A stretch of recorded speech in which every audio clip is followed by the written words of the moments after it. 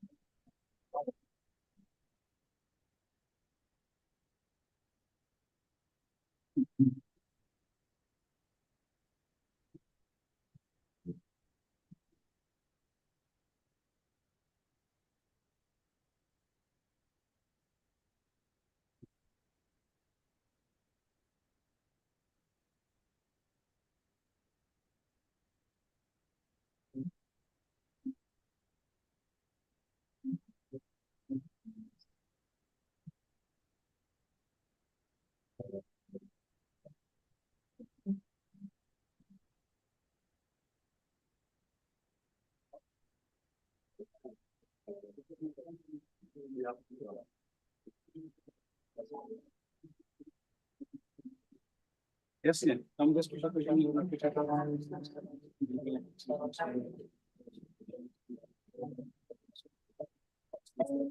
drahá se.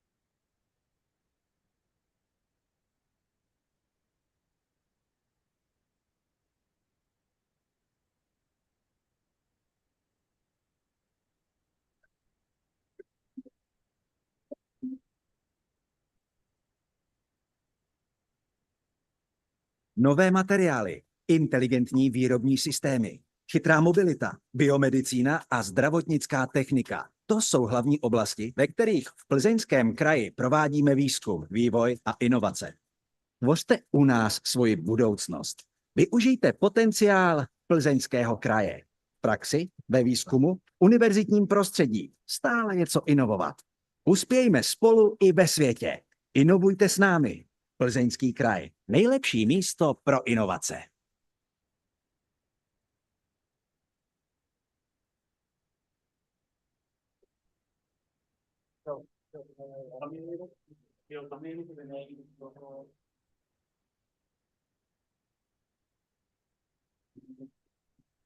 Akciová společnost UJV Řeš navazuje na více než 6 desítek let zkušeností svého předchůdce, Ústavu jaderného výzkumu.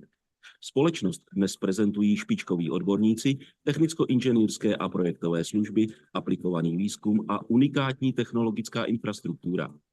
To vše ve službách bezpečné a spolehlivé energetiky, průmyslu a nukleární medicíny.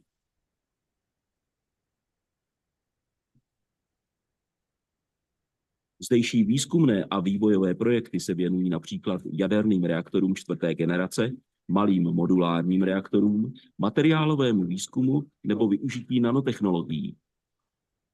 Nástup vodíkových technologií v Česku je úzce spojen s řežským projektem vodíkového autobusu Trihybus, zdejší realizací systému ukládání přebytků energie z fotovoltaických panelů do vodíku nebo prototypem přenosného elektrického zdroje s vodíkovým článkem Powerbox.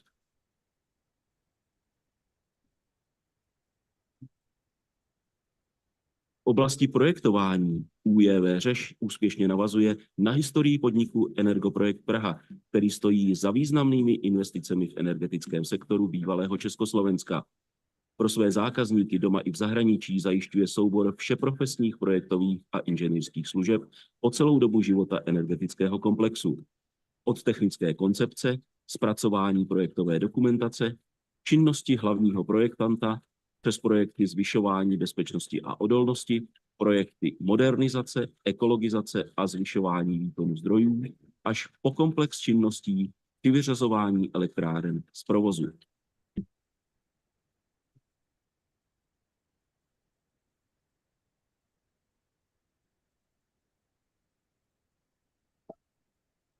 Zkušenost.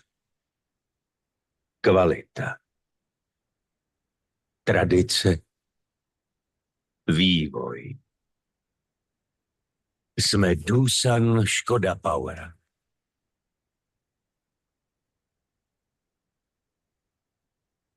Už více než 100 let vyrábíme špičková energetická zařízení. Jsme světovým dodavatelem moderních technologií, komponentů a služeb v oblasti projektování a výroby. Navrhujeme a vyrábíme energetická zařízení s turbínami o výkonu 3 až 1200 MW.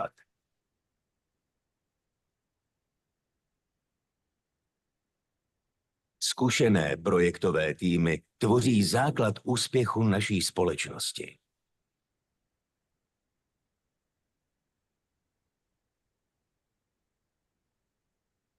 Naši specialisté pracují profesionálně a zaměřují se nejen na precizní inženýring, ale také na poradenství a rozvoj vztahů s našimi partnery. Využíváme nejmodernější technologie a neustále do nich investujeme.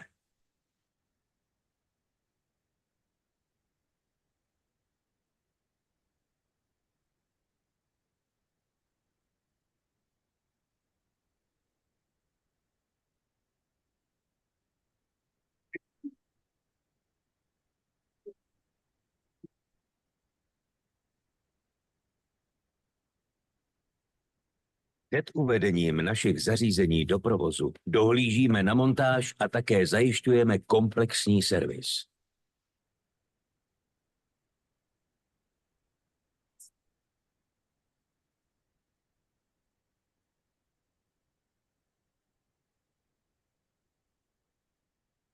V našem výzkumném a vývojovém centru každý den pracujeme na inovacích a zvyšujeme účinnost parních turbín Doosan Škoda Power i celého parního cyklu.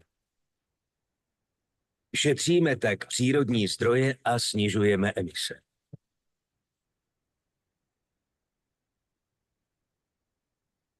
Naše turbíny pomáhají vyrábět energii také ze slunečního záření a biomasy. Inovace aplikujeme i do projektů retrofitů a modernizujeme starší zařízení, ať už naší výroby nebo od jiných dodavatelů.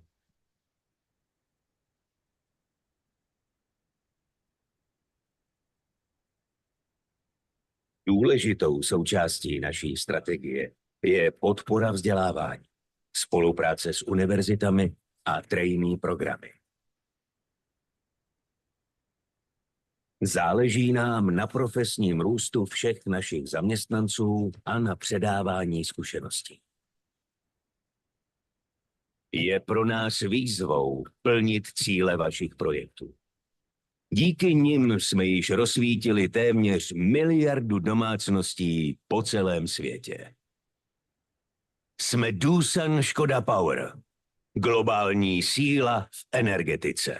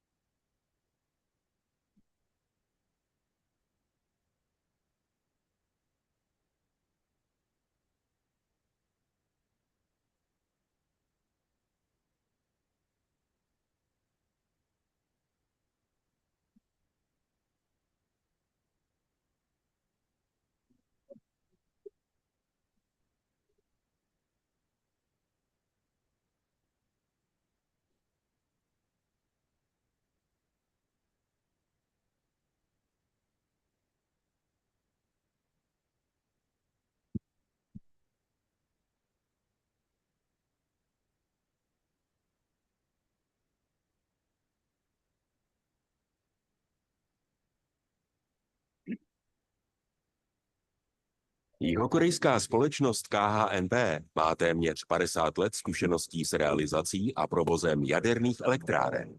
Za dobu své existence se podílela na 34 projektech v Jižní Koreji i v zahraničí. V soutěži o dostavbu jaderné elektrárny Dukovany nabízí nejmodernější ochranná řešení v podobě reaktoru APR-1000, který splňuje mezinárodní normy, včetně těch po událostech ve Fukušimě. KHNP, váš partner pro jadernou energii.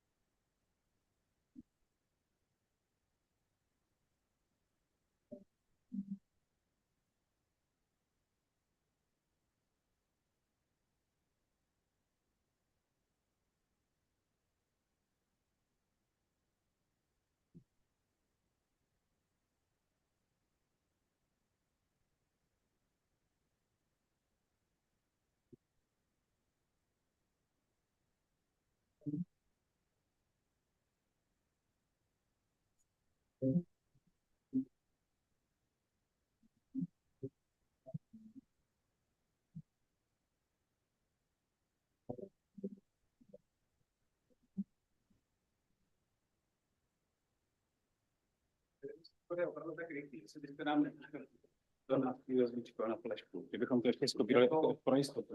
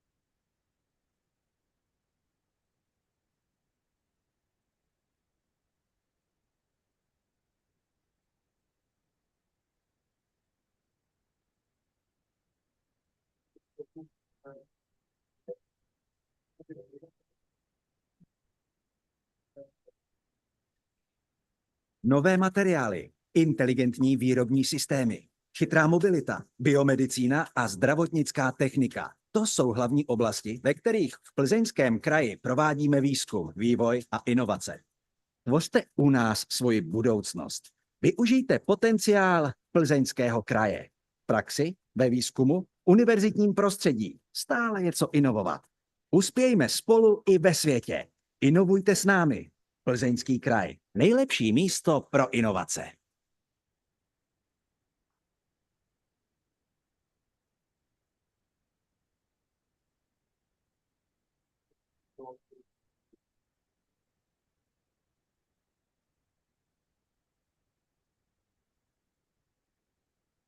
Akciová společnost UJV Řeš navazuje na více než 6 desítek let zkušeností svého předchůdce, Ústavu jaderného výzkumu.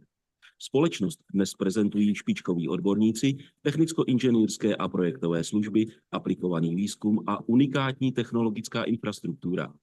To vše ve službách bezpečné a spolehlivé energetiky, průmyslu a nukleární medicíny.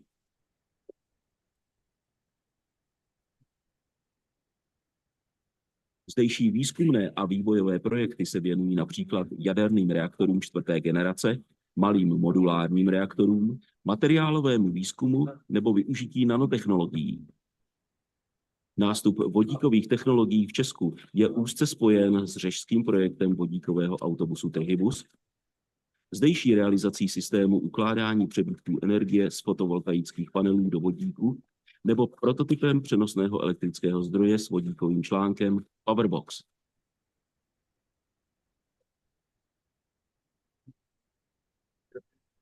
V oblasti projektování ÚJV Řeš úspěšně navazuje na historii podniku Energoprojekt Praha, který stojí za významnými investicemi v energetickém sektoru bývalého Československa. Pro své zákazníky doma i v zahraničí zajišťuje soubor všeprofesních projektových a inženýrských služeb po celou dobu života energetického komplexu. Od technické koncepce, zpracování projektové dokumentace, činnosti hlavního projektanta, přes projekty zvyšování bezpečnosti a odolnosti, projekty modernizace, ekologizace a zvyšování výkonu zdrojů, až po komplex činností při vyřazování elektráren z provozu.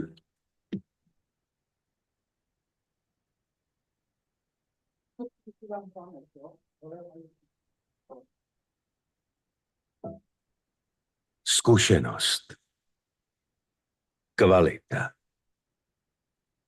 tradice, vývoj. Jsme Doosan Škoda Power.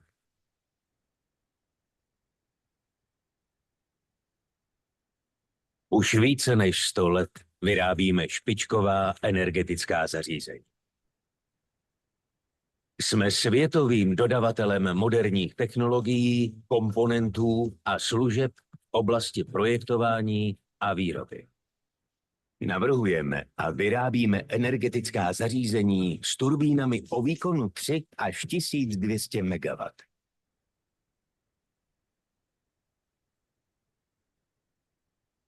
Zkušené projektové týmy tvoří základ úspěchu naší společnosti.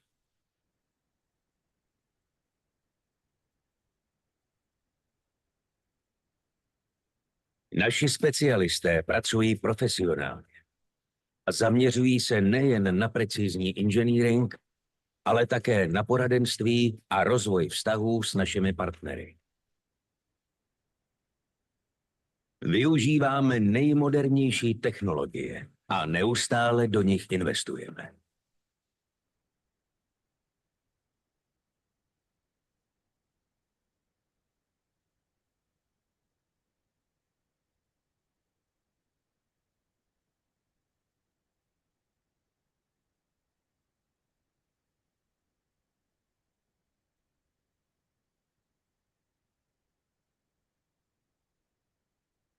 Před uvedením našich zařízení do provozu dohlížíme na montáž a také zajišťujeme komplexní servis.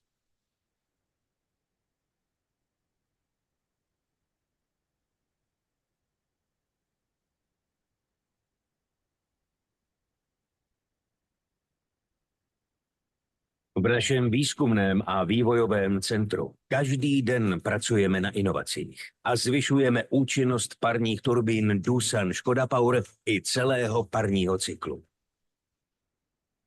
Šetříme tak přírodní zdroje a snižujeme emise.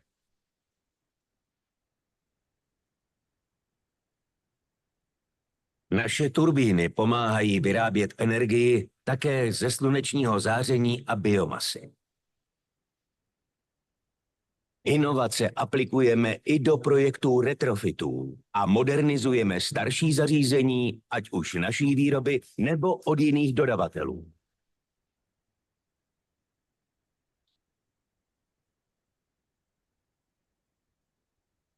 Důležitou součástí naší strategie je podpora vzdělávání, spolupráce s univerzitami a trainee programy. Záleží nám na profesním růstu všech našich zaměstnanců a na předávání zkušeností. Je pro nás výzvou plnit cíle vašich projektů. Díky nim jsme již rozsvítili téměř 1 miliardu domácností po celém světě. Jsme Doosan Škoda Power, globální síla v energetice.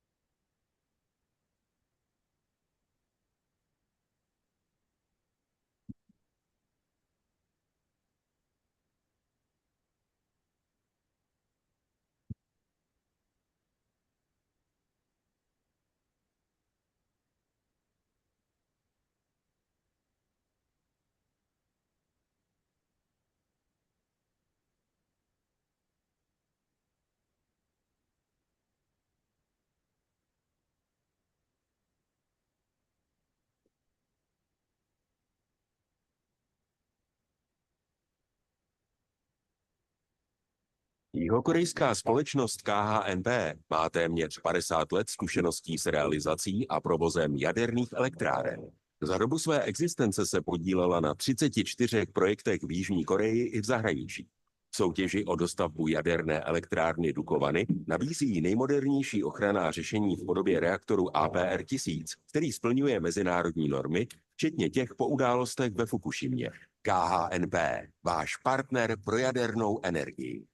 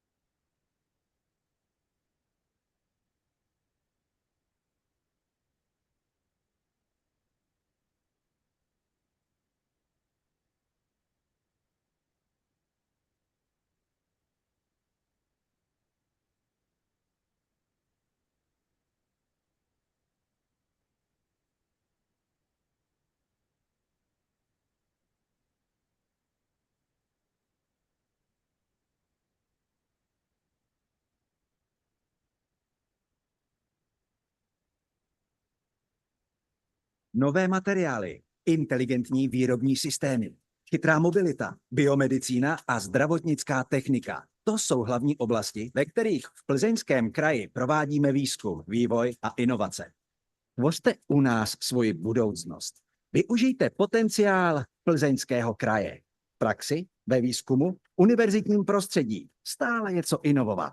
Uspějme spolu i ve světě. Inovujte s námi. Plzeňský kraj. Nejlepší místo pro inovace.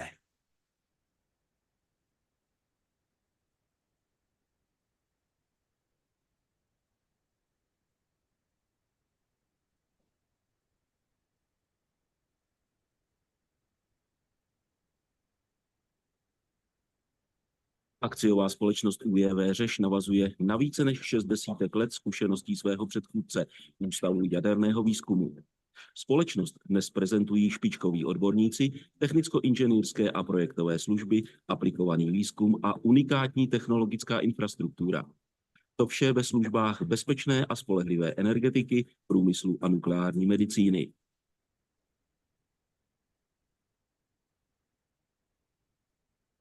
Zdejší výzkumné a vývojové projekty se věnují například jaderným reaktorům 4. generace, malým modulárním reaktorům, materiálovému výzkumu nebo využití nanotechnologií. Nástup vodíkových technologií v Česku je úzce spojen s řežským projektem vodíkového autobusu Trihybus, zdejší realizací systému ukládání přebytků energie z fotovoltaických panelů do vodíku nebo prototypem přenosného elektrického zdroje s vodíkovým článkem Powerbox.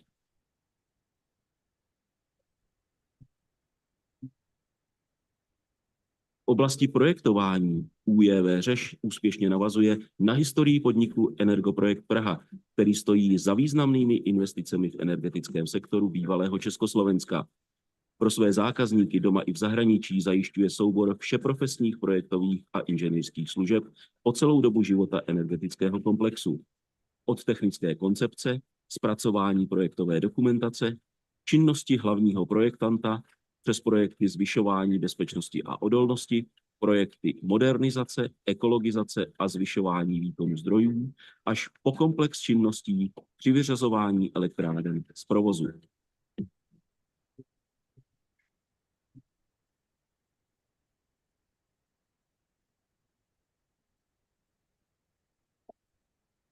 Zkušenost, kvalita,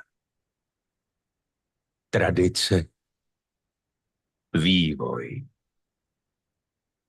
Jsme Doosan Škoda Power.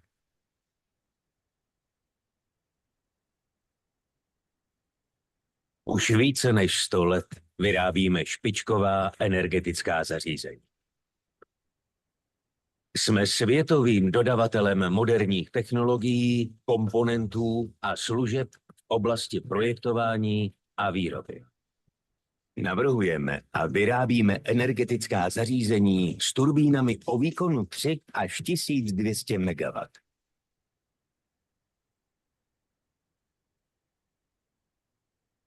Zkušené projektové týmy tvoří základ úspěchu naší společnosti.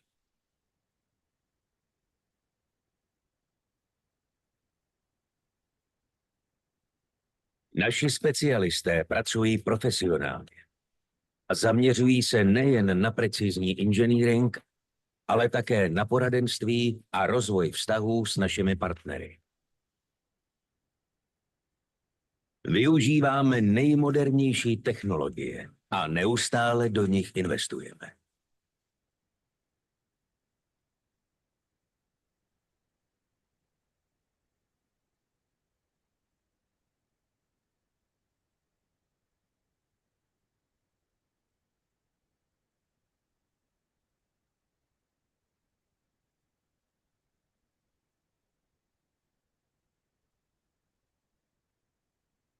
Před uvedením našich zařízení do provozu dohlížíme na montáž a také zajišťujeme komplexní servis.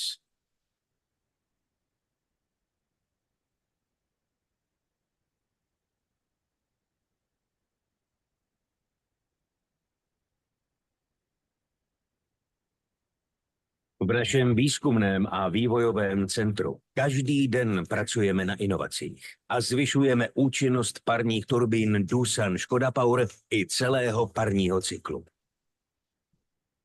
Šetříme tak přírodní zdroje a snižujeme emise.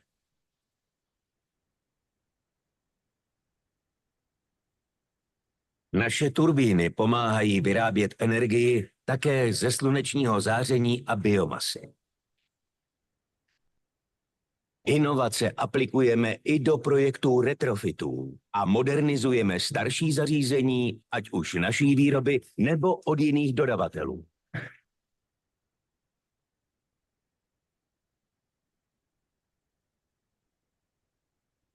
Důležitou součástí naší strategie je podpora vzdělávání, spolupráce s univerzitami a trainee programy.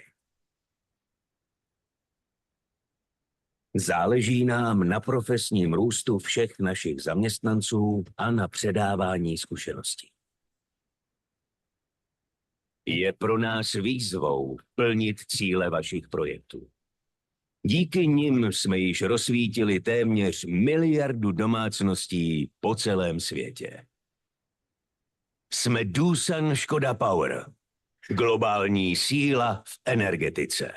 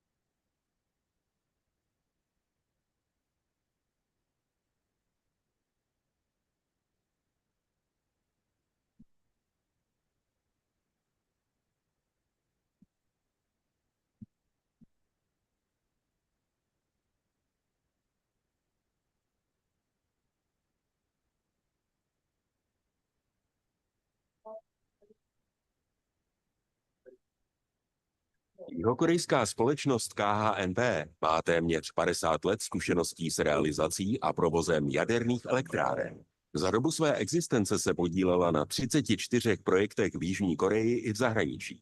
V soutěži o dostavbu jaderné elektrárny Dukovany nabízí nejmodernější ochranná řešení v podobě reaktoru APR-1000, který splňuje mezinárodní normy, včetně těch po událostech ve Fukušimě.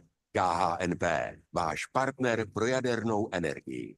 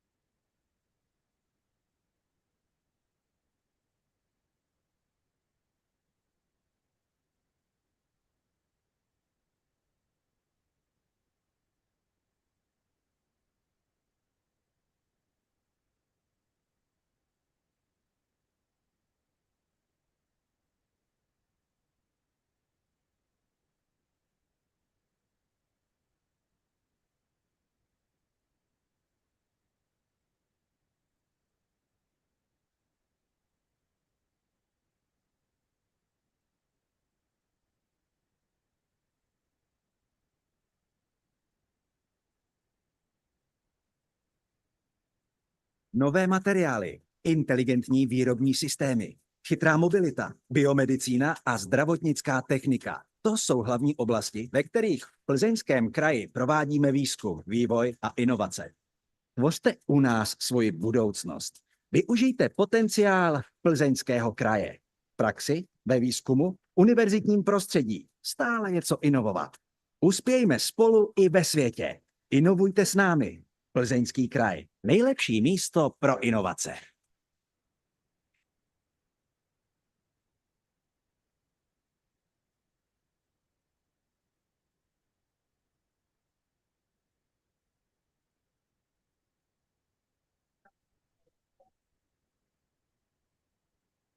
Akciová společnost UJV Řeš navazuje na více než 6 desítek let zkušeností svého předchůdce, Ústavu jaderného výzkumu. Společnost dnes prezentují špičkoví odborníci, technicko-inženýrské a projektové služby, aplikovaný výzkum a unikátní technologická infrastruktura. To vše ve službách bezpečné a spolehlivé energetiky, průmyslu a nukleární medicíny.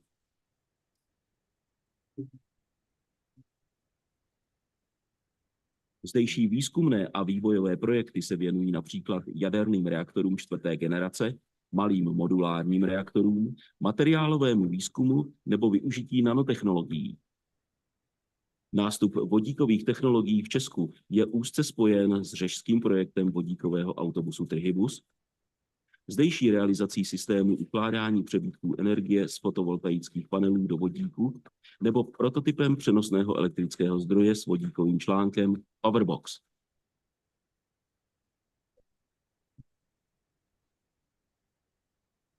oblasti projektování ÚJV Řeš úspěšně navazuje na historii podniku Energoprojekt Praha, který stojí za významnými investicemi v energetickém sektoru bývalého Československa. Pro své zákazníky doma i v zahraničí zajišťuje soubor všeprofesních projektových a inženýrských služeb po celou dobu života energetického komplexu.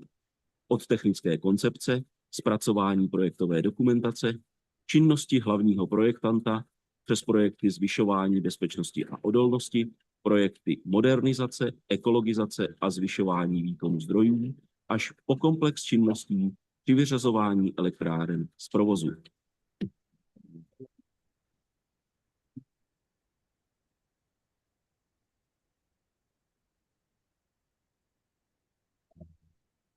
Zkušenost, kvalita, tradice, vývoj. Jsme Doosan Škoda Power.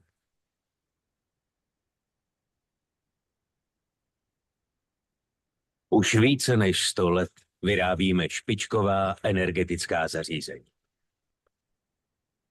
Jsme světovým dodavatelem moderních technologií, komponentů a služeb v oblasti projektování a výroby.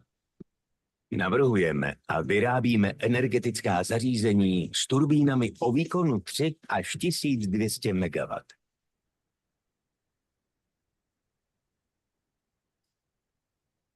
Zkušené projektové týmy tvoří základ úspěchu naší společnosti.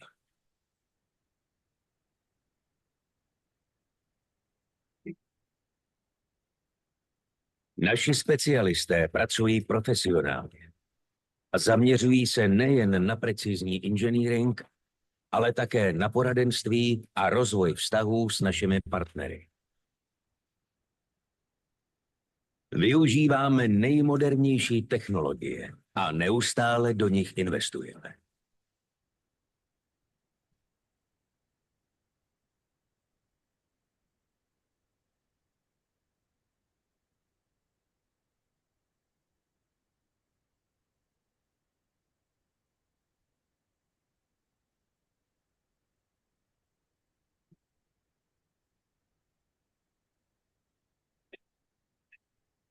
Před uvedením našich zařízení do provozu dohlížíme na montáž a také zajišťujeme komplexní servis.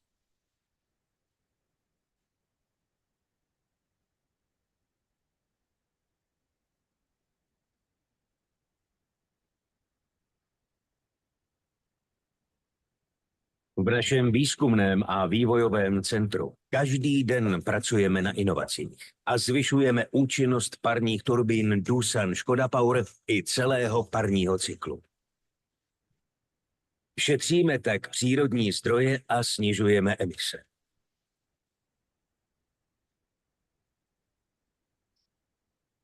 Naše turbíny pomáhají vyrábět energii také ze slunečního záření a biomasy.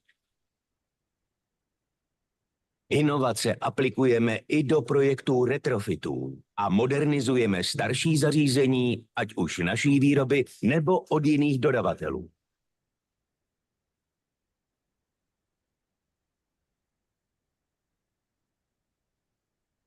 Důležitou součástí naší strategie je podpora vzdělávání, spolupráce s univerzitami a trainee programy.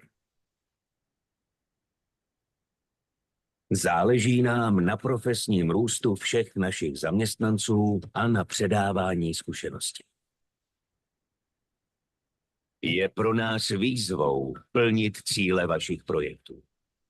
Díky nim jsme již rozsvítili téměř 1 miliardu domácností po celém světě. Jsme Doosan Škoda Power, globální síla v energetice.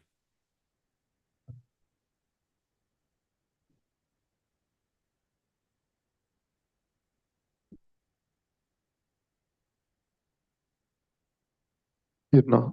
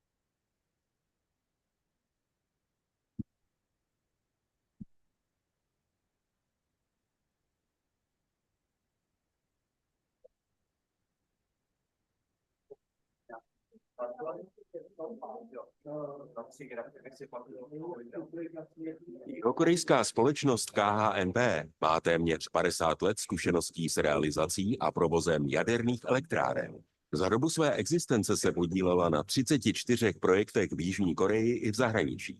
V soutěži o dostavbu jaderné elektrárny Dukovany nabízí nejmodernější ochranná řešení v podobě reaktoru APR-1000, který splňuje mezinárodní normy, včetně těch po událostech ve Fukušimě. KHNP, váš partner pro jadernou energii.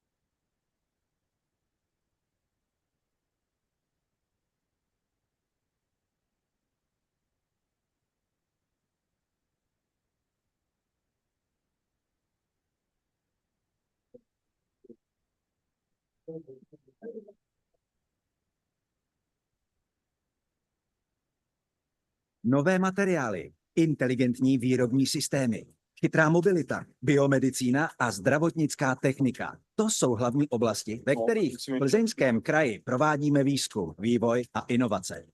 Tvořte u nás svoji budoucnost. Využijte potenciál Plzeňského kraje. V praxi, ve výzkumu, univerzitním prostředí. Stále něco inovovat. Uspějme spolu i ve světě. Inovujte s námi. Plzeňský kraj. Nejlepší místo pro inovace.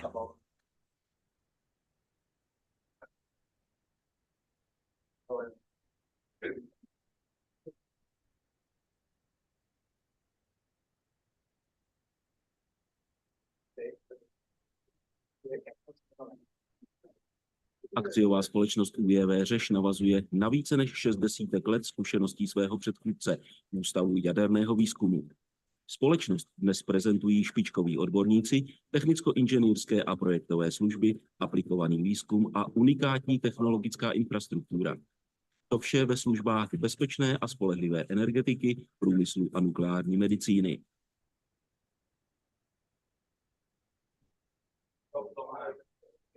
Zdejší výzkumné a vývojové projekty se věnují například jaderným reaktorům čtvrté generace, malým modulárním reaktorům, materiálovému výzkumu nebo využití nanotechnologií. Nástup vodíkových technologií v Česku je úzce spojen s řežským projektem vodíkového autobusu Trihibus, zdejší realizací systému ukládání přebytků energie z fotovoltaických panelů do vodíku nebo prototypem přenosného elektrického zdroje s vodíkovým článkem Powerbox.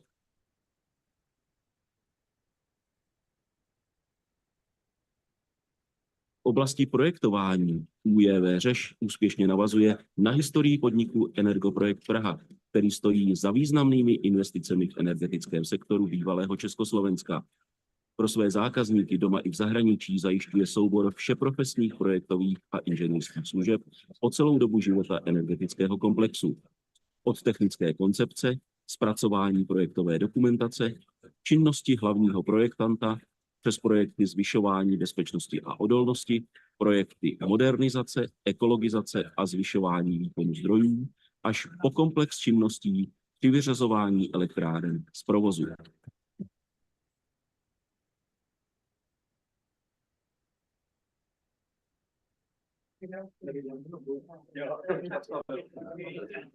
Zkušenost, kvalita,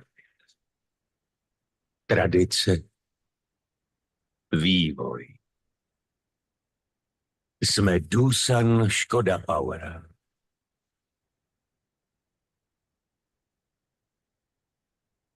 Už více než 100 let vyrábíme špičková energetická zařízení. Jsme světovým dodavatelem moderních technologií, komponentů a služeb v oblasti projektování a výroby. Navrhujeme a vyrábíme energetická zařízení s turbínami o výkonu 3 až 1200 MW.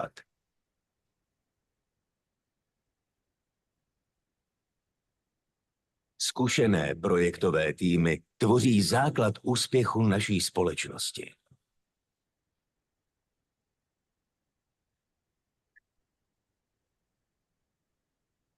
Naši specialisté pracují profesionálně a zaměřují se nejen na precizní inženýring, ale také na poradenství a rozvoj vztahů s našimi partnery. Využíváme nejmodernější technologie a neustále do nich investujeme.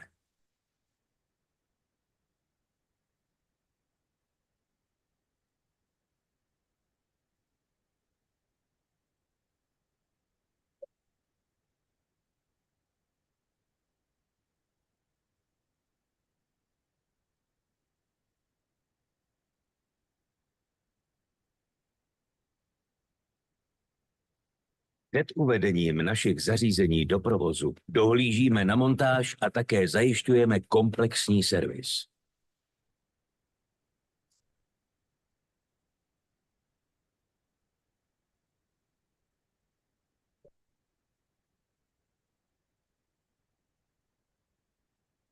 V našem výzkumném a vývojovém centru každý den pracujeme na inovacích a zvyšujeme účinnost parních turbín Doosan Škoda Power i celého parního cyklu. Šetříme tak přírodní zdroje a snižujeme emise.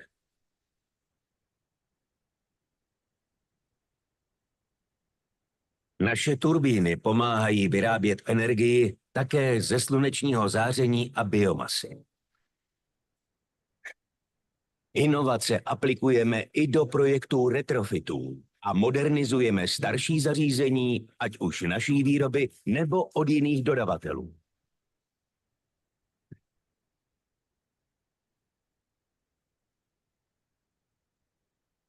Důležitou součástí naší strategie je podpora vzdělávání. spolupráce s univerzitami a trainee programy. Záleží nám na profesním růstu všech našich zaměstnanců a na předávání zkušeností. Je pro nás výzvou plnit cíle vašich projektů. Díky nim jsme již rozsvítili téměř 1 miliardu domácností po celém světě. Jsme Doosan Škoda Power, globální síla v energetice.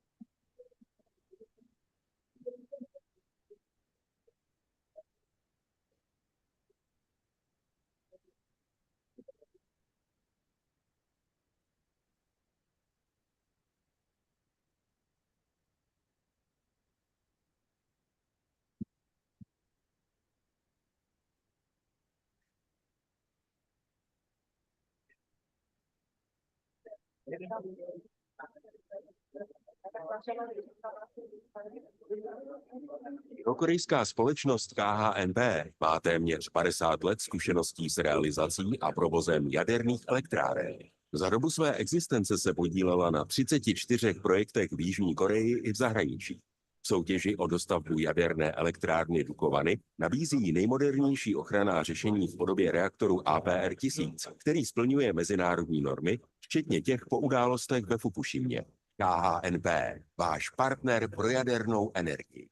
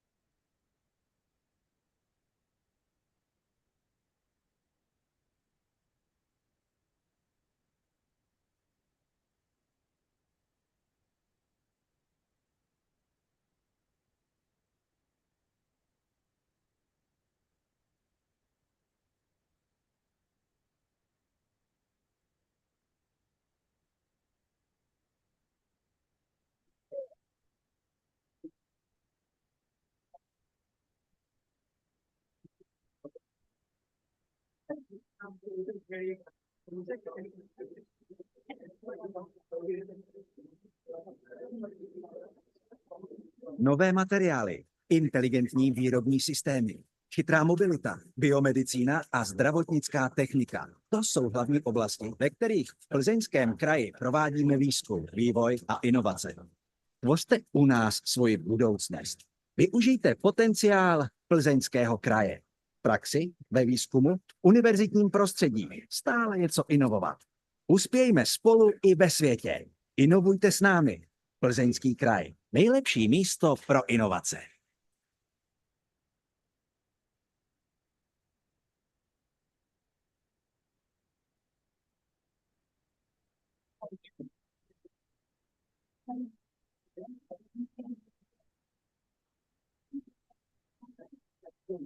Akciová společnost UJV Řeš navazuje na více než 60 let zkušeností svého předchůdce, Ústavu jaderného výzkumu.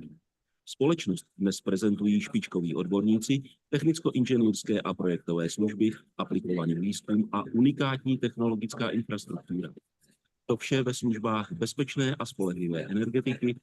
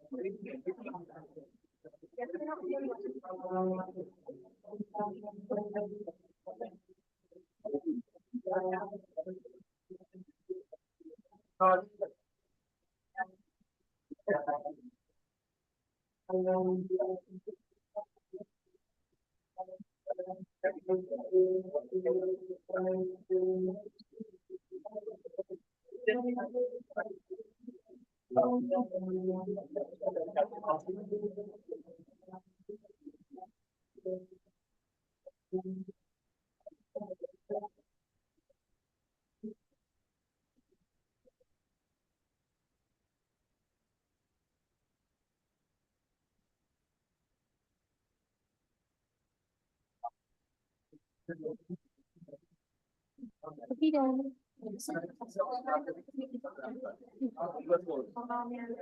Jihokorejská společnost KHNB má téměř 50 let zkušeností s realizací a provozem jaderných elektráren.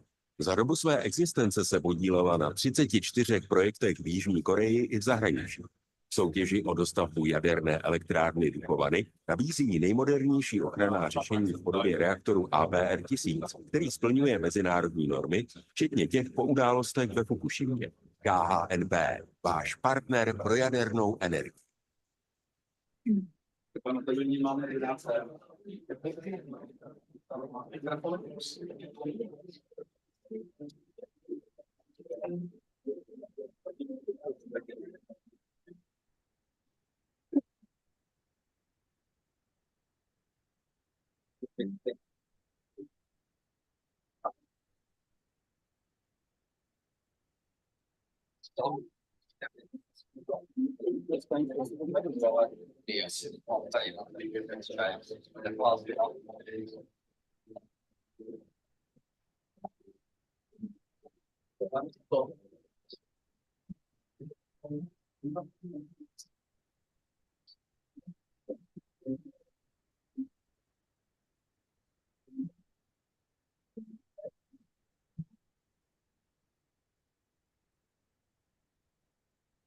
Co jde měl s tím. Ještě můžeme se sednout.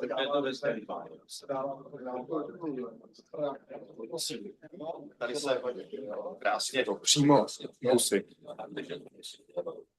Ještě jednu chvíličku. Jestli dají.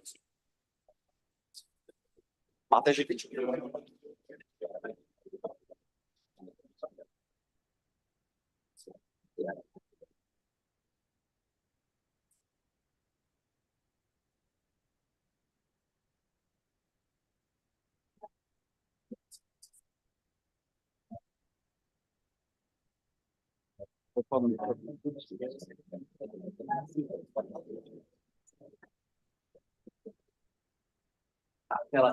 Takhle říká nabitá konference.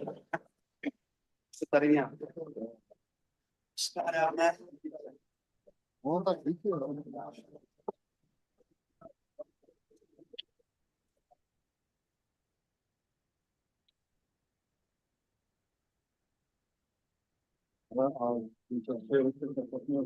Říkali jsme se tak 15 minut.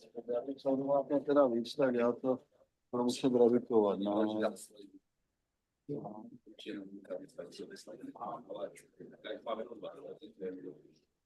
Říká se, že když se popínají slajdy víckrát, než 20krát, to se tomu dá to film.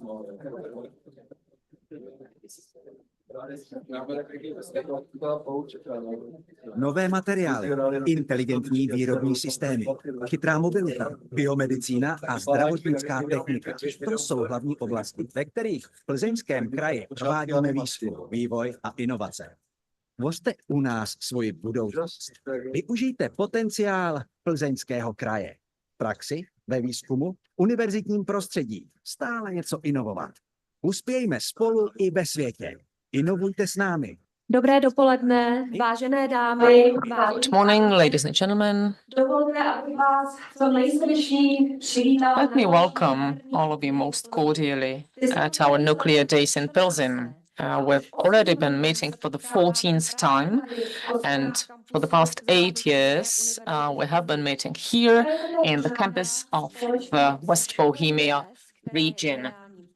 We're co-organizing with Škoda and also CEN. CEN is an association of universities.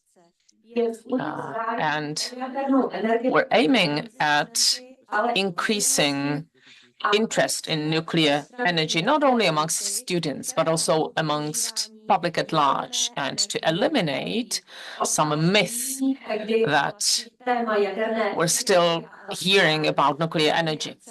And especially in these times when we're focusing on nuclear energy as much as possible. So we have a 2-day conference in front of us with many Czech and foreign speakers. And the main topic is nuclear safety, carbon zero future of Europe. And we'll be focusing on the education of new experts for nuclear energy fields, also delivering electricity and heat, and also the life cycle of nuclear power plants. We're going to have a number of speakers, such as Tomáš Ehler from the Energy and Nuclear Sources section of the Ministry of Industry and Trade, or Petr Závodský, or Jan Barták. The conference is being organized under the auspices of Mr. Sikela, the president, the Minister of Industry and Trade, Mr. Lavička, and also Vojtěch Petráček, and the governor of the region, Mr. Špoták.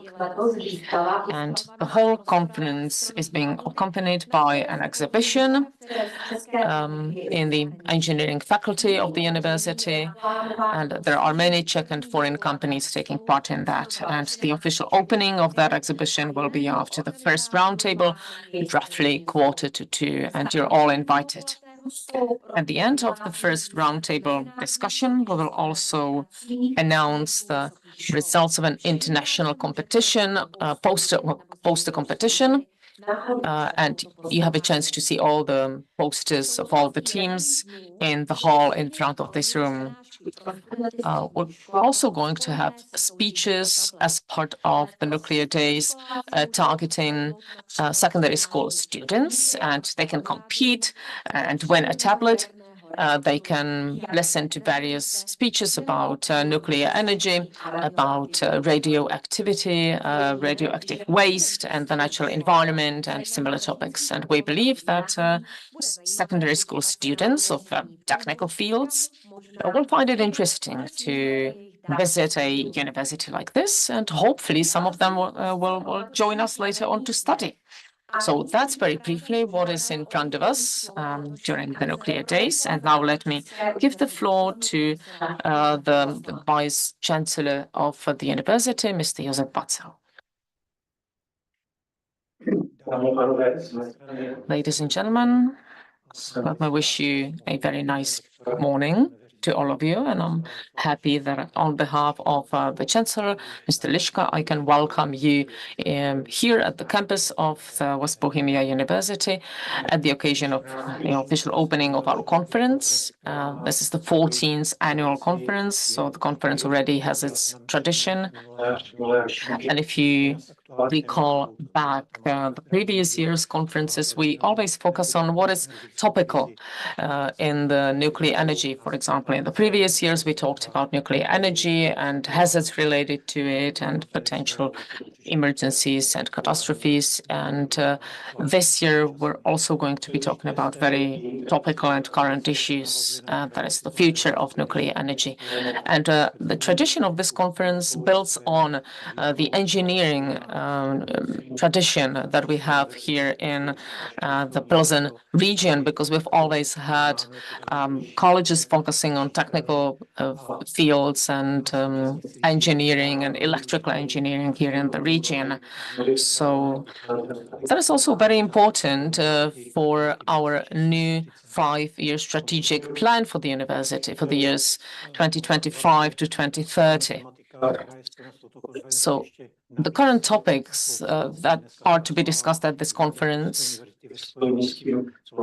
is also very closely linked to not only what our university does and teaches, but also to what the Czech government decided in terms of building new units in our nuclear power plants in Dukovany and Temelin. So this conference is very important from the perspective of the management of our university for these reasons. So let me also say thank you to all the sponsors and all the organizers that took part in organizing this conference, and we're very happy to host the conference at the university. And also many thanks to all of you for coming, whether you're a speaker or a guest. So whether you're going to be an active speaker, presenting, or you're only going to be listening, or you represent teams that provided the posters for the exhibition. So I hope that you will enjoy the conference, that it will meet your expectations, and I'll be looking forward to see all of you next year at this conference.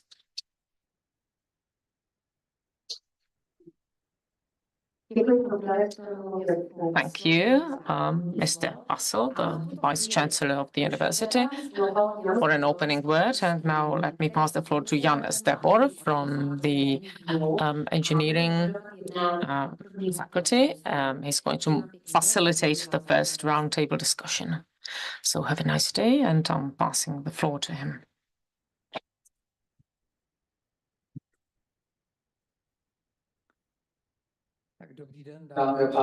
So once again, good morning, ladies and gentlemen, dear friends, dear students.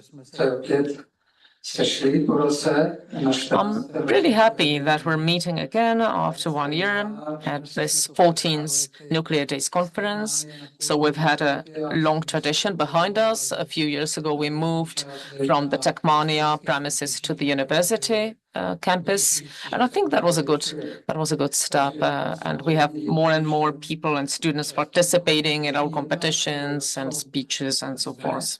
So many thanks to all the participants that we have here in the room, but also welcoming those that are online, because just like in the previous years, our conference is simultaneously interpreted and also streamed to YouTube, so you can watch our presentations online as well. So once again, many thanks to all our sponsors, because only thanks to them we can organize the conference in this extent. Without them, we couldn't do. I'll mention the main ones, and also many thanks to all the sponsors, of course. The main general partner since the very beginning of Nuclear Days has been Škoda JS. Škoda JS is a member of the chess group, and the platinum partner is the Korean company KHNP, and we'll be mentioning them many times throughout the day. Then we have many golden partners and sponsors. You can see them on the slide, and silver partners, and also other groups of partners that contribute, and we're grateful for that. So many thanks to all of you, because only thanks to our sponsors and partners we can continue organizing the conference without any entrance fee. And that is very important for the students to have a chance to participate. So we hope that those students that are not here and are interested are listening to this on the YouTube.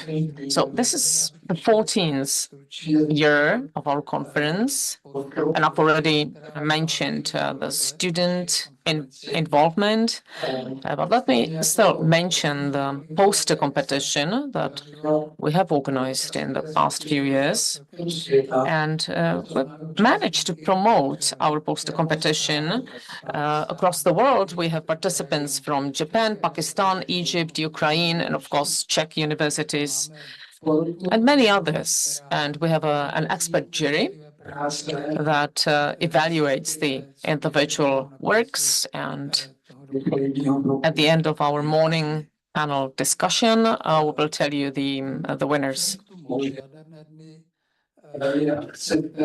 The Nuclear Days is an event that we really want to stand out, and we want it to be remembered. All the program and events accompanying that will be taking place during the five-day event. So we decided to go ahead with a series of papers and lectures to be delivered, which will be connected to the Nuclear Days conference. And we will start off right away by the presentation by Mr. Barták, who also takes part at this conference, excuse me. And we will deliver a open cycle, if you want, of presentations and lectures throughout the 5, not days, but 5-week program.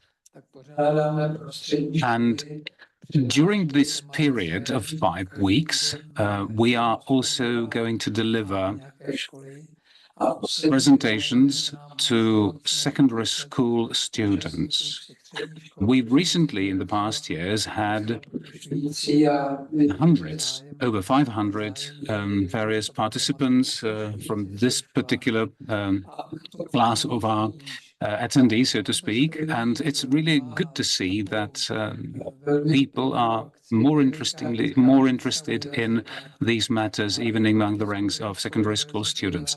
And we also have something called the Children's University, the Children's Technical University, if you like. We deliver something that children at that young age can absorb, obviously, but that is already also a part of the Nuclear Days program and the series of events. So that's about it in terms of kicking off our conference. I hope the program is interesting enough for you to find it lovely. And we are starting with the round table number 1 this morning. Right after that round table, we will announce the winners of the poster competition. Then I'd like to invite you all to take part at the ceremonial opening of the exhibition, which will be in the building next door. And there'll be lunch as well. So not only are you going to see the opening of the exhibition, but you'll be also able to boost your energy in terms of your mental as well as physical strengths. And after the afternoon program has ended, I'd like to invite you all to the social evening program. To those of you who have signed up for it, which will be taking place at the Pilsen Brewery. So these are housekeeping remarks, and while we're on this topic, I'd like to just mention the technicalities. If you want to listen to interpreting, no problem with that. We're ready to deliver that. Just take one of the receivers for interpreting at the reception, mentioning your name, etc., etc., or signing off, signing in and signing out. And if you don't use the interpreting equipment, please just switch it off so that your environment is not being disturbed by the sound coming out of it. And we also suggest that you don't walk out of this from this room with the interpreting equipment so that it doesn't get lost or misplaced. And I hope this mic is on. Can you hear me? Is this one on? Takes a bit of time. Now it's great. I can hear my sound. Thank you for giving me the advice. So I will stand at this rostrum for a bit more time, but using this microphone. I want to welcome the participants of our first round table before I sign off. Let me give you the names of our distinguished panelists, and of course, they're more than welcome to chip in. So, Dr. Tomáš Eller from the Ministry of Industry and Trade will be our first panelist. He will talk about the current state of play and the perspectives of nuclear energy, of the nuclear energy sector in the Czech Republic. It is not by coincidence that we decided to talk about this topic with the subtitle of the Europe's carbon-free future and low energy consumption. Then Dr. Jan Barták, president of Nuc Advisor, the French advisory company, will be joining in. And needless to say, the strategy of what comes next should be really something that we should hear about from those who are well placed to talk about it. And we have the pleasure of welcoming Mr. Karel Winkler, head of strategy at ČEPS. And of course, we're all of us are already looking forward to the very day when nuclear power plants, nuclear sources are really being started to build. And I'm pleased to welcome Petr Závodský, the chairman of the PAS Commission and the general director of EDUT, and he'll talk about Dukovany and Temelín. And we also decided, I mean, the Czech government has decided to award the new nuclear tender to one of those tenderers, the bidders. So we're pleased to have Alois Mika, who's a consultant to KHNP. But as all of us know, it's impossible to build a nuclear plant anywhere in the world without the involvement of the local industries. I believe we can say that the Czech Republic is proud to be one of the best countries to do so, well placed to do it. And we therefore have the pleasure of introducing you to the representatives of two major players in the field, and I believe the probability is nearing 100% that they be involved heavily in the deliveries of the nuclear plants and nuclear units. So it's Pet Altschul, who is the vice chairman of PAS and the sales director or commercial director of Skoda JS. And last but not least, Dr. Daniel Procházka, who is the business and sales director of Doosan Skoda Power. The turbines from Doosan Skoda Power obviously are turning not only in Czech-based nuclear power plants, but they're all over the world. So I have done the introductions, and now I'd like to hand over to Dr. Tomáš Eller from the Ministry of Industry and Trade of the Czech Republic, talking about the current state of play and the perspectives of nuclear energy. Thank you, Professor, for giving me the floor. Ladies and gentlemen, distinguished guests, thank you for having me. And my great thanks, obviously, goes to the University of West Bohemia for sticking to their guns and keeping the tradition of organizing this conference, and not only that, but also the educational activities. So thanks to the university, from the Ministry of Industry and Trade, and by extension also from the government of the Czech Republic. And thank you also for introducing myself. I've been having the pleasure of talking here for the 5th time, and I try to give you something new. I'll try to say something that you haven't heard from me as yet. I have 2 or 3 specific items that I'd like to talk about in more detail, particularly on the quantifiable aspects of these developments. And I will try to say something that my colleagues will not be talking about, which I can hopefully estimate. And I'd like to leave as much time as possible for discussion.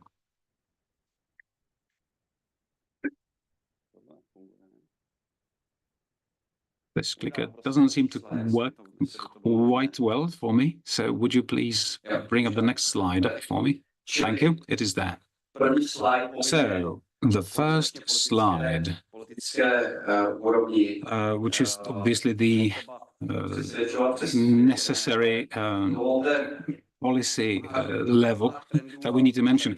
I don't have to sell this to you because you are already persuaded, obviously.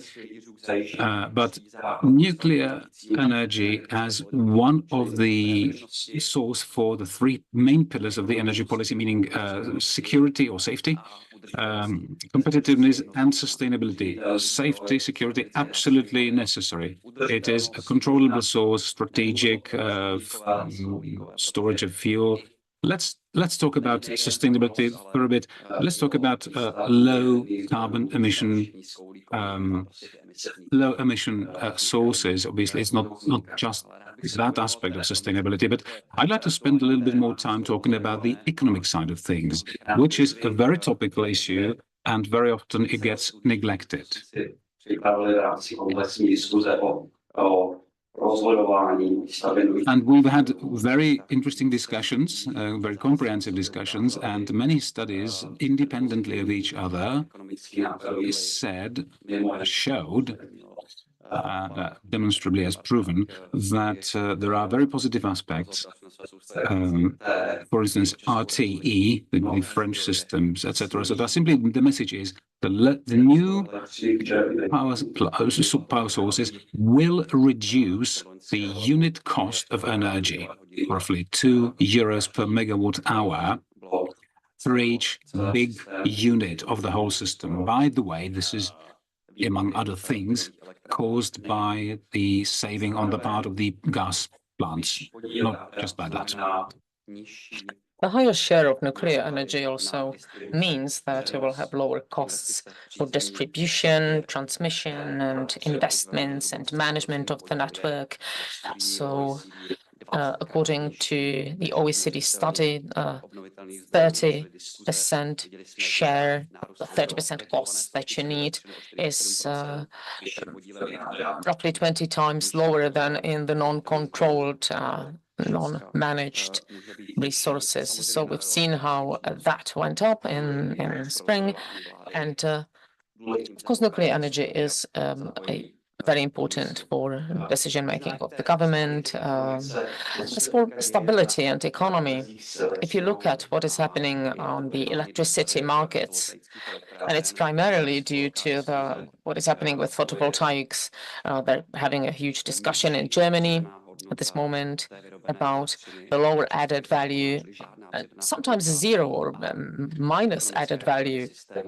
And the economy costs. Well, Germany every year adds roughly 15 gigawatt in photovoltaic plants, and roughly 16% runs in a parallel run.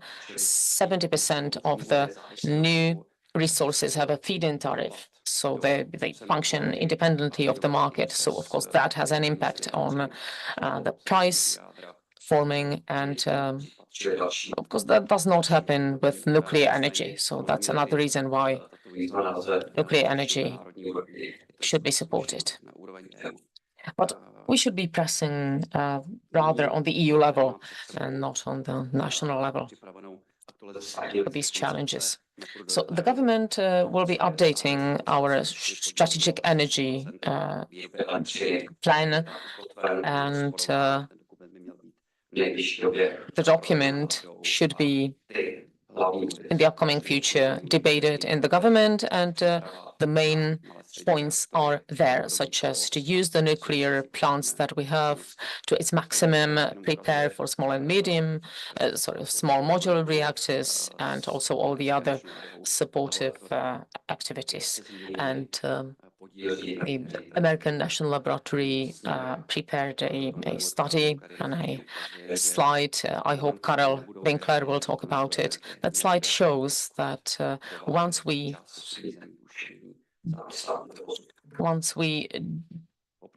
if we don't support nuclear energy as a well-managed energy, in the future there will be nowhere to take the electricity from, because many neighboring countries already are net importers.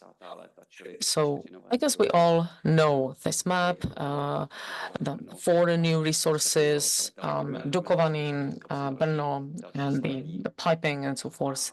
We all know that, so let's switch to the next slide.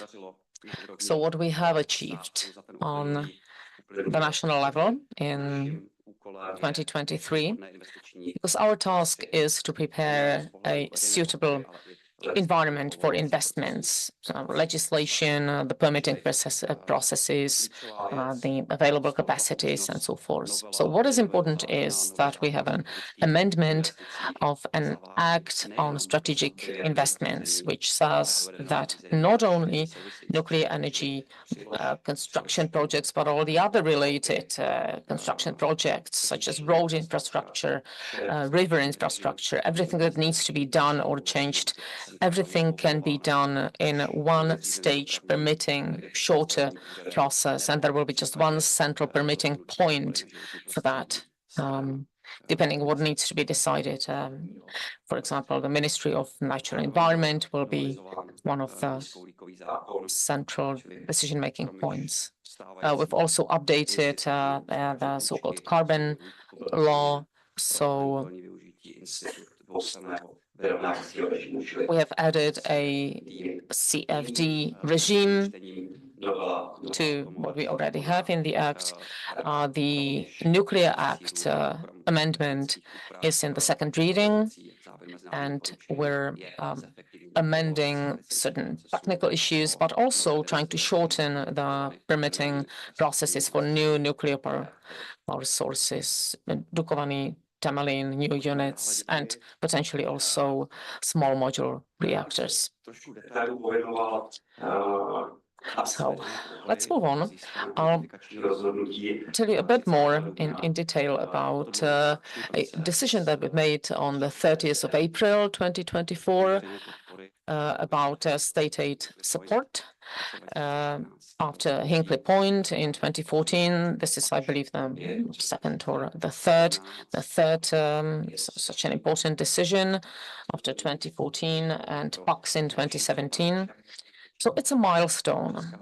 And what is it about? The Czech Republic suggested a mechanism, and that mechanism, as we suggested it, was approved.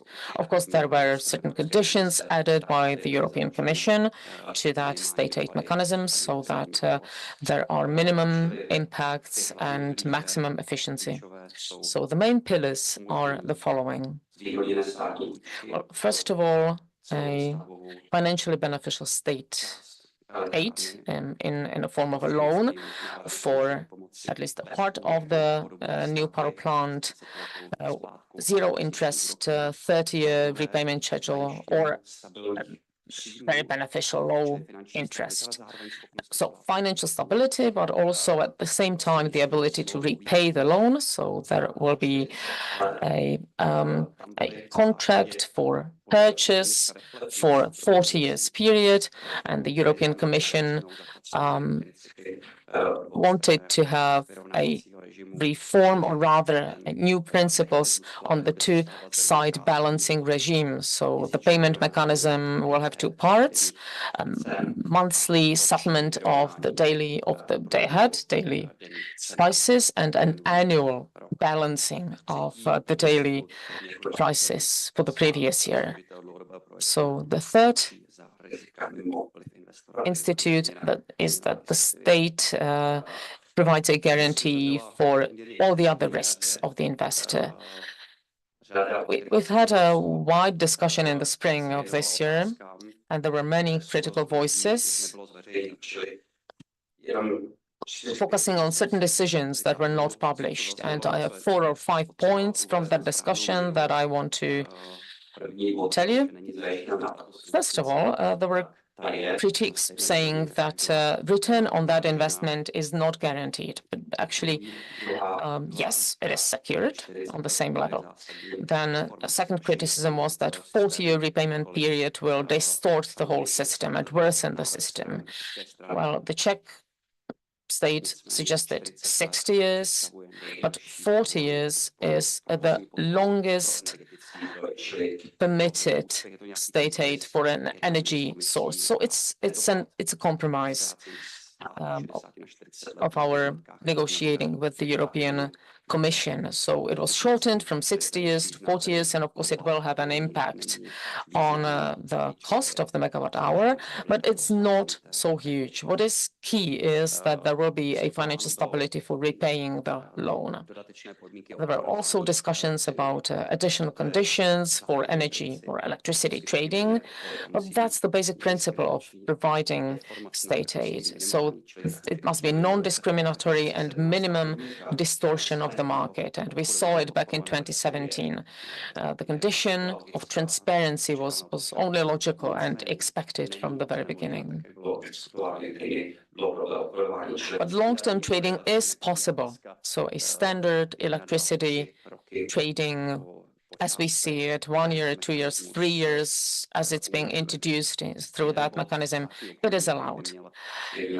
So one state trader that should sell the electricity bought out will start functioning after 2035. So the state will establish that trading point, let's say 5 years ahead of that milestone, depending on the current situation on the market. That mechanism should provide for the stability of income in the environment. So if we look at it from the current point of view, so let's say that we have a model of 70 euro per megawatt hour, the model price. So today, the mechanism would generate either to the state budget or for the end users the decreased regulated part of the price of electricity, and we're talking about some 5 billion Czech crowns annually altogether. So the difference between strike price, market price, some 10 euro, so that's roughly 2.5 billion Czech crowns under the current conditions, of course. But if it happens that in the future, what happens is what happened in the past decade, then the state will compensate for that to provide for financial stability. Here I've got a short chart to give you an estimate of the prices. So this is where we can see how this could actually contribute. And negatively, conversely, if the market prices were lower than the buy-in price, then you could see the difference. Roughly the difference per megawatt hour would be 2 or 2.5 billion Czech crowns, which would be, let's say, less than 50 billion for the renewables. Then it would still make it within that framework, even if there was a difference of 200 megawatt hours, but it would be low carbon-free Solar powered for a low emission, controllable source of energy 24 hours a day, 24/7. So that's another slide. So I know you're frowning, Dr. Zdebor, so I'll come back to this topic. We have had the pleasure of hearing the Czech government passing the resolution on selecting the tenderer, the contractor for Dukovany 2 from the Czech group, from the nuclear power plant, or for that nuclear power plant. And I'm looking forward to hearing more about it, because I know that by picking K, H, and P, we've decided, the Czech Republic has decided to go for a company that is known to have been delivering their projects for decades, on time and on budget. And after the option for the next 2 units in the Temelín power plant, obviously we are delivering even more. We're developing even this idea even further. Then the notification model obviously will be the starting point that I've just described on the previous slide. We're currently working very intensively on the financial side of things, because that'll be up on our ministry. It's a state loan, essentially. In essence, this is what it is, and it's quite a challenge, and we're working on it together with a group of experts. And we're also working on boosting the technical and human capacities of the individual authorities, because the SUHP, the State Nuclear Authority, Supervision Authority, obviously, and the Nuclear Waste Deposit or Storage Authority, they will need to be boosted by dozens of employees and experts. And we haven't mentioned the socio-economic impact, the positive ones, obviously, and there'll be a study developed and submitted next year by the ministry, and that will obviously translate into various specific measures. Then the transportation routes and all the related issues, we need to realize that the subsidiarity principle has been decided to be used, because if necessary, things can be, or I mean, if possible, things should be decided at the local level, then at the regional, and if not, then obviously the higher level will step in. Moving on, the roadmap, or if you like, the strategy, the development strategy, has been decided upon and approved.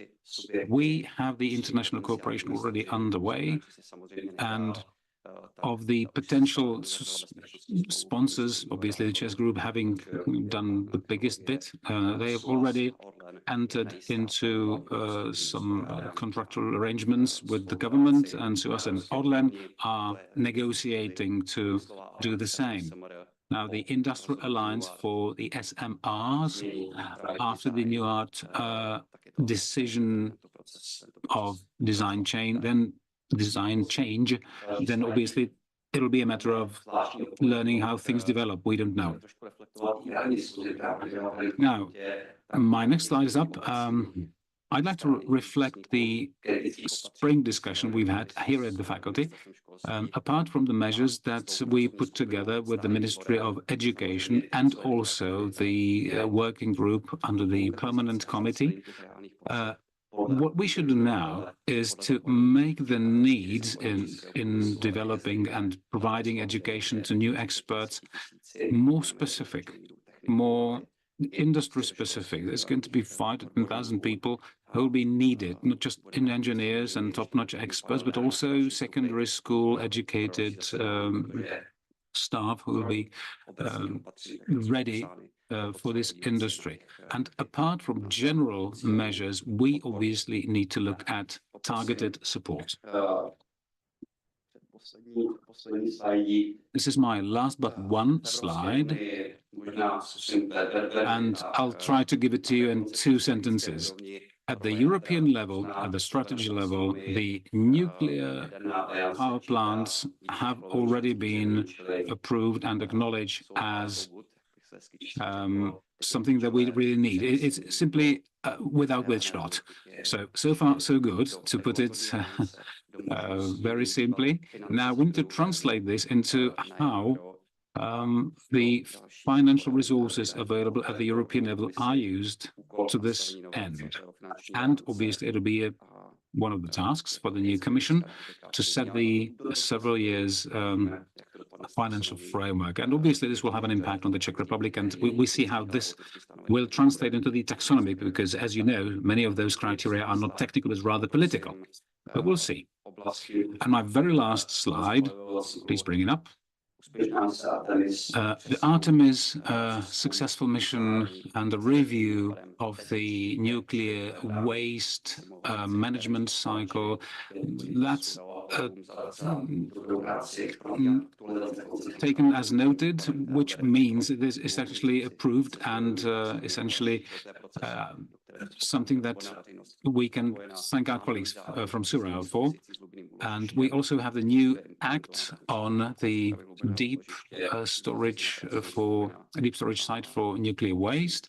There'll be a working group set up earlier very soon. And I'd like to ask my colleague here to click 2 more times. And this is my last slide. I want to thank you for your attention. This is the mental map of the process in terms of coordination, etc., etc. It's quite a bit of doing, but our universities are doing a great job, and I'm looking forward to having your thoughts during the discussion.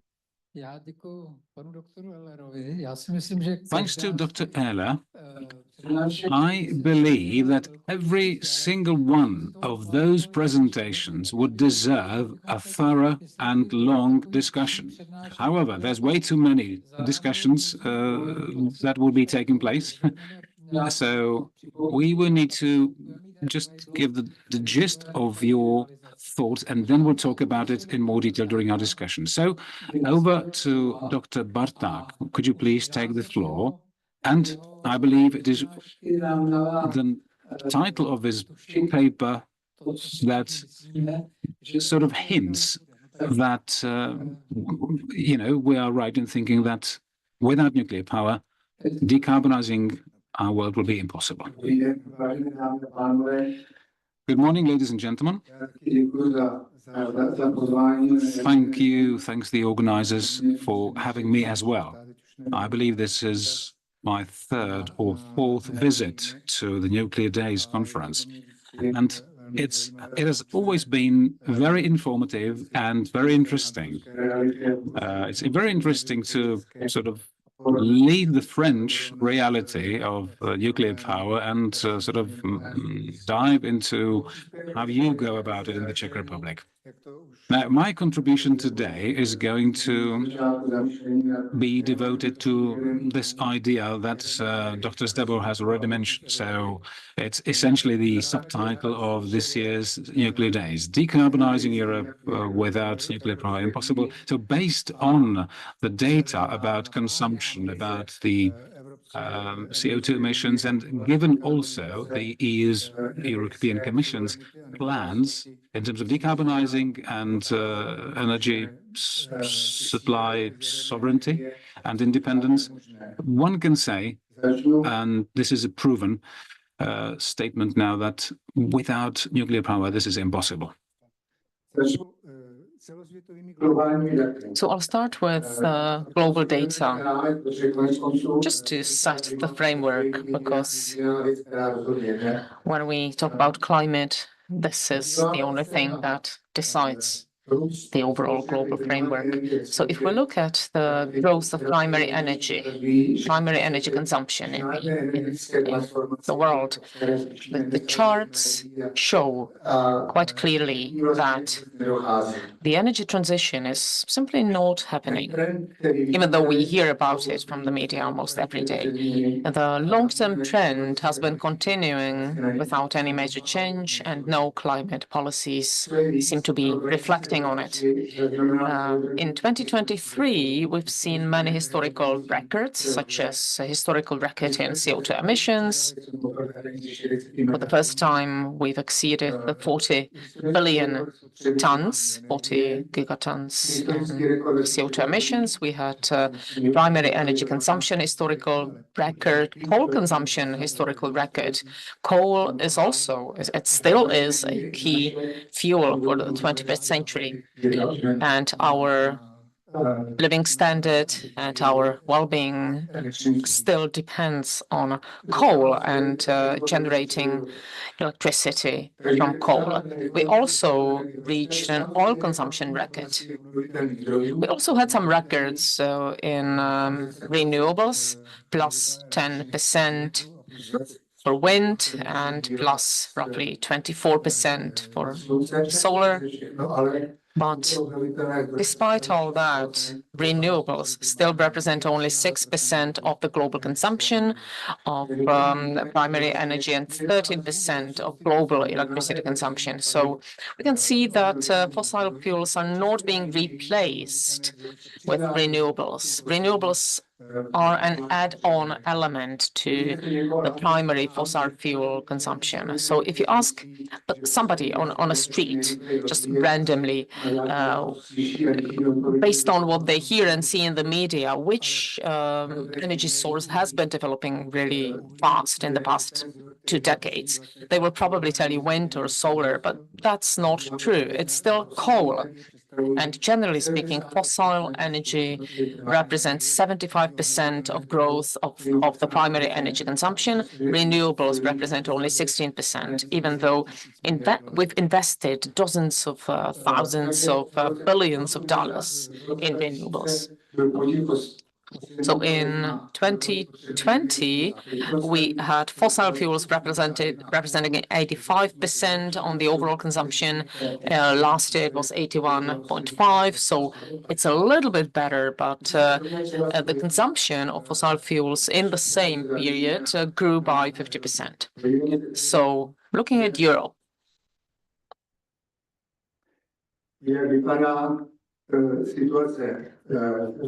what's the current situation in Europe? The first chart represents a CO2 emissions trend. So the blue represents the world, then OECD, that's orange, the gray, that's non-OECD, and the yellow, that's the European Union.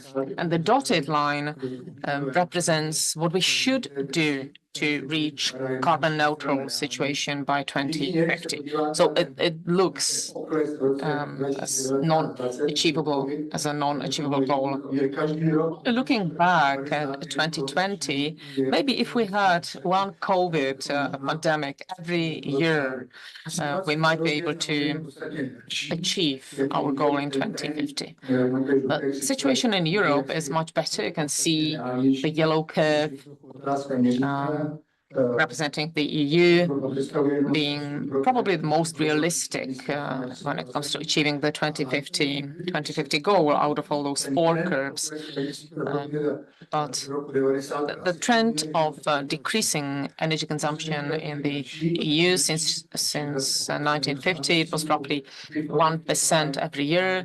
But if we want to achieve Fit for 55 objectives or even more ambitious objectives in Repower EU, we would have to decrease emissions roughly by 10% every year, and that's a huge task.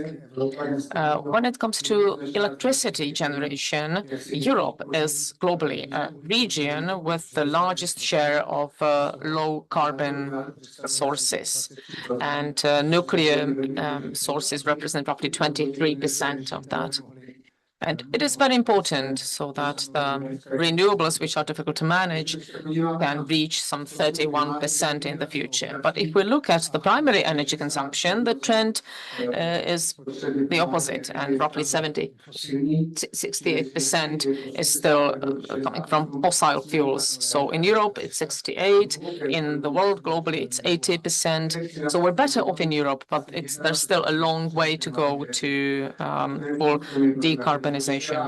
The whole focus is on electricity production, while the real problem is somewhere else.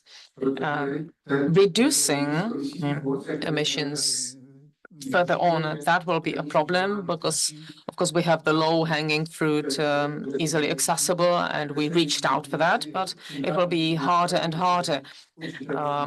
Higher costs and lower returns to achieve emission decreases in the future. Europe managed to de-industrialize itself in the previous years. So carbon footprint in Europe, of course, is low, but we are importing the carbon in the goods that we import from outside of the EU. So if you look at the decarbonization of the electricity sector, we can either follow the German way or the French way.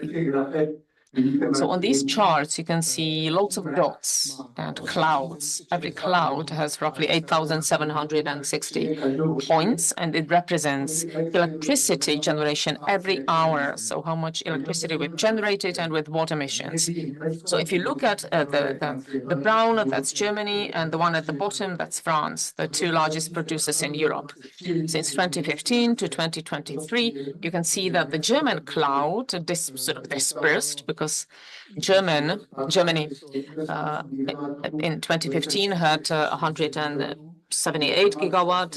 Last year it was 240 gigawatt, and Germany has two systems: the standard traditional electrical power plants, roughly 100 gigawatt, and 140 gigawatt from renewable sources of energy. So the cloud dispersed. They have a bigger share of renewables. Average emissions went down, but they will never reach the level achieved by the blue cloud. That's France, with nuclear sources being dominant and water power plants to some extent. So despite a huge share of renewables in Germany, when it comes to emissions, they're still not comparable to what France achieves. And now, looking at individual countries, Norway, Switzerland, Sweden, and France, countries that have a higher share of renewables, water, and France uses also water and nuclear energy. And if you compare these charts, I think it should be enough to be able to determine the proper energy policy for Europe. Unfortunately, it's not happening. But if you look at these charts, it should be enough to make the right decisions. The chart at the bottom, that's overall emission. The two largest producers, Germany and France, and you can compare the emissions. And there's a huge difference between those two countries. I'll skip this because time is flying. This is just to illustrate that between 2022 and 23, there has been a very big drop. There was a big drop in emissions in Europe. The global discourse attached this to the growth of renewables, but the situation is different in reality. In reality, really, 3 or 4 countries really make a difference. You know, France, Italy, and Germany really make up for half. If you add then the biggest industry countries, then it will be 3/4. France had 32 units of nuclear power plants shut down because of corrosion under voltage. So they had to import electricity from Germany. It was basically from coal, and it was 11% up in Germany and France. Sorry, 11% up in France and 11% down in Germany. So all in all, the role of nuclear power plants is quite significant. This trend continues in 2024. This is just a graph just to illustrate the export of electricity from France. 77 terawatt hours, a huge number, it's massive. A lot of that went into Germany, 11 terawatt hours, as well as look at Switzerland, a small country that is a major contributor, major exporter into Germany. So Germany is reducing their emissions thanks to importing nuclear power from France and Switzerland. Now, this graph is quite interesting. It's a graph showing the dependence of primary energy per capita, that's against emissions per capita. Again, this is France and Germany between 1965 to 2023. The graph on the left shows the blue circle where every single developed country would love to be today. They would love to have as low as emission rate as possible per capita, and obviously biggest consumption, because that there's an equal sign between luxury or welfare and social development and the consumption of energy. Obviously, this is not something that we should understand as an impulse to waste energy. But let me give you this description of this graph on the right. I mean, you can look at the geopolitical, you can see the geopolitical trends and the economic trends. 30 years after the Second World War, if you started the graph in 1945, that trend is still the same. Europe, great boost in economic development, but also obviously consumption of energy, but based on fossil fuels. You can see the first oil crisis, the second oil crisis, then moving on to years after 2000, deindustrialization, the reduction of energy consumption, obviously by extension also the emissions. Then you can see 2008, the economic crisis, financial crisis, then 20 and onwards, 2020 onward, the COVID crisis, etc., etc. But if you look at the period when it is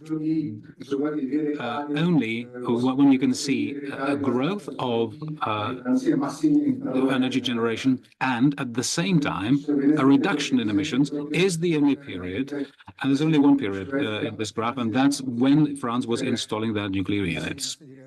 If you look at the Netherlands and Sweden, etc., etc., again you would see the similar curve. In order to cover up the consumption of energy and at the same time achieving lower emissions. The problem is that electricity only makes up for 23% of energy consumption. What about the remainder? 77%. The challenges there are huge. In a number of industries, there are no such things really happening down on the ground as emission reductions. The opposite is true. The emissions are growing. And if you look at the industry, in industry, for instance, the nitric oxide has been ruled out, and that obviously was a major factor contributing to the development of emissions. So we will see how things go ahead in terms of where we can go, what can we achieve in terms of improving effectiveness. But whatever we have achieved so far is insignificant in light of what we are going to have to do. And this is also something that ties in with the Fit for 55 and all the related agendas.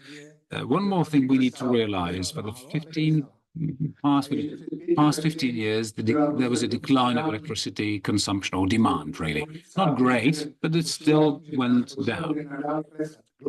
And the understanding is, or was, that electricity consumption was going to go down further. But in relation to the recent developments, reindustrialization and decarbonization, all these efforts made us realize that we do need to decarbonize electricity generation. But how? That's the question. I think this can be translated as us having to double up the production of generation of electricity in 25 years, essentially, while reducing really deeply the emissions. So there's three major tasks: decarbonization, decarbonization. I mean, decarbonization the industry and decarbonize total consumption, heat consumption in terms of IT, artificial intelligence, and that kind of thing. So we need to electrify, but we need to electrify with a low carbon footprint. And the last bit would be the third challenge would be the heat consumption. There's a huge consumption of heat energy. I have a graph to prove that. This one is just to give you a gist of that. And these three pillars would really be essential in order to achieve our goals. And a growing number of countries are realizing this. There are 17 countries in Europe that are planning on building more nuclear units. There are 27 big nuclear reactors being built or already underway. And there are 20 more, around 20 reactors, shall we say. And sometimes the distinction between what is a planned project and what is a project already underway is sort of blurred. At any rate, you do have an overview here in this chart. And if you look at all the technologies and all the countries, most of these technologies, if you look globally, will or have already shown themselves in Europe. Now, as Dr. Ehler mentioned, this ties in with the idea that the understanding of nuclear power is changing. The current European Commission is way more pro-nuclear than the previous one. The nuclear industry manifest for Europe is proof of that. And you probably heard about Mario Draghi's, Professor Draghi's report on the competitiveness of Europe for the future. He commented very aptly on the overall electricity market, and he clearly showed in his study, in his paper, the need for nuclear power. So this is essentially what is in the pipeline for 2050 and beyond. And in Europe, in relation to our discussions here, this means around 30,000 jobs in Europe, meaning we need to also work on that front to prepare specialists. Now, we don't have time for me to dig down into the detail, but this is really the promise for future, the SMRs and AMRs, in order for us to achieve the three pillars and achieve three challenges.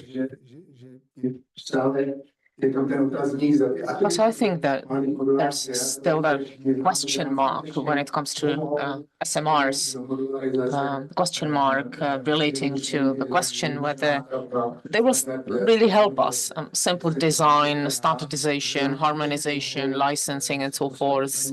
So whether all of that will be sufficient to have a price for SMRs comparable to large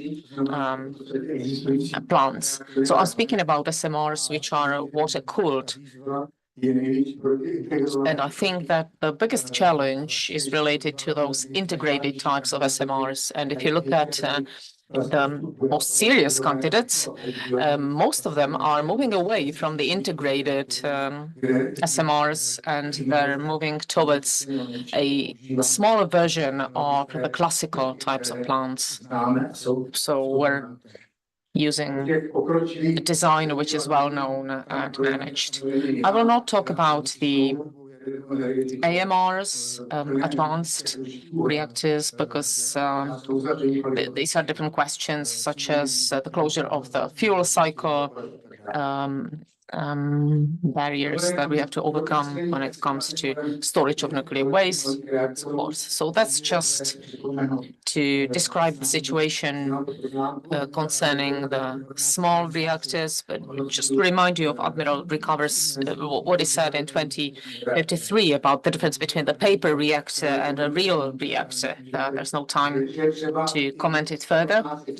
But what I'm trying to say is that we're experts, we're professionals in in this, and we have to have this on our minds. Of course, we're fans, we want this to develop, but the real world is often very complicated.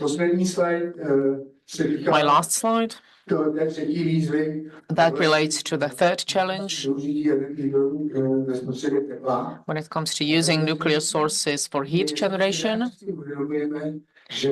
And we often don't realize that heat represents 40% of the final consumption of energy. And that's a huge number. And out of the 40%, 80% is a low potential heat below 100 degrees of Celsius. Most of that goes to the households, heating households and producing hot water. In 2019, it was 3,400 terawatt hours going into this, and that's really a lot. And to decarbonize that consumption will be very difficult. And of course, the systems of district heating, that's probably the best way to go in highly urbanized areas. But again, there's a question of how to decarbonize these sources. And I'm convinced that nuclear energy should play a huge role in that. And I will talk about that in more detail tomorrow at the roundtable, focusing on district heating systems. So thank you, and I apologize for being longer than expected. Thank you, Dr. Bartak, for a very interesting presentation. So we're longer than we planned in the beginning, but okay, let's move on to Mr.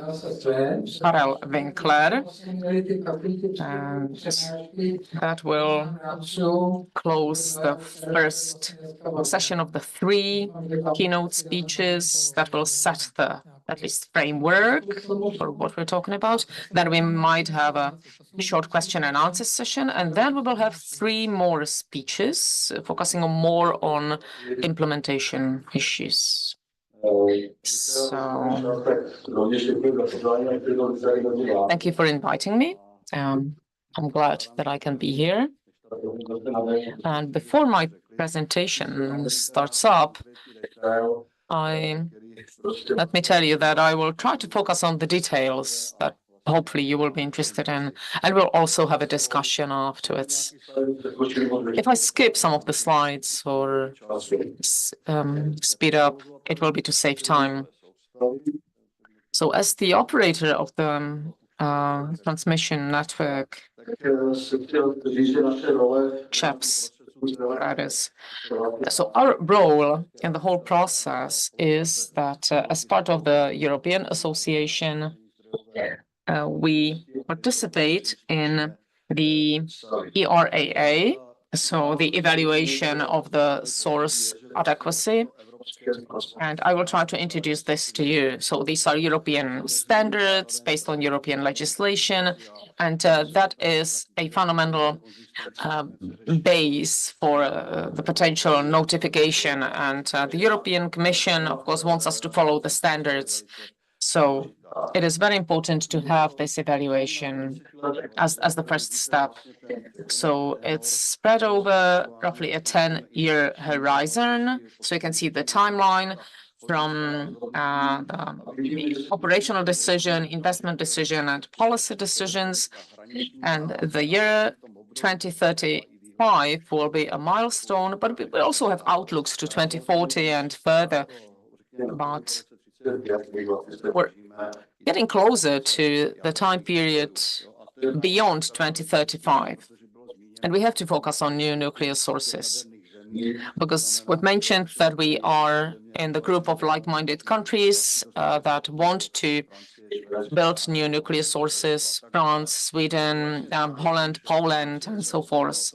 So in our association, we're discussing about these evaluations, how to set up these evaluations so that they fully reflect the need of new nuclear sources. So considering all the elements such as the negative prices for renewables at some point and so forth. So it is not just about resiliency, as Tomáš Schiller mentioned, and sustainability. And of course, economy is the base of all of this. So very quickly, the next slide. This is just for you that do modeling. This is a huge system. There are hundreds of people involved in this.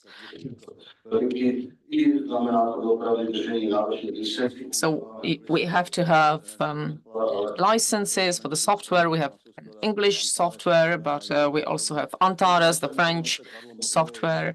And the Monte Carlo system modulates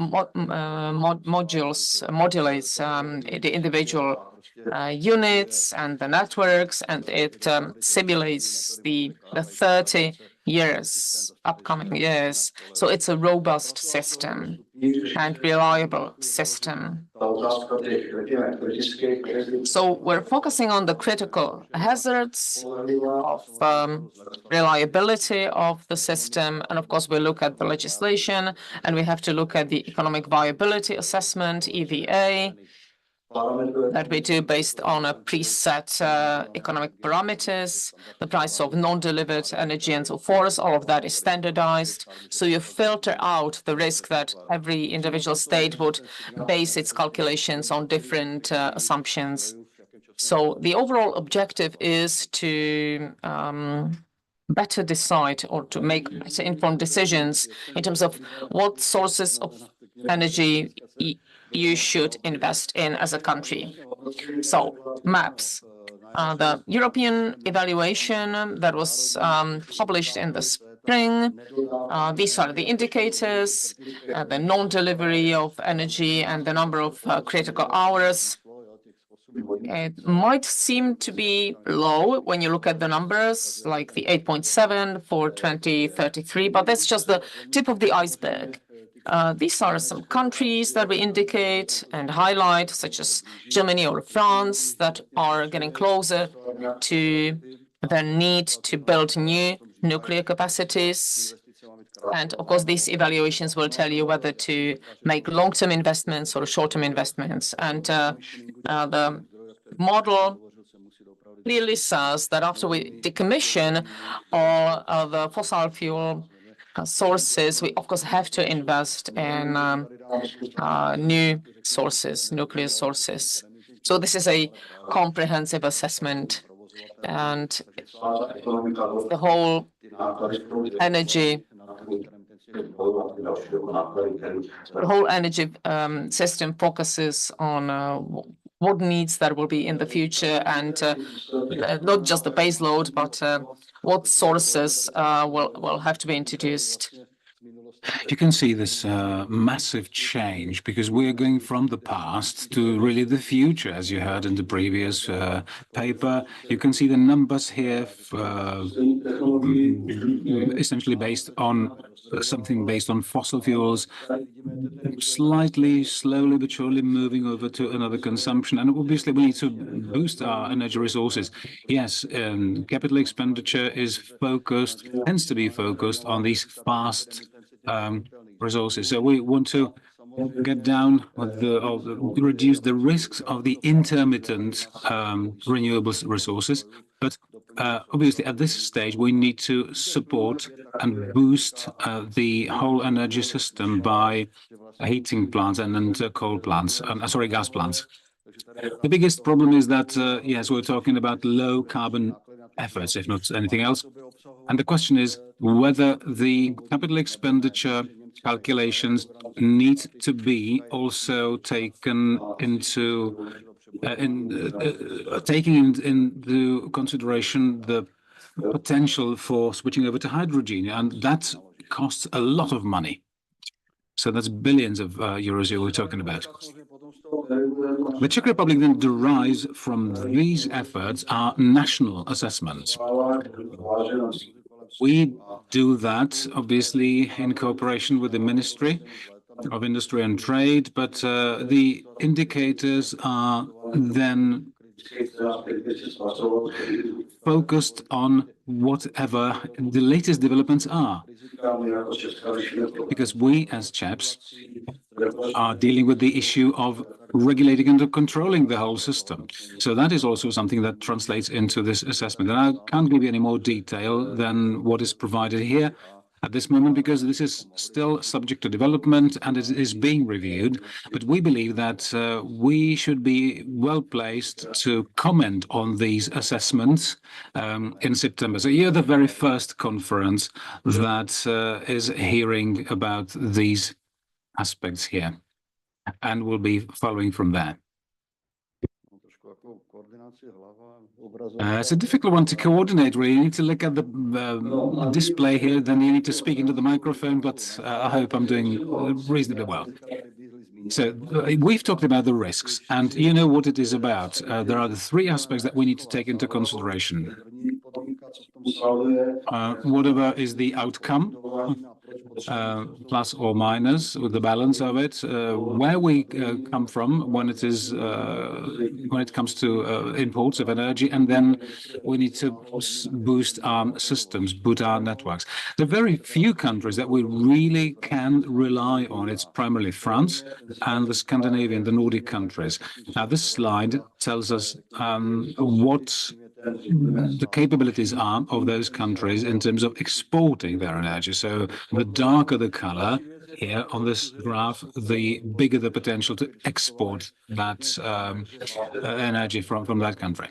We're talking about, okay, these figures, let's say 20 terawatt hours, okay, 30% of the consumption. Well, yes, and people can find it difficult to get their heads around this, but the problem is that we need to think about the balancing component, and the power is there available. But the question is it really economically viable? Does it make sense money-wise to balance out the consumption levels, the demand really, by gas and that kind of thing? So it's not just the volume that plays a role, it's also the composition, or the source of it. I mean, if it's something smaller that we need to balance out, then it might be a good idea to have a relatively small gas power plant, which will be up and running very, very easily. We're talking about coal, we're talking about gas. After 2030, however, we can't really do without anything else. And if you look at all that, the nuclear power is a logical answer to that.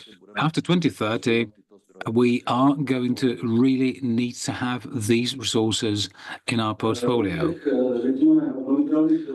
Talking about what we can label the renewable sources, there is this principle of maximizing whatever we can. And it's not easy, I can tell you.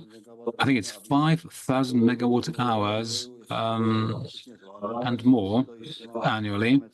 And are we still managing? Are we still handling this reasonably well?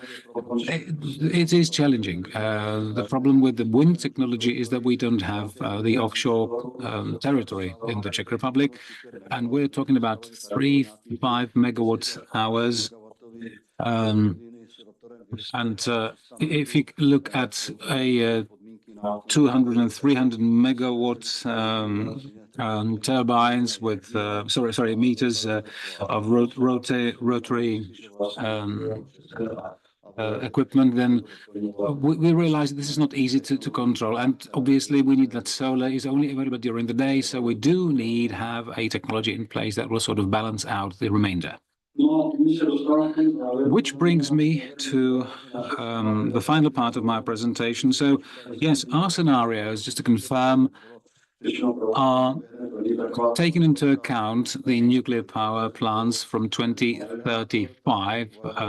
We think about a small nuclear reactor, 300 megawatt unit, and then obviously the Dukovany, 2 units at Dukovany will come into play. And we are talking about the possible scenarios for the 2 more units, 2 more reactors for the Temelin power plant. And as has been already mentioned, we need to make things work in terms of the money that goes into it and the whole system being controllable. So we need to think about all the aspects, all the risks, and that decision to be made needs to be objective and obviously well-founded. And I hope I'm still within my time schedule allotted for me. In closing, I'd like to say something that will not be a surprise to you. We need to base our mix on nuclear power. It's an important premise. 3 to 4 years ago, I already was saying that, and they were saying, okay, what are you talking about? Now, I'm not bragging, but it's like colleagues who had a different opinion are now perhaps more persuaded that we were right while we were saying that. It takes some time to sink in, and I hope this will be an integral part to our decision-making, realizing these facts that I've mentioned. It used to be a taboo. It's no longer. Now, 2040 is quite a discussed date in terms of, is that really going to be the date when renewables will be everywhere? Well, it might still sound like science fiction for many people, and well, maybe. 40% would be an optimal rate. Poland, France, Germany would be still within that mainstream, 30 to 50%. That'll be the mainstream. Yes, there were these theories that it'll be way more rapid and way stronger. But yes, the economic side of it needs to be also balanced out. So the rapid consumption peaks really needs to be seen. It needs to be something that is seen in the context of the whole economy, and we need to optimize, because we can achieve a lot through optimization of energy consumption. In closing, the energy balance of the Czech Republic is such that it is absolutely necessary that we're going to have to build 2 more units in Dukovany, which should be the first part, and then we'll need to carry on, because I need to also mention the price side of it. Legislation needs to take into account the PPAs and CFDs and all the rest of it, because there'll be some price consequences, price considerations when we import energy from abroad, and we need to take into the equation. And Chaps says the more regulation there is, the better for us. So we hope this message is heard. Thank you very much for having me, and I hope I'm still within my time.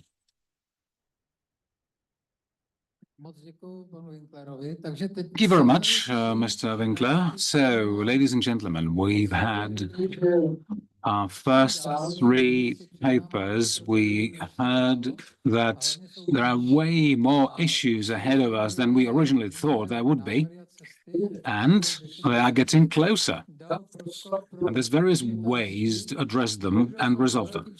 Let me ask 3 questions. And very unfortunately, we are running out of time, but I think this is worth the shot. So we have some time for, let's say, 3 questions. Go ahead if you want. Okay, do we have any questions? Well, the young people in the audience, please. Okay. I have a question on Karel Winkler. So, Karel, to what extent did you think about the transportability of electricity from those countries that have excess electricity? So the ways to transport the electricity, does it play a role, and how big that role is? Yeah, the flow-based method, which is a very demanding method, which needs to consider all the network parameters. You have to look at the economy of that. So the import of electricity needs to be economically viable. economically beneficial. And as I mentioned in my speech, the method also takes into consideration the fact that there might be internal topology problems in the network. So it's like it seems that in the North Sea at the given moment there's sufficient electricity, but there are bottlenecks. So it will not get to us. But of course, Germany has its own strategy. They have strategy for everything. And we could give you dozens of documents, strategic documents that they have in Germany. And it is based on the principle that German needs have priority number one, of course. So it is more realistic that the German excess production will be stored in hydrogen rather than sent to us or other countries. So that mantra that up north there's that low-hanging juicy fruit that we can get, there are huge problems related to that. So I would rather rely on our own sources. Okay. Next question, and I apologize, but if you could please try to be as brief as possible. I have a question on Mr. Winkler. So we have a number of documents under preparation, and for synchronization with the EU, the update of the energy strategic document and climate change documents and what we want to achieve to 2050, many documents. So are we heading towards one unified strategy document, or are we still taking different routes? So I'll start. The pillars, the corridors, they're all the same in the current conceptual document. We strengthened the renewables. But on the other hand, all these documents represent a huge spread and a huge uncertainty. As Mr. Winkler mentioned in his presentation, there might be various studies and different approaches of different stakeholders. So there's a huge level of uncertainty when it comes to wind. But we'll see what happens with photovoltaics, the solar. Honestly speaking, you know what the situation is. If it's not financially supported, if it's not subsidized, it is not being built at the current situation. It's sad, but that's how it is. So it's a big task for the state to look into it. So I wouldn't focus only on the documents, but rather the evaluation of them and a realistic outlook for the 3 to 5 year horizon, which will be very important to make decisions about Temelin and potential third and fourth unit. Thank you. One more question? Okay, one of the younger members of the audience found courage to ask. Good morning, Jan Oskor from the Czech Technical University in Prague, Engineering Faculty. I have a question on Dr. Eller. What I found interesting in your presentation, you had a map of the Czech Republic with locations, and there was a location or a site for demo. So is it realistically, is it viable that we could have a fusion reactor prototype in the Czech Republic? Because you had it in your presentation, so if you could comment on that. Thank you for the question. That slide represents an outlook, and it's a vision. So yes, we would like to have that project. The Czech government would like to support it, but it's too early. It's very early. The slide is an all-purpose slide. We had it in our presentations when I spoke to our German colleagues or other colleagues when we try to get support for this project or other fusion reactor projects. So it is nothing specific. It's just a vision. And we'll see. Okay, thank you. Well, it's a pity we cannot continue with that discussion. There are many questions coming to mind, but time is running. So I'd like to give the floor to the next speaker, and that's Mr. Závodský. So Mr. Závodský will have a speech on or focusing more on the implementation.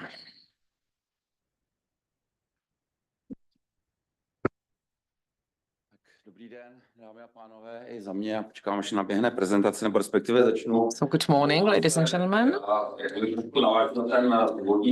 I will build on the first block of presentations, and I'll try to be shorter. I'll continue with the tables, similar tables that you already saw, but I will not read them out to you. Let me just say that we will decarbonize, we will get rid of coal, and we will build new sources. And we're having a discussion how much that will cost and how we should do it. And of course, it's a major discussion. I saw a document which said that up to 2030, switching to renewables will cost 30 billion crowns. 3,000 billion crowns, sorry. So, and I just ask myself a question, will it be beneficial as an investment, especially in winter months? So I think that we should really think twice before we invest and whether we allocate the investments to the right sources. And aren't we building two different systems of energy? One for summer, like the 16,000 megawatt in solar. What are we going to do with that in summer when the sun is shining and the consumption is, let's say, 5,000? And what are we going to do in winter? The record consumption is like 12.5 megawatt. What do you need to have at one point? So what will happen in winter when it's freezing outside and the sun is not shining and there's no wind? So we're focusing on renewables. We're changing our distribution network to fit that.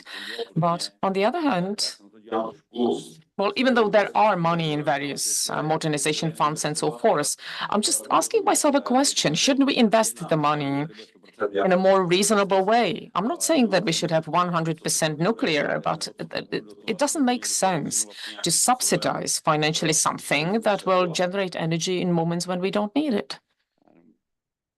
Well, switch doesn't seem to be working, so if you can switch the slides for me.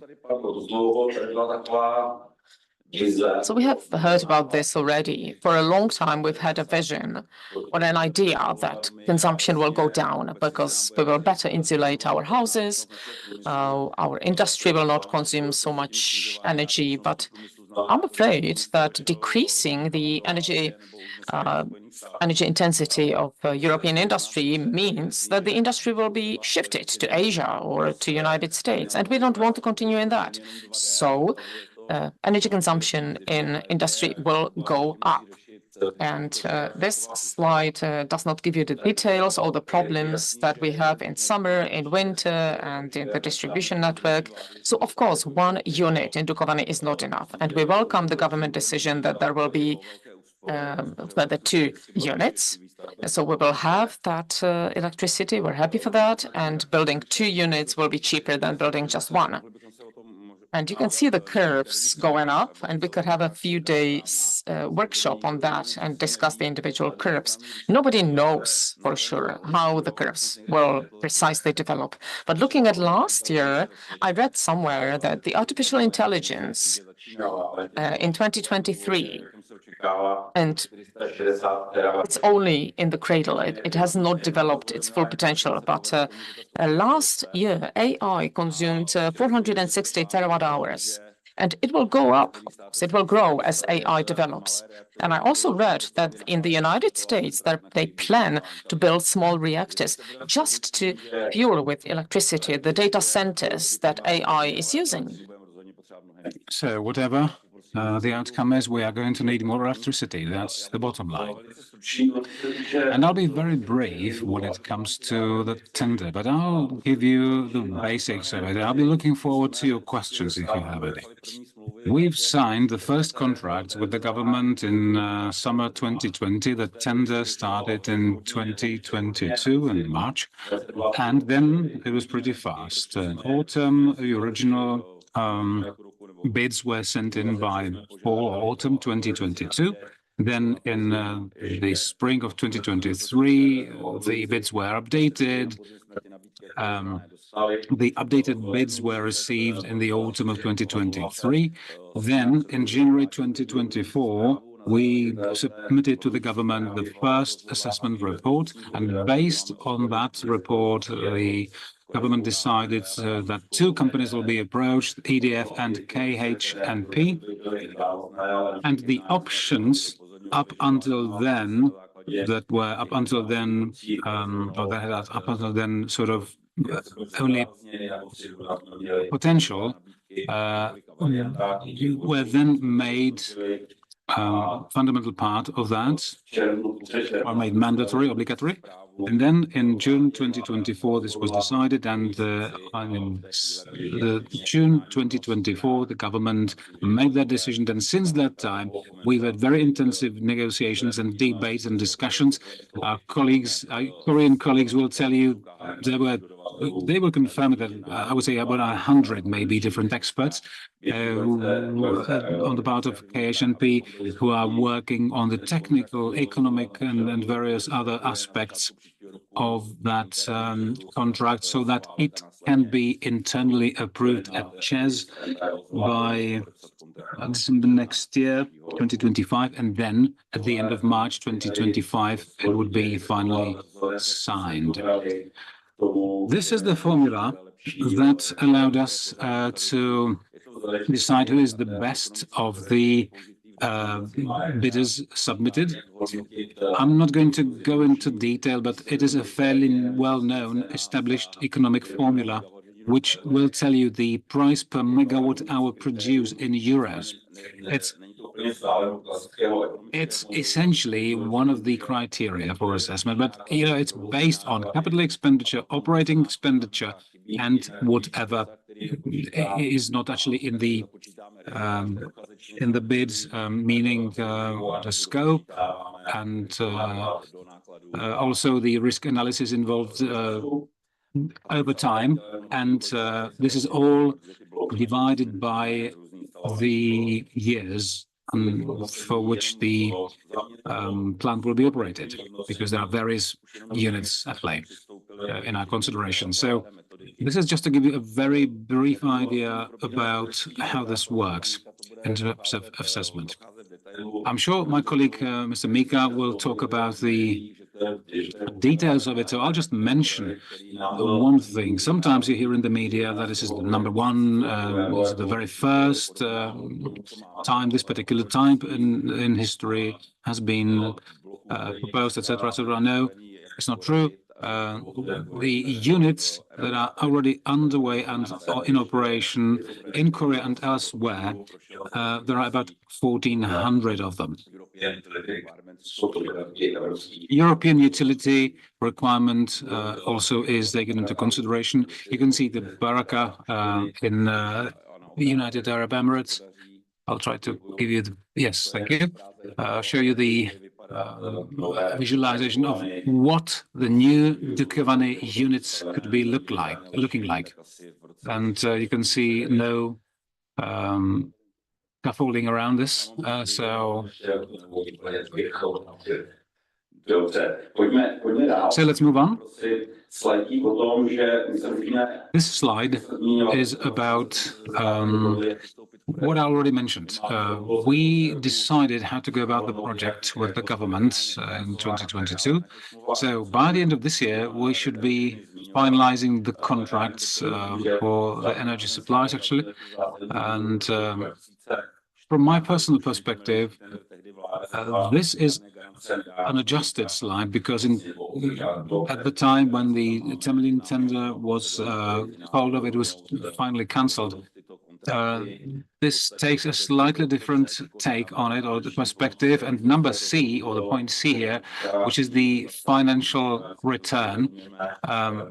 It is something that essentially can be translated as state subsidy, but it's not. It's a loan. So the loan will be repaid for a period of 30 years with a rate of at least 2% or 1% above the rate at which the government actually borrowed the money. So if it's 3%, it's going to be 4% for us. This will lead to a low purchase price, I dare say, in comparison to what is, or in light of what is going on in the market today. And talking about the overall low price, or this leading to low price, let me give you some figures and facts to prove this. We're talking about 95 to 100 euros per megawatt hour when we talk about the price being entered into today. You can see 130 to 140 euros per megawatt hour with wind turbines. And you know, it's this is excluding the regulatory controlling element of it, because you just supply the energy and somebody else has to take care of the rest in terms of controlling the supplies. We suppose we be somewhere about 80, maybe 80-ish euros per megawatt hour with the new nuclear power. All I'm saying is that the loan arrangement and the tender being something that covers 2 units, which also reduces the price, simply results in a fairly competitive price, very favorable price. I'm not going to criticize. There was no way of criticizing renewable energy, sources of energy. It's just, I want to say that we are very competitive compared to that. Next slide. Well, that's something that has been repeated umpteen times already. But I want to reiterate that we need to take into account all the licensing and then permits. What we already have, obviously, the EIA assessment, etc., and the rest of it.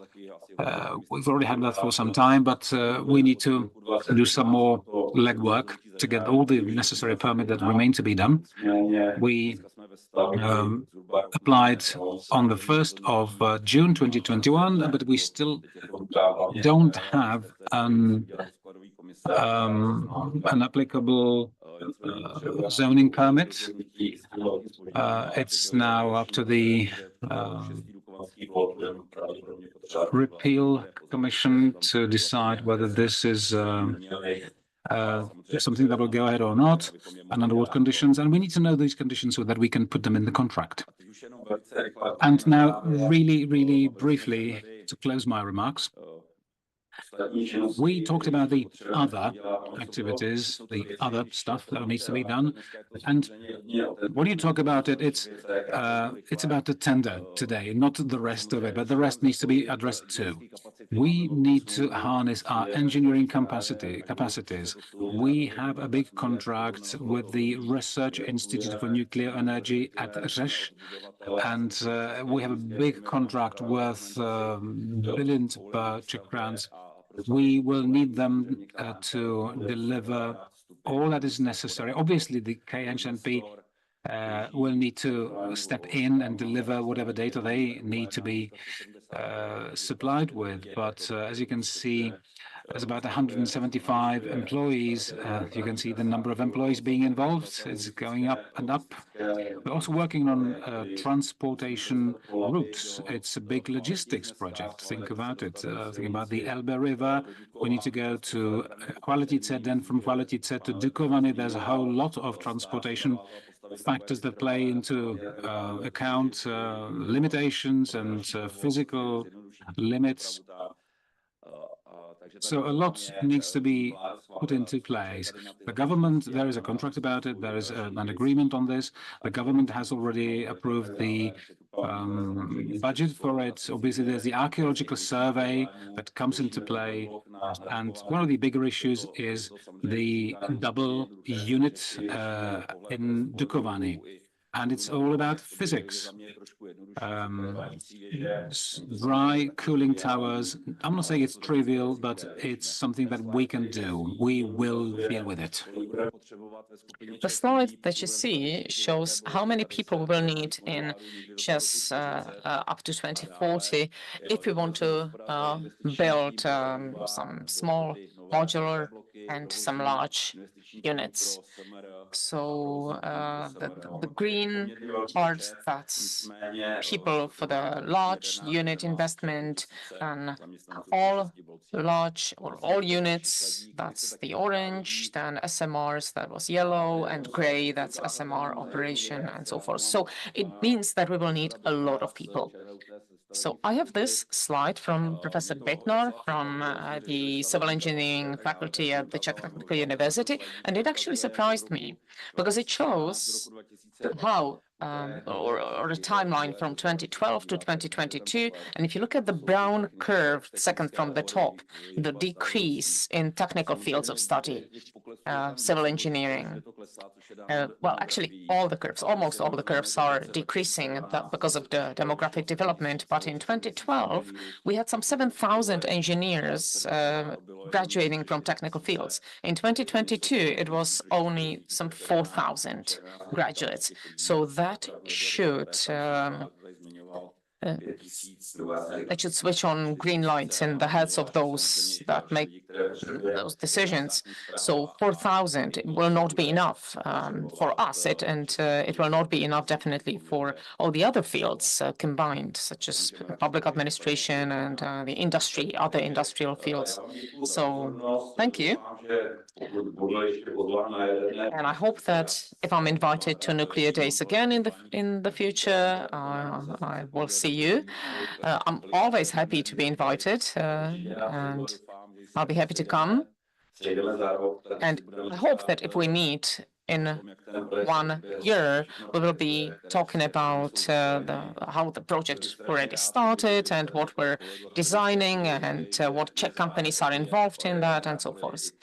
I'll be really happy to hear that people are interested to study technical fields related to nuclear energy, and I'll hope to see the curves increasing rather than decreasing when it comes to the number of students and graduates in technical fields. And we will be happy to cooperate with the students. It's a long-term horizon, a long-term run, but we need our own experts and we need to educate them. So thank you, and I'll be looking forward to questions. Thank you, Mr. Závodský, for an excellent speech, just like every year. And also thank you for the closing words. We've been saying that for a long time, for many years. We all know that we don't have enough students in technical fields. And we have even fewer students interested in nuclear energy, but we keep just stating the facts and nothing happens. We have a whole section of a whole block of presentations to discuss it in greater detail. But now let me pass the floor to Mr. Mika, because now we're getting to the real thing, the real implementation. Mr. Závodský sort of started that off with this presentation, but Mr. Mika will tell us more. So, good morning. My name is Alois Mika. I work for an advisory company, ČSOB Advisory. It's a daughter company of the ČSOB Bank. And for the past 4 years, I have worked as an advisor to KHNP. And of course, on behalf of KHNP, thank you for inviting us and giving us a chance to speak to all of you. Will you be switching the slides for me? Thank you. So, at the very beginning, let me tell you that the Dukovany project, when it was approved by the government on the 17th of July, 2 units for Dukovany, we've already heard various adjectives, such as it's a project of the century, it's the biggest project in the modern history of the Czech Republic, and so forth. And yes, undoubtedly, that is true. And in my presentation, I will try to mention a few facts and also plans of KHNP that lead us to believe that we will be able to implement the project as expected and in close cooperation with Dukovany II power plant and with the Korea team. So that is other Korean companies cooperating with us, but also hand in hand with the Czech industry, because KHNP, and you will hear it repeatedly, built on time and within budget. So this is the contents of my presentation, and I'll skip to the next part. There are many strengths of KHNP. I will not waste your time and mention just a few of them. KHNP has already built 36 large units, 4 in the United Arab Emirates and the others back home. But what is important to say, and what we've already heard, over the 50 years, Korea has never ceased to build nuclear units. So just as the president of KHNP keeps saying, during the past 50 years, there wasn't even one day that KHNP would not be involved in some kind of activity relating to construction of nuclear units. And that is very important. There were no sanctions or stopping these activities, loss of know-how, loss of supply chains, and so forth. So the continuity gives us trust. Most of you are technically oriented, so for you, I'm mentioning some reliable safety elements. The 1000, that's a 3.5 generation, APR 1000, so there are certain details that we can rely on. KHNP is a highly competitive company when it comes to total costs. And that is important because if you look at nuclear projects in the recent history, they're not within budget and they're not on time. KHNP won the tender in the Czech Republic, and you know that the price is roughly 200 billion Czech crowns per unit in the tandem setup. So if we build 2 units, and at the right bottom part of the slide, you have certain examples of how units have been built in a timeline, Korea and Abu Dhabi examples. And I'm also mentioning some competitive projects and how long it took to build them. And for example, we could mention others, Gogol in Georgia. We could have a long discussion about that. So to sum it up, we believe that all of this proves that KHNP is of high quality. We're within budget and on time. And if I should repeat just one sentence, I would be repeating this motto, within budget and on time. And it's not just a cheap gesture or PR, it's backed with facts. So this is the timeline of what has been happening in the Czech Republic and what's planned for the future. So just very briefly, because we have heard about it already. Recalling the nuclear days 1 year ago, there was some news, unproven news, that some of our competitors asked to delay the deadline for presenting the bid. It was EDF. They wanted to postpone it till the end of September, but actually they did it 3 times. So 3 times they asked to postpone the deadline for binding bids and their presentation. KHNP has never done that. We've always been ready to present our bids on time. So in March next year, we should be signing a contract. And we've heard that there are hundreds of experts from KHNP to negotiate and talk to ČEZ. There's a number of working groups focusing on the details. And it's a lot of work to be ready for March 2025 to sign the EPC contract. Then the design and engineering licensing in 2029 will start construction, and in 2036 the first unit should be done. Let me give you one remark that is important. There'll be 2 units, and ideally a year and a half apart. Obviously, the question that comes to mind is that going to be a problem? Will that investor really be able to deliver it? And why that be a problem in terms of the sheer size of the project? Now, to answer that question, I'll point your direction at this particular fact. As you can see on this particular graph, we were in a similar situation in which we were delivering 9, and I repeat, 9 units at the same time. So even if it's going to be 2 units at the same time being built, that's nothing that we haven't done before. KNHB will do 4 units, 1,400 megawatt hours each of them. And the last one of these 4, I'm talking about these particular 4, was launched on the 4th of September, always on time and on budget. And now, if I can make my personal remark, when I was there at the beginning of December, the Arabian site manager said, "We are like Disneyland here." And it came as an interesting one to me because I see a big difference between Disneyland and a nuclear power plant site.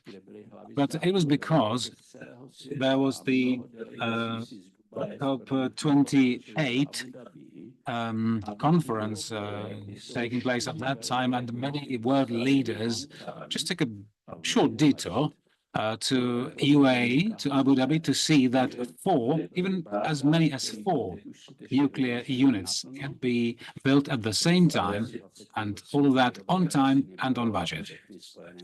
Now it covers about 25% of all the UAE energy's consumption, and it's a reference project that we are proud of, and we love to demonstrate that. And the licensability for that new unit, it is a new unit, and we do have the European compliance certificate. And as Dr. Závodský mentioned, the level of compliance with the requirements was 99.6%. As far as we know, this is a record in the history of certification for the European compliance certification of the European Utilities Authority. Obviously, it needs to be licensed also in the Czech Republic, and the Czech side puts, I can say, a lot of pressure. And the licensing procedure will start at a certain time point, and the Korean party will deliver a standard design approval. And I need to explain that this is the Korean way, because the Korean regulators never had the authority to write down the SDA for that unit that is going to be built. But the Czech Republic wanted the SDA from the Korean authorities. So what did the Koreans do? They changed the law so that the Korean regulator could actually deliver the standard design approval, the SDA, so that it could be handed over to the Czech Republic, so that Mrs. Drabova's institute authority, the nuclear energy authority, regulatory authority, could have a copy of that. And of course, the 2 authorities are in good contact with each other on a very intensive basis. So we don't think this will be an issue. Localization, quite an issue. Conversely, the government has already announced the proportion of deliveries or supply deliveries from the Czech Republic reaching 60% of the overall value of that contract. And it's a very ambitious goal, to be honest, and we have subscribed to it. But it's not going to be overnight. It's not going to be within 2 weeks' time. We want to remind you of the fact that the construction will take place between 2029 through to 2036. But we understand that, and we take that as a legitimate requirement on the part of the Czech side. And you already have a list of Czech companies that we worked with. And the KHNP, over the periods of time, a long period of time, have been already screening about 200 Czech companies. If it's Dosan and Degu and other companies, it's about 1,000 companies in the Czech Republic. 76 of them have already signed a memorandum of understanding about future cooperation with KHNP, and this is on a bilateral basis. So that Korean partner and the relevant Czech partner have already entered into a memorandum of understanding. Once KHNP signs the memorandum of understanding, on this point, I want to say that we are the preferred bidder, in fact, still. Technically speaking, we have not been awarded a contract. It's only after that, once the contract is signed, then we can really go ahead full-fledged. And then localization is going to be a big topic, although it is already a big topic. And our great and esteemed colleague from Dusan, Pilsen, Czech Republic, will be speaking. And you will hear from them that already now, some things are at a pretty advanced stage of development in terms of our cooperation. Next slide, please. Let me comment on one of our esteemed bidders. It's the one who has remained in the display. We already saw in the press that KHNP will bring 1,000 people from who knows where, and the Czech Republic is not going to get their fair share of that employment contracts. No, this is what you can see. The labor forces will be again subject to that localization requirement, that is 60% from the Czech Republic, and a maximum proportion of Czech employees will be working at those sites. We believe that the peak for the 2 units is going to be about 5,000 people, just around that, in the ballpark, let's say roughly in the ballpark of 500 of experts being from Korea. Very roughly. And we are saying the rest will be mainly from the Czech Republic, depending on what the situation is in the labor market in 2029 to 2036. If that is not sufficient, then number 2 would be European workers, European countries, and failing that, it's people from other countries. Only after that, if these 3 steps have failed, only then can KHNP come to the stage at which it will be considering people from other parts of the world, subject to Czech government's approval and in line with all the requirements and regulations that are necessary, obviously, to be followed. Here are the lovely photographs of the press conference of the 14th of July. We love to see those photographs, but I just want to say that it was quite interesting to see the media response to the statements there, because the decision was unanimous. That was the statement. And it was unanimous because the Korean offer was practically better in all the assessed criteria. Dr. Závodský said how detailed and comprehensive the algorithm for bid assessment was that was really applied. In Korea, I need to let you know there's a different system, politically speaking. So the president doesn't have the powers of the Czech president. So this is the boss of the administrative, really. So the special envoys from Korea, the president of Korea came to see Prime Minister Fiala obviously, President Beneš, also the president of KHNP, had a shared vision meeting, and primarily we had the first kickoff meeting with the management under the command of Mr. Pleskach and Mr. Zawodzki with CEZ, and since that very moment we've been going really full-fledged. 100 Korean experts here working all the time, and of course we're in the 21st century, they are communicating online all the time. Cooperating with the region, that's something that KHNP has highly experienced from back home. So we have not discovered Dukovany like 6 or 8 months ago. Korea has been cooperating with the Energy Association of Trebíč, with the Economic Chamber and so forth for the past 7 years. So this is an example of how Unit 6 and 7 could look in Dukovany, and it also describes what needs to happen before 2029 in terms of preparing the infrastructure that we will need to start the construction, having buildings for the workers, having various social or health care needs met. So all of that needs to be prepared by 2029. In the timeline, as you can see, after signing the contract, we have design, engineering, and licensing stages, and we're starting construction at the beginning of 2029.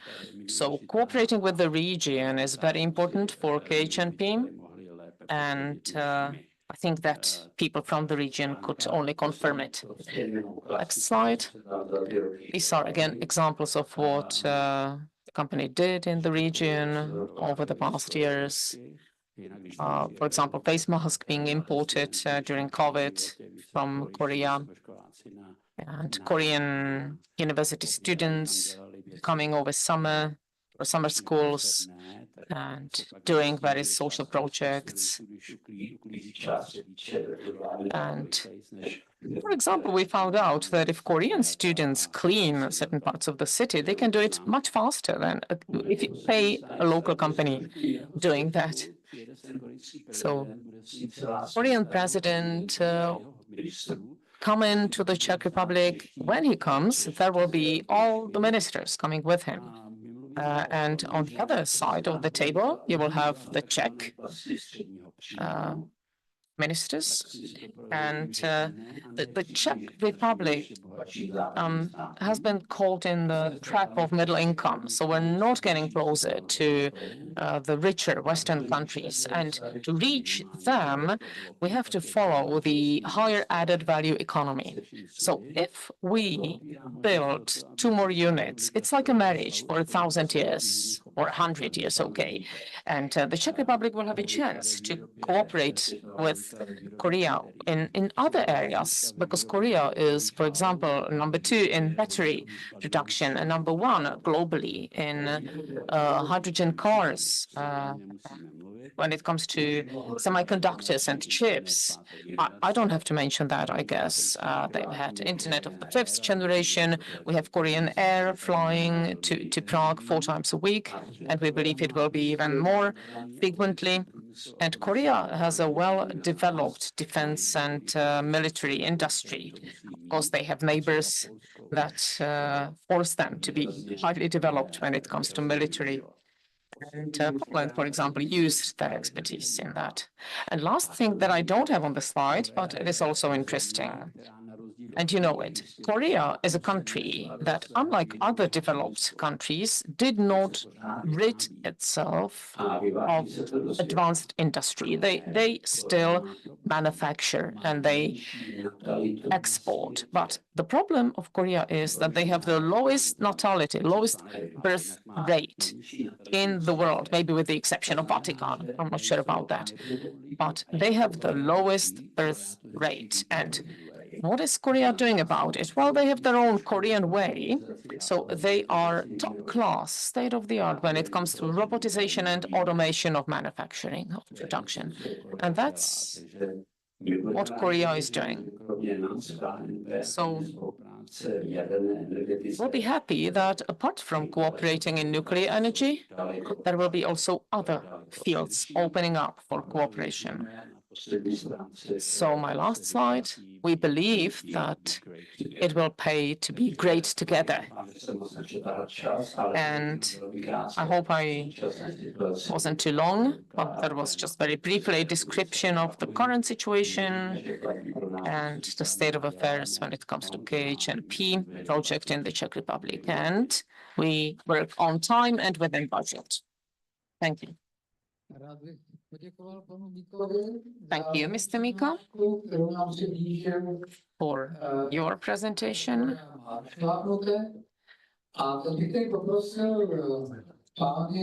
And now I'd like to ask the two gentlemen representing the Pilsen region and Pilsen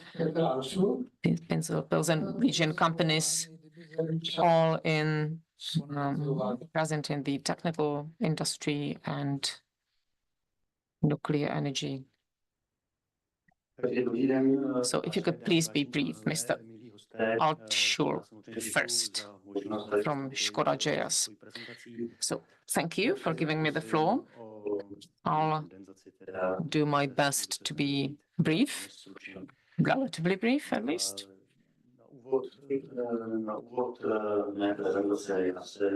To start my presentation, well, I don't really want to spend much time on the first question on my slide, because we heard about that from Tomáš Eller. I don't have to preach to the converted. There are many fields, perspective fields that are linked to nuclear energy. We all know about new projects. So let me look at what is below that question, and these are new challenges in nuclear engineering from the perspective of Škoda JS.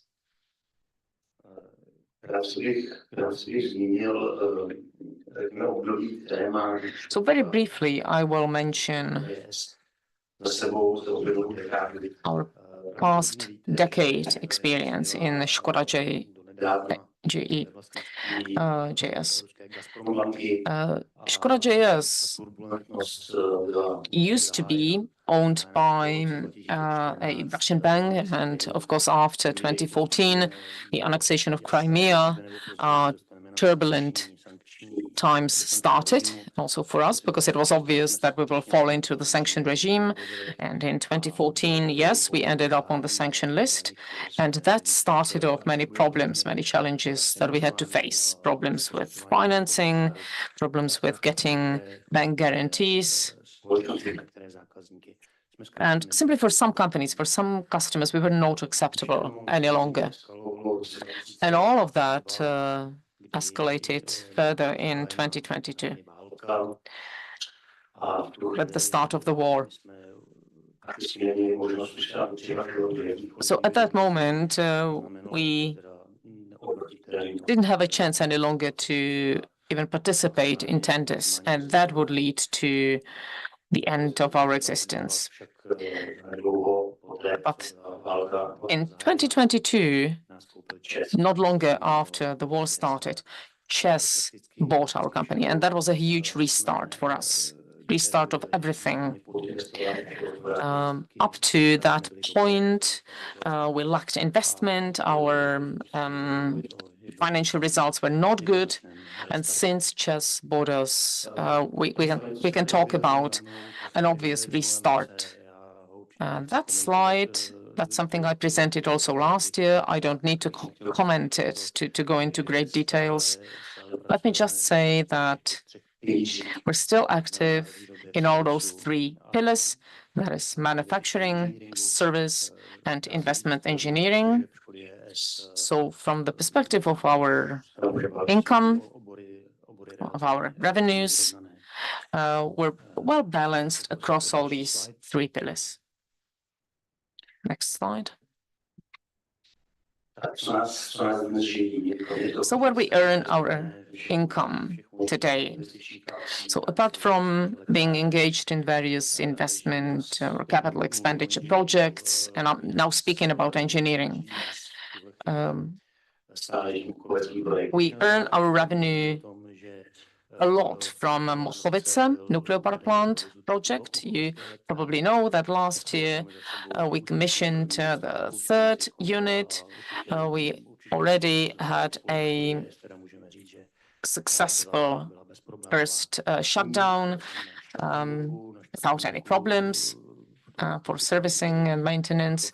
Now we're working on the final stage of commissioning of the fourth unit in Mochovce. And we started implementing the non-active stage of commissioning the unit in Mochovce, the fourth unit. As regards the production contracts, we have a long-term contract with ČEZ for containers or for nuclear waste, or actually used fuel rods. By the way, these containers are from Korean Doosan. And we also work on the internal side of the reactors for Hinkley Point C, and we supplied very recently the set for the first unit. Now we're working on the second one. And obviously, not only is this an interesting contract for us, but these are huge components, as you could see, as you can see at our site. These are really things that objects that you can't really miss when you walk past them. We also work on maintenance for reactors, and that's essentially on all the units of nuclear reactors in the Czech Republic. Moving on to the next slide, this is just an illustration of the Hinkley Point C contracted supplies.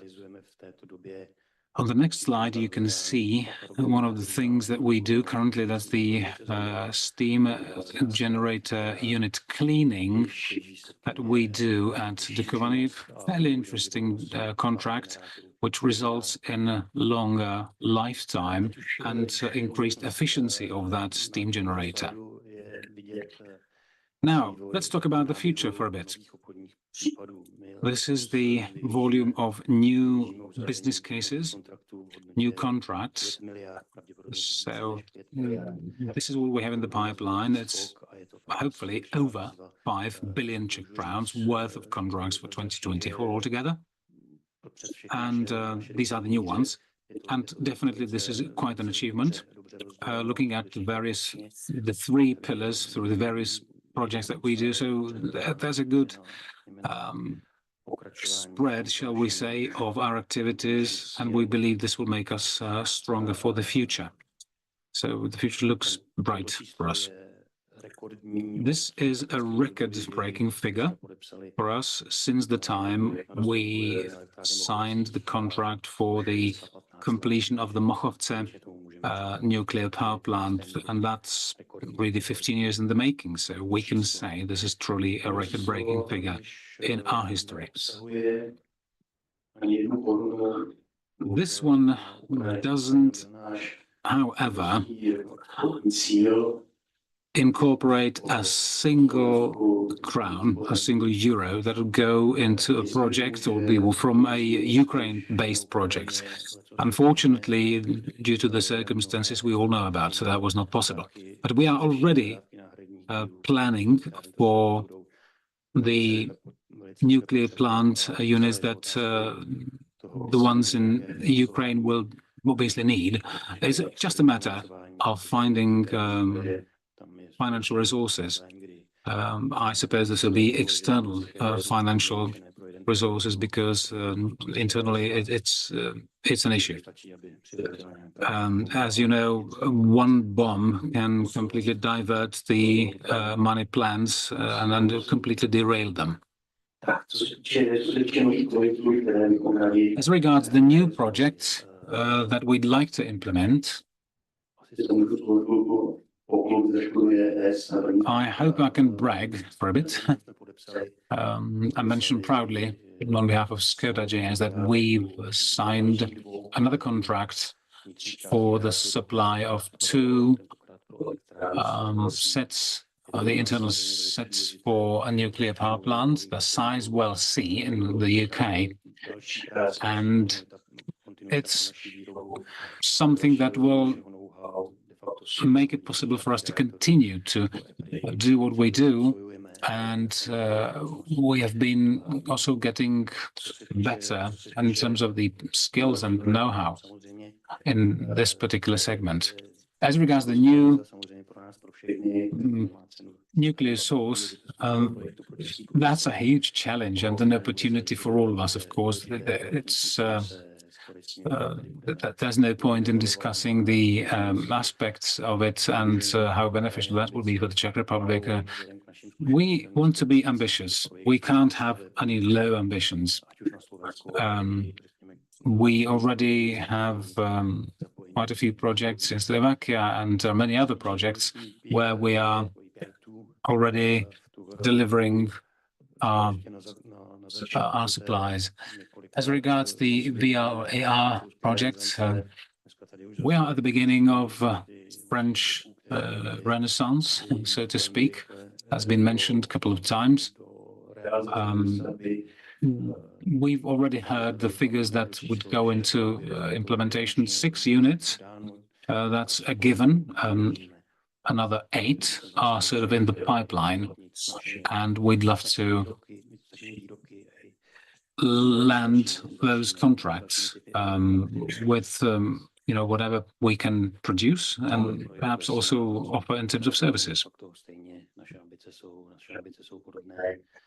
Sorry, this was EPR2, not the AR. That was the EPR2 projects. But when it comes to VR and AR projects, we are essentially on the same wavelength.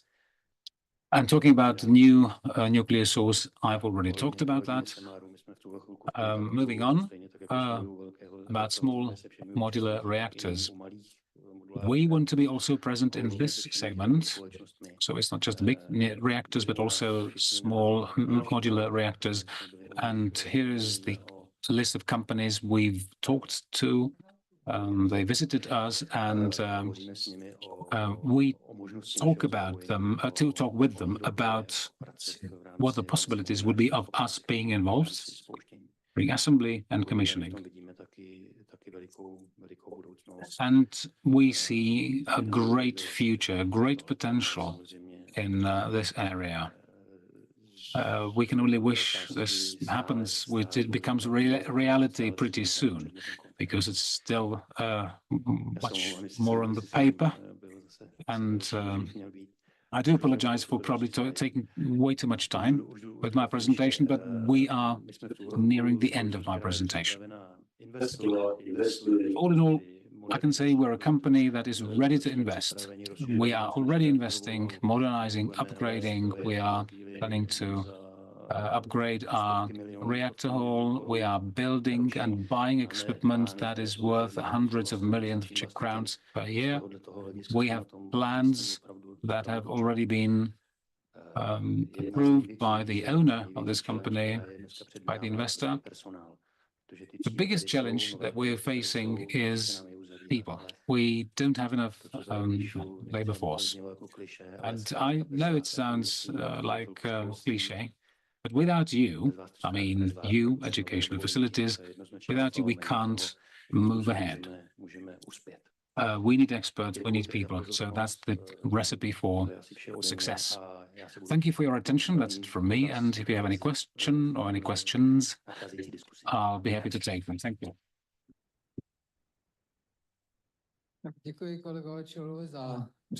Thank you very much for your presentation about Skoda JS.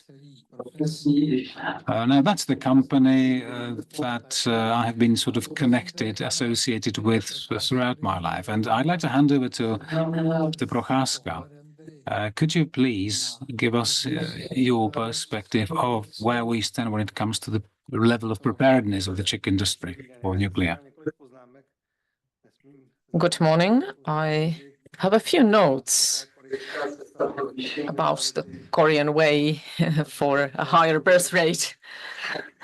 So maybe we'll have another discussion on that, because I found that really interesting.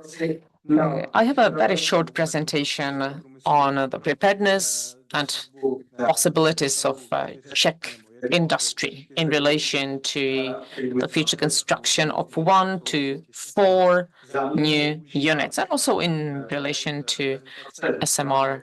I'm intentionally not using a layout of Doosan company, because I'll be speaking on behalf of the industry. And I'll mention the Czech Industry Alliance, using an abbreviation SPIA, which is the Czech Industry Alliance. So SPIA asked the School of Economics in Prague to conduct a study about an economic impact on the Czech economy if we build new nuclear sources, financial and non-financial impacts. And there were a few scenarios. The first scenario is that we build only 1 unit with the various participation of the Czech industry, 30% or 65%. So you can see it all on the slide. And there were certain limit values, but we also have median numbers. So if the participation of Czech industry is 30% and we build 1 unit, the gross impact, financial impact on our industry is up to 108 billion Czech crowns. If it's 65% involvement of Czech industry, the gross impact on our economy can be up to 234 billion.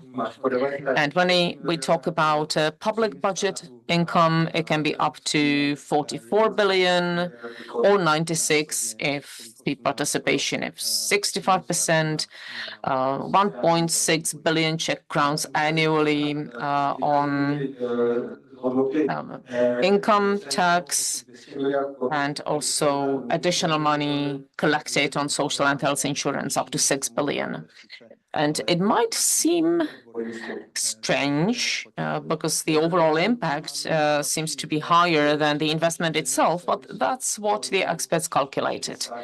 And also there will be servicing and maintenance opportunities for the Czech companies amounting to roughly 120 billion Czech crowns. And we calculated it based on our experience with Temelin.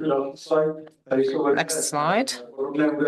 Similar figures, but that is calculated for the scenario that we will have 4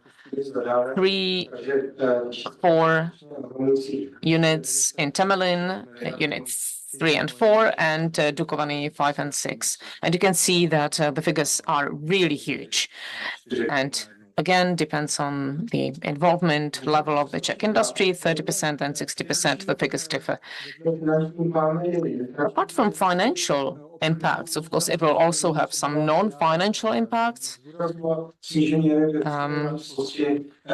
Decreasing energy dependency of the Czech Republic, that's the first one, and fulfilling emission constraints.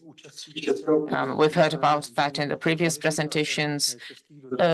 Number 3 is increasing qualification and skills of Czech suppliers. And of course, they will be able to use the know-how and experience on other projects in the Czech Republic or abroad. And of course, the non-financial impact also includes the support of science and education. And I think it was Petr Závodský who talked about the development of transport infrastructure. That is an important factor that relates not only to the construction, but Also, others will benefit from that once the construction is finished. It's a non-financial benefit, in other words.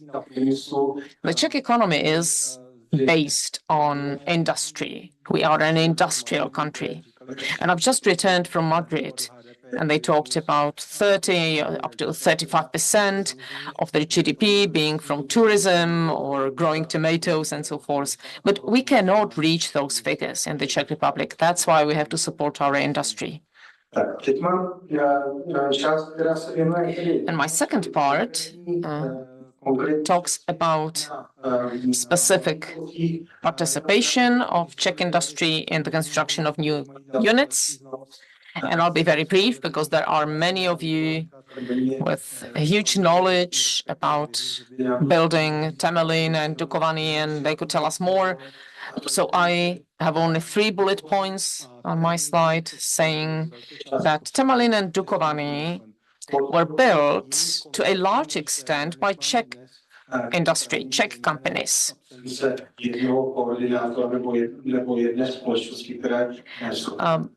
Unfortunately, today we lack one coordinating body, like one company or one body that would coordinate a turnkey project. We don't have that. We had that in the past when Temelín and Dukovany were built. Well, considering some aspects of the project, we're happy we don't have that, but on other aspects,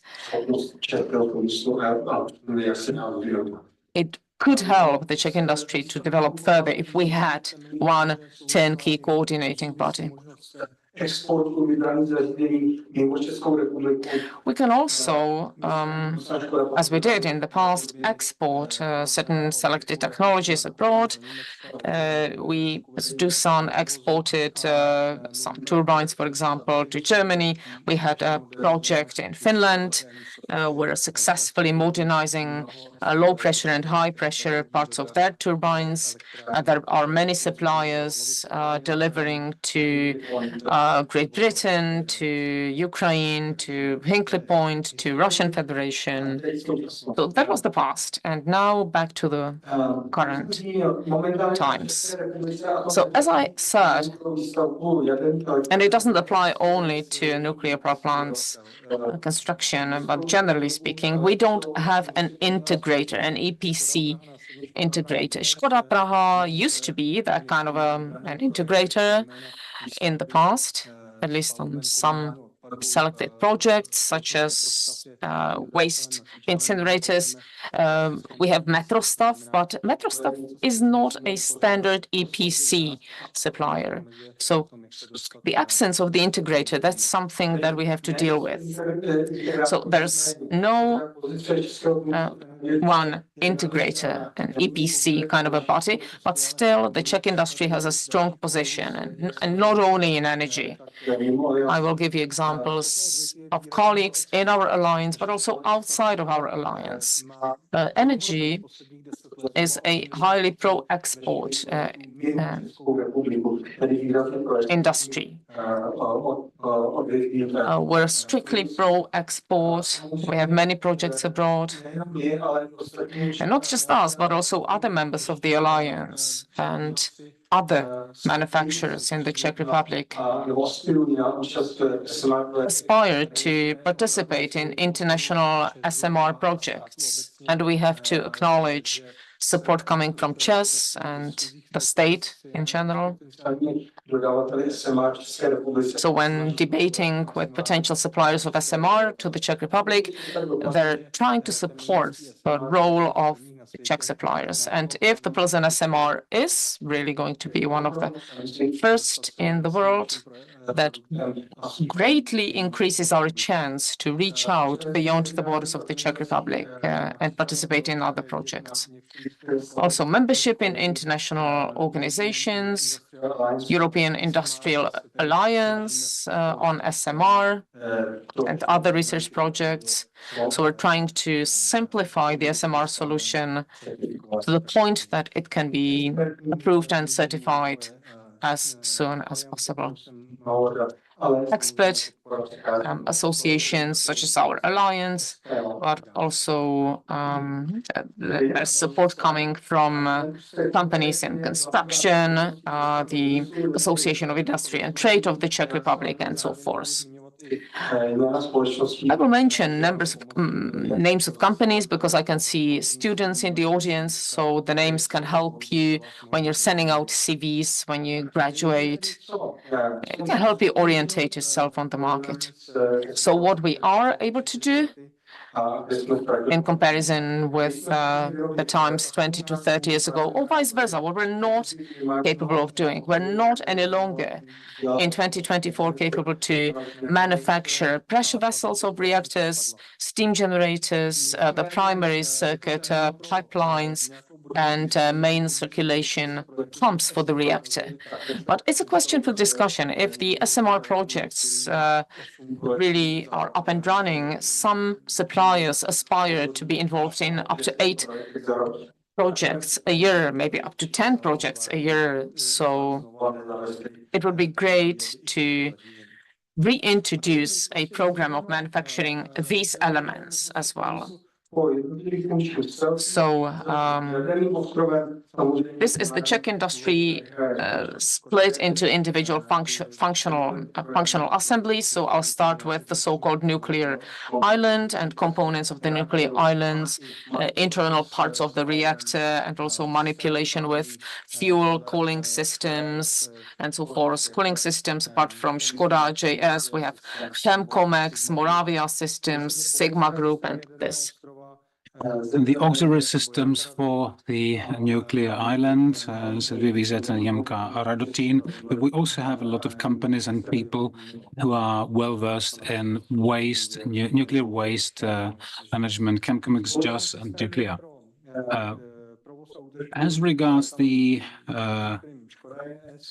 system for the control and maintenance, Škoda JS is the go-to company, obviously, and also when it comes to mechanical construction, a part of the nuclear island is the Vítkovice Energetické Strojenství and some other instrumentation, cabling, etc. I'll mention that in a minute.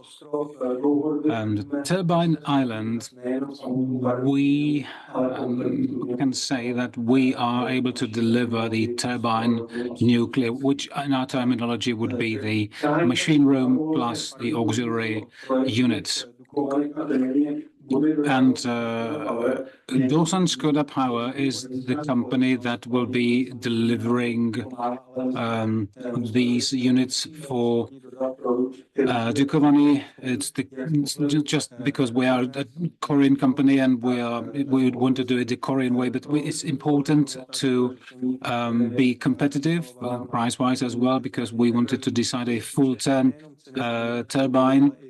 And in terms of the size and the method of building the machine room, we simply decided for this particular design as the most effective one. So the turbine is going to come from Pilsen, and the production, the manufacturing proper, will really take place in Pilsen. It's not to say that Doosan works and does everything in, or manufactures everything in Korea. No, not the case. This turbine is going to be made completely from scratch to the very end in Pilsen. There are some consequences to that, positive impacts, if I may say, such as less transportation costs, etc., and obviously something that we've done already. So we have some references already under our belt. Apart from that, there's other machinery and other equipment, such as the condenser, low and high pressure pump regeneration. And I want to mention a couple of other companies. The Sigma Group, we've talked about pumps, Miko for the heat exchangers, and our colleagues from ZAT will also, I'm pretty sure, confirm that they can deliver the full-fledged control system instrumentation for the turbine island. As regards the electrical equipment, drives INC Energo Inveld Elektrokroměříž and all these companies. I'm talking about armatures and pumps as well. So we can move on to the auxiliary systems and joint systems. So particularly we're talking about monitoring radiation protection, but BOP supplies, heat exchangers, pumps, armatures and stuff like that. I've already covered that. So in order to shorten the time a little bit spent with my presentation, I'll skip that. The next bit concerns the construction part of it, Metrostav being the primary resource on that front. I'm not going to speak on behalf of our colleagues from Metrostav, but I believe they're working on making the best possible solution for this particular part of the project. Now, challenges. There are challenges connected with this project. Some of them have been mentioned already, such as lack of labor force, qualified labor force. I'm not going to dwell on it for too long, but the Czech industry in general needs to really consider and massively invest into digitizing their systems. If we don't invest into manufacturing capabilities, we are not able to maintain and improve our competitiveness. Co-developer and equity partner is something that also is at play in SMR projects, and it's obviously up to each company that might want to go that way, might want to pursue career in that way, in that direction. Modular solutions is something that has become a sort of buzzword in connection with SMRs, but few people really know what it is. To put it simply, it's a solution that can be sort of assembled outside the site, so that you improve and maintain the level of safety required during the assembly. So instrumentation, connections, armatures, fittings, that kind of thing. So we all talk about modularization, but not everybody is really clear about what it will really mean in practice for them. Some Czech companies can suffer from not having a lot of reference projects under their belt from outside of the EU. It's obviously the Nordic countries, the UK and the Czech Republic, and the rest being in the United States. So we need to develop a list of references on non-nuclear projects also in the US, because it's a fairly protective market, to be honest, and that's one point. And the second point is that it requires definitely a quick response time, short response time when it comes to maintenance and servicing in the US. Also, we need to be flexible because the designs differ from the international standards. If you consider EN versus ASME. Moving on, Dawson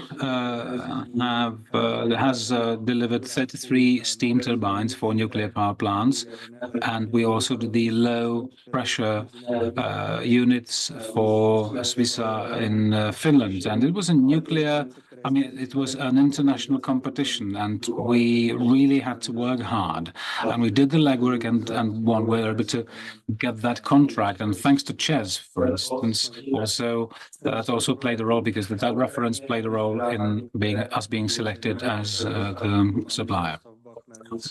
We also hope that new units and the other projects will hopefully materialize and be another reference in our portfolio.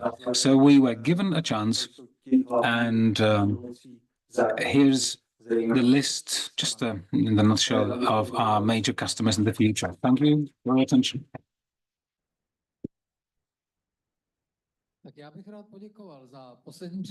Thank you very much for the last presentation of this round table that was meant to contribute to our topic that we want to discuss for the rest of the morning.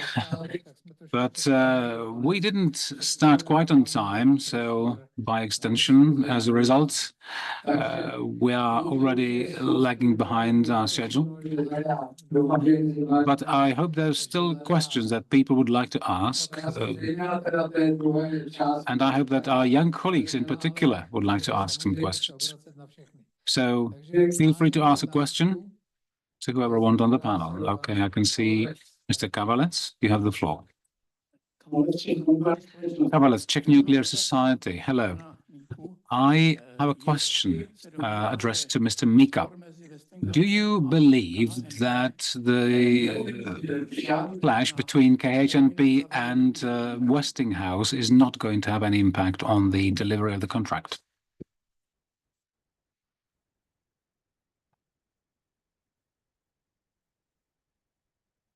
The answer is simple. No, we don't believe this will have an impact on the EPC contract. Okay, a short answer to a quick question. Our next question comes from this young person, this young gentleman. I'm pleased to know that we have young people in the audience. Thank you. Hello, I'm Matej Leška. I'm from the Faculty of Mechanical Engineering of the Czech Technical University. You mentioned that KHNP has a high level of, and is well known to deliver on time and on budget. What do you think will happen if Czech companies do not meet that standard of delivering on time and on budget, and if there are any issues on that front? This is to Mr. Mika, I suppose, would be the best person to answer that. KHNP is known for being very picky when it comes to their suppliers, and we are going to continue to do so. If it's if you want to make it on the registered supplier list, you are going to be very tightly screened for any failures, also in the past. So it's going to be fairly detailed and very meticulous screening to avoid any problems. And if that happens, well, it's business. Somebody is going to have to be replaced by another supplier. Okay, of course, it's going to be pretty difficult. I'm trying to put it in a very straightforward manner. But I want to say that the experience of many units being built in the past decades gives us a good position to be able to discern this right at the beginning and make sure that it doesn't have any impact on the time schedule of delivery. Further questions? Yeah. Dr. Wagner.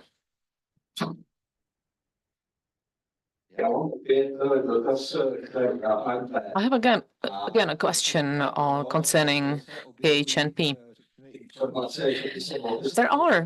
There is some info that you might be building 2 new units in the United Arab Emirates, and of course, after being successful in our tender in the Czech Republic, there are new possibilities opening up for you in Europe.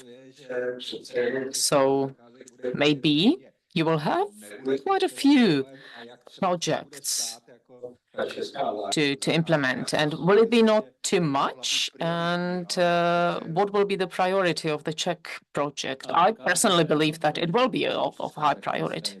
Well, KHNP mentioned a number of times, we've been saying repeatedly that the Czech project is a priority for us. As for the other projects, 2 new units in Barak, well,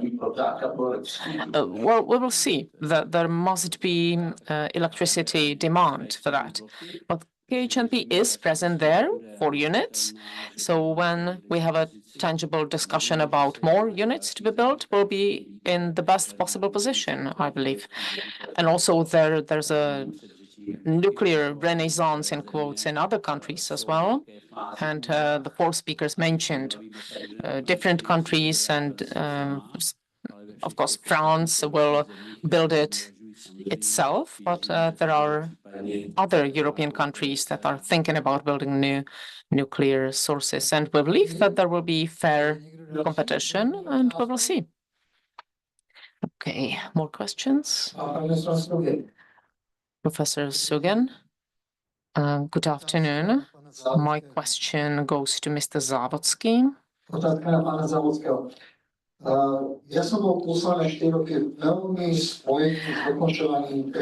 The last 4 years, I was closely related to the completion of Mochovce, the fourth unit. And with my colleagues in Mochovec, we had a brain trust and we analyzed problems and mistakes made in Lovis, in Flamanville, and we aimed to eliminate all the problems in our potential projects. So how ready are you for the problems and challenges presented by the European legislation, for example? And how did you manage to cope with all the hurdles of the public procurement process?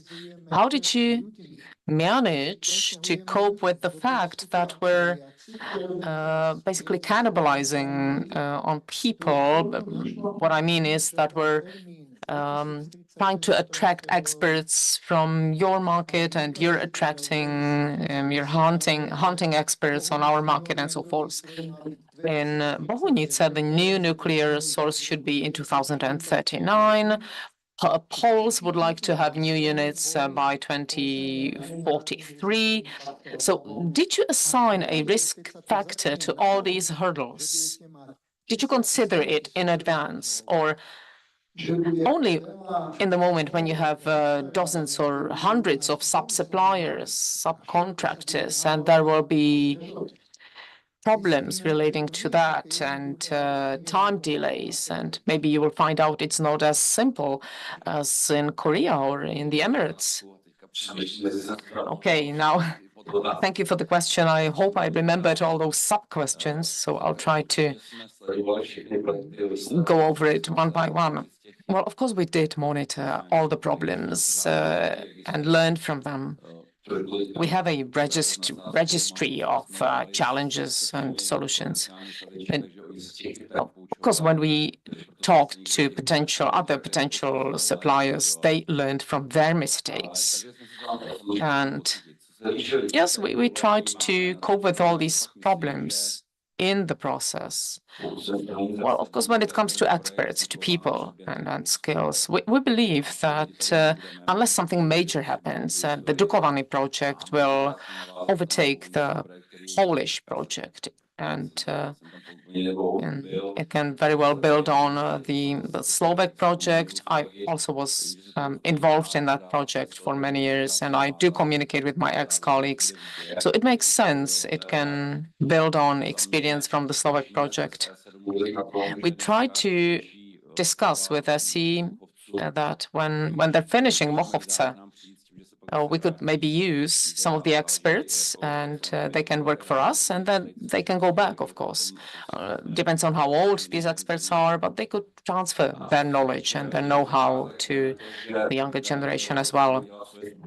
And when it comes to public procurement, of course, the selected subcontractors will deliver their subcontracts. It will not be done through a standard open public procurement.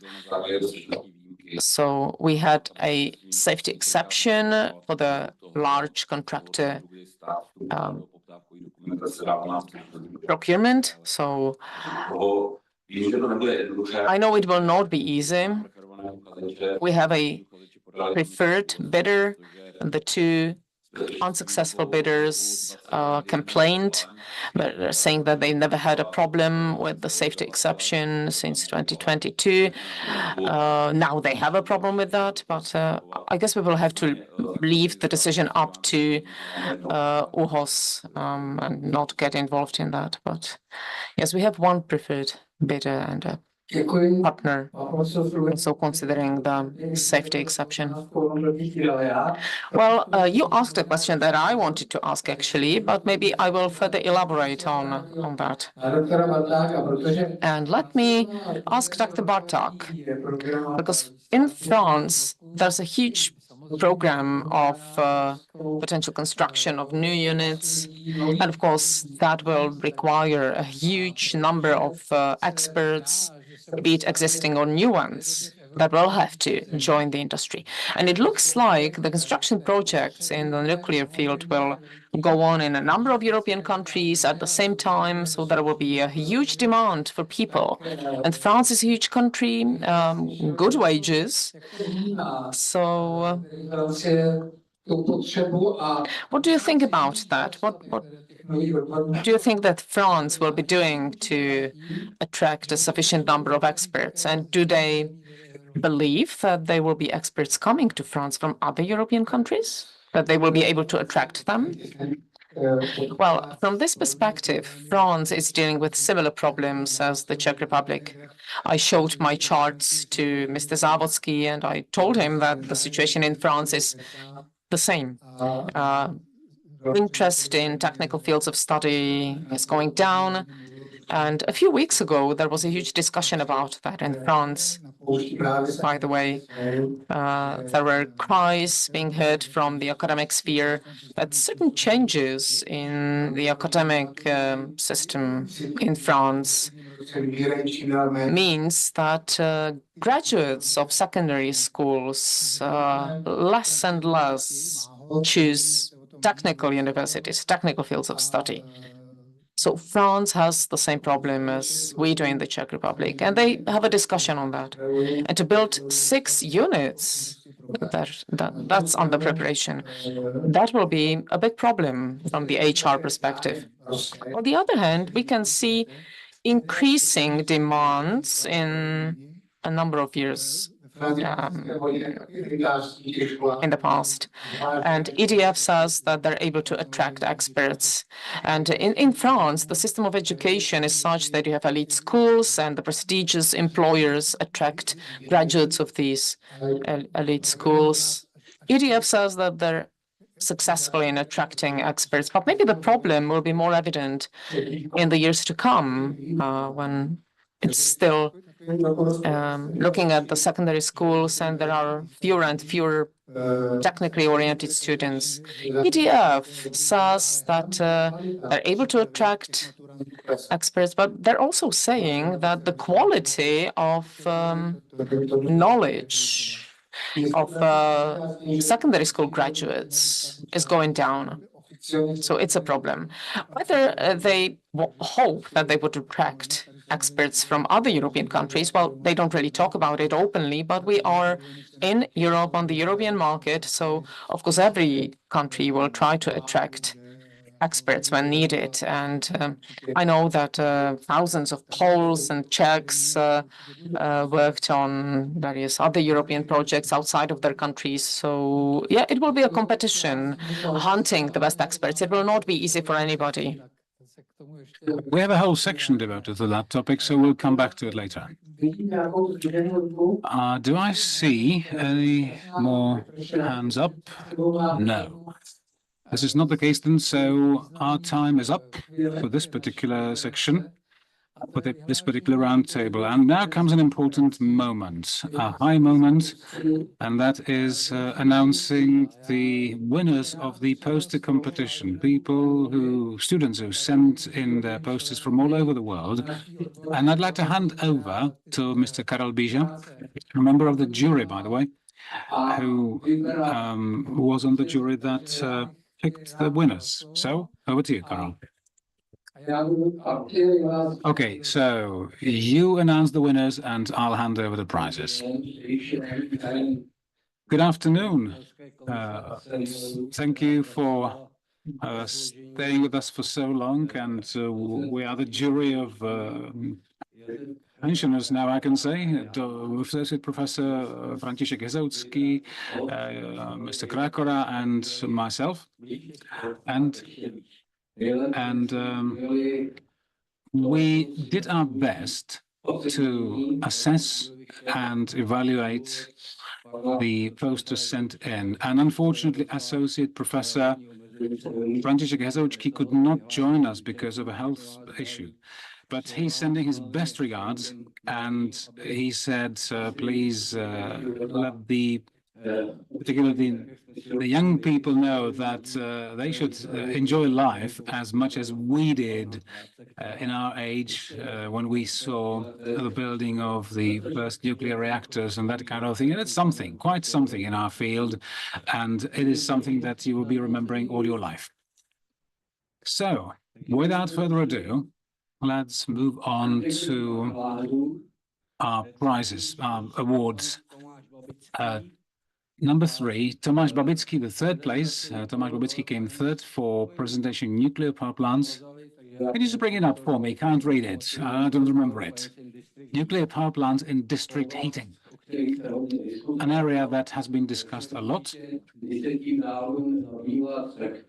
So if we keep thinking about it, it's going to happen one day in the Czech Republic, in particular. Second came Mr. Nikolaidis Nikolaos for introducing small modular reactors in the power production of Greece. I mean, it's interesting to say small modular reactors. I mean, they are not small and they are not modular, at least for the time being. But anyway, it's an important contribution. And the winner is Mrs. Michaela Svatoshova with multi-layer coated cladding behavior during loss of coolant accident. An interesting contribution to the safety and security of power plants, so something to be remembered. The persons who were mentioned unfortunately can't join us in person, so how are we going to go about this? Is Mr. Tomáš Babický here? Oh, yes, you are there. That's great. Lovely.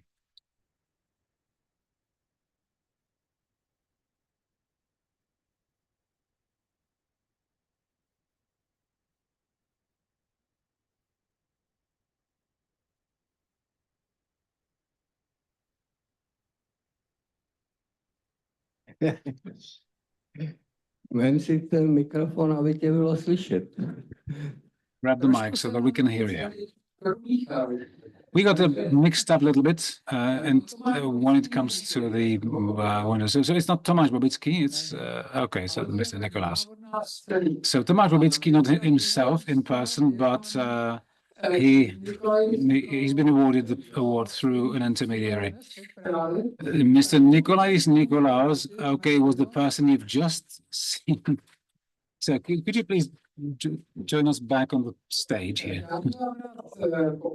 So, dear colleague,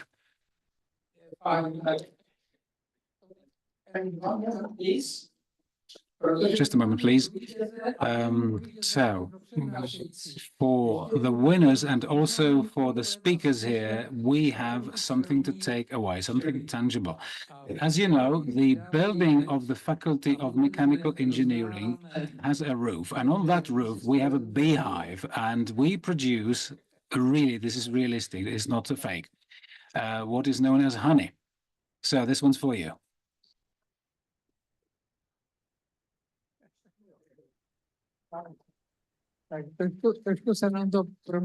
So sorry, we got mixed up as regards the names. And the winner is Mrs. Michaela Svatoshova. Is she present? It'll be our dear colleague here taking over the prize on behalf of her. So here is a diploma from the jury. Please give our best regards and hand over this jar of honey, and we'll hear from her. Hello, I'm Michaela Svatoshova. I study nuclear engineering at the Czech Technical University in Prague. I was responsible for high temperature cladding for the API reactors. You use chromium, chromium nitride, and various combinations. We did several type tests with internal overpressure, under pressure, and higher pressure until rupture. The tests at constant temperature showed that the samples with the cladding had lower deformations and longer periods of time until rupture, until failure, which is good. But the tests then show that there's lower deformation, but also lower times to failure, which is not desirable. It was probably due to cracks in the cladding when there's concentration of reducing the wall thickness. Thank you very much for that award.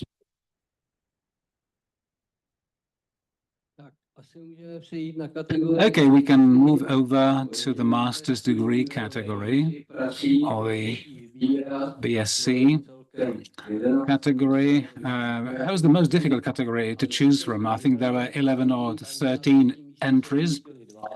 We have three places, 2/3. Martin Stix from the Czech Technical University, with his contribution on the influence of coolant temperature on the quench front velocity, and Mr. Valentin Roche with his contribution on verification of the qualified nodalization in the tabletop facility. Shall we go ahead? I'd love to, but I don't know if these people are here. They seem to be. So this is for Martin Stix. Okay.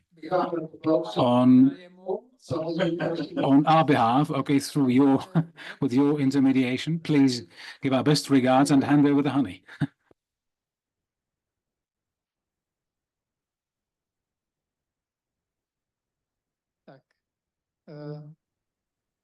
Yeah, fine. The second, third place goes to Mr. Valentin Roche.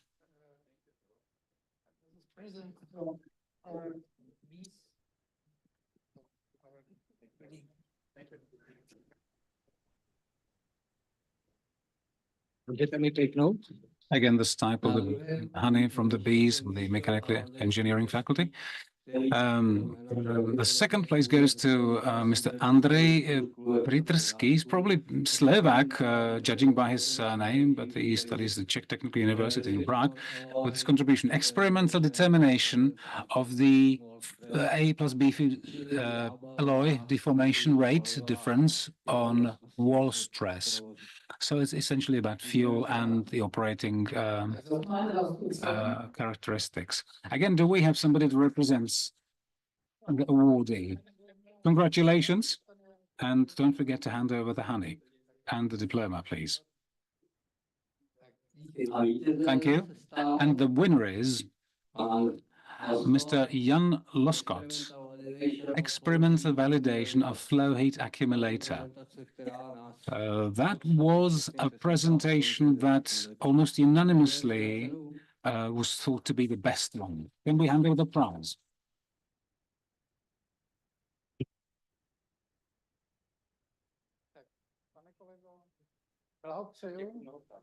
So congratulations, that's a diploma.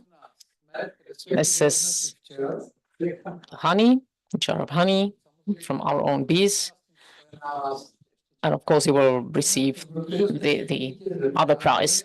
And since we asked all the winners to shoot a short video on their work, we will listen to your video as well.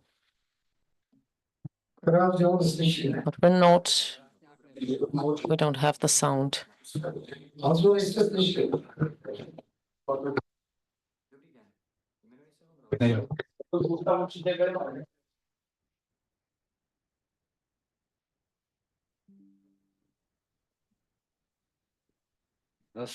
Než získáme ten hlas, tak jak jsem pochopil, ten met je proto, aby získali... Pardon. Dobrý den. So my name is Honza Loskot, and I'm a fresh graduate of a master's study of nuclear machinery at the Technical University in Prague. And I'll continue studying in a doctorate program, and I also work at the Radiation Protection Institute, focusing on Python usage for automation of calculations. I, in my work, looked at the balancing of energy pulses in a tokamak fusion reactor, which might in the future be used in a Pilsen regime. The heat tank can be, you can imagine that it's a mono unit with various cooling channels, and we can have various medium used for accumulation of heat. We can have a various technical layout. So the first objective of my work was to test various alternative layouts of such a heat tank. And the second part of my work was to do experimental validation. So I used the necessary math and put together a numerical model in Python, and you can set it up as a user and to simulate various layouts of such a tank. And I also ran an experiment to simulate, and the data measured in the experiment can be compared with the calculations. So we compared the simulated data and measured data, and we corrected the model based on the experiment. So have a nice rest of the conference, and of course I'm ready to answer any questions you might have.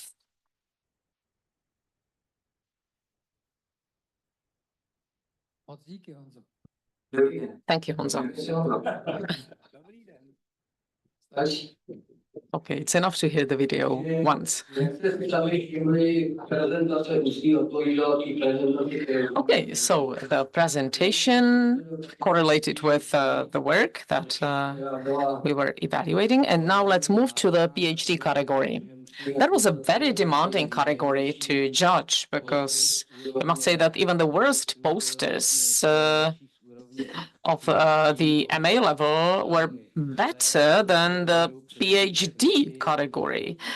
So that category, from the technical perspective, was not good. But we still decided we will have the third place going to two projects. Martin Kash, anomaly detection of motor-operated valves. Well, it's interesting from the technical perspective, but nothing new. And the third place goes to this long title of a project. So in situ moisture measuring in concrete structures of containment building during decommissioning of nuclear power plants. So measuring methods, but nothing new, a standard thing that already is being used. Do we have anyone to take over the prize? Yes, we do. Yeah.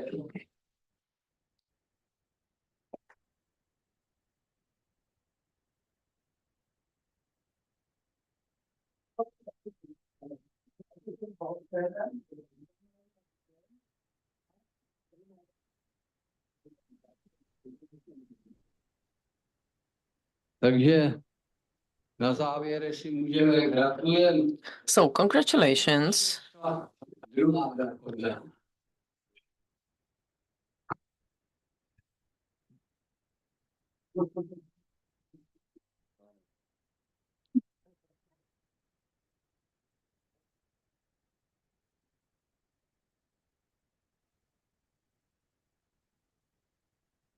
Takže ještě jednou asi pogratulujeme všem ocenění. Once again, congratulations to all those awarded, and as for all the others, especially the young ones, well, I don't see many of you here, but still, I wish to all of you that you succeed in nuclear energy field, and that you enjoy what you're going to do in the future as a job.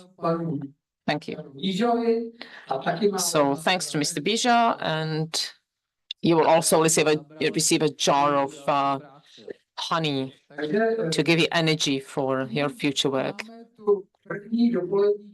So that is the end of the morning session. And let me say thank you once again to all those involved in our panel discussion. And since we have this tradition of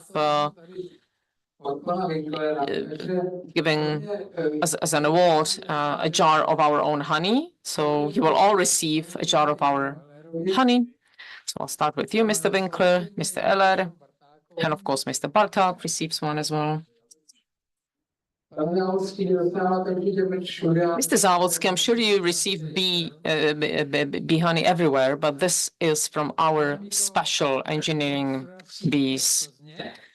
So Mr. Miko receives a jar as well. Peter as well. And you get a jar as well. So thank you, gentlemen. And just a technical comment. This is the end of the first part, the first session. And now let's move to the building of the engineering faculty to officially open the exhibition. That exhibition will be there for the upcoming 5 weeks.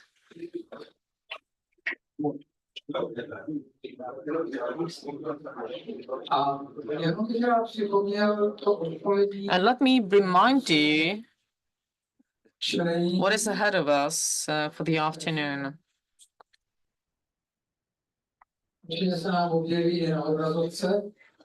And I'm sure you will see it on the screen.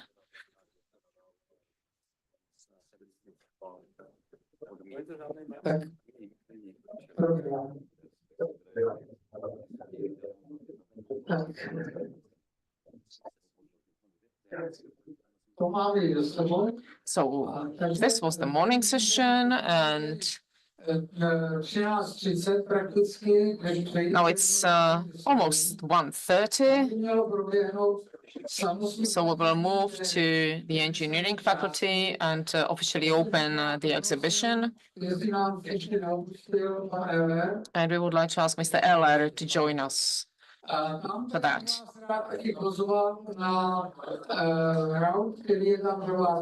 And we also have lunch ready for you, for the participants. And at 3 o'clock, we will continue with session 1 of today's afternoon.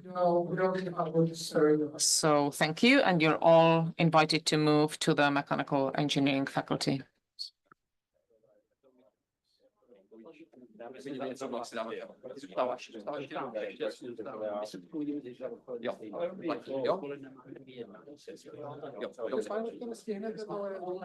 Pokud na to jdem rovnou, tak jo. Já si tam u vás ve 2 musím skočit dolů, takže jestli stihnu, si rádi, co znovu. Čili jdem teďka rovnou, jo? Fajn, tak jo. Já si rozumím. To běží, jak mě jde to někam, no. Dobrý den, pane Kamile. Jak se máte? Já jsem připojen. Nebo jestli...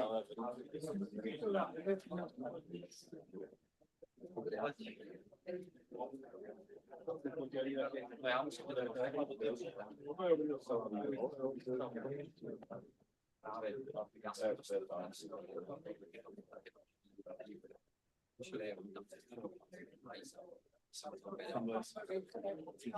ale vypadněte.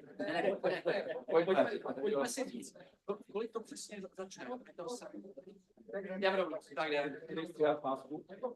Přislíbil jsem. Já neplynule odjezuji.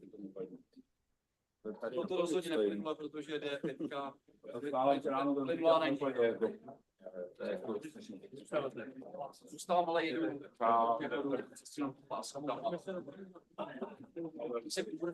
Já se připojím online, protože pojedu na nějaký jednání. Jo, vidíme se teda. Ano, jasně.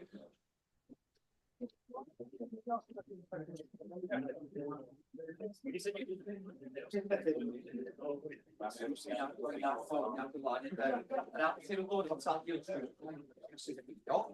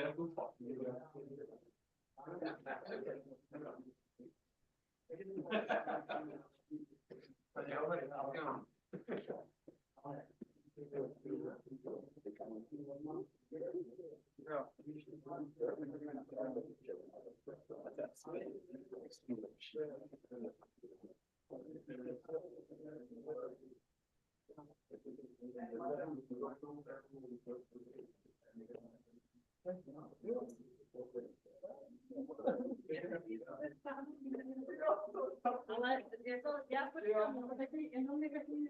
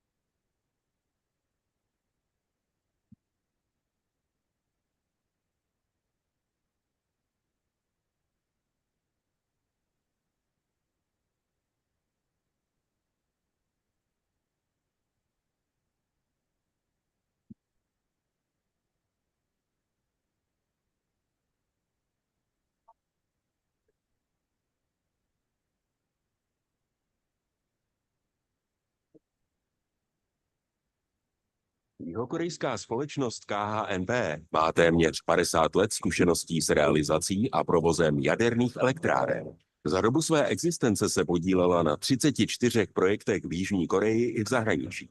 V soutěži o dostavbu jaderné elektrárny Dukovany nabízí nejmodernější ochranná řešení v podobě reaktoru APR-1000, který splňuje mezinárodní normy, včetně těch po událostech ve Fukušimě. KHNP, váš partner pro jadernou energii.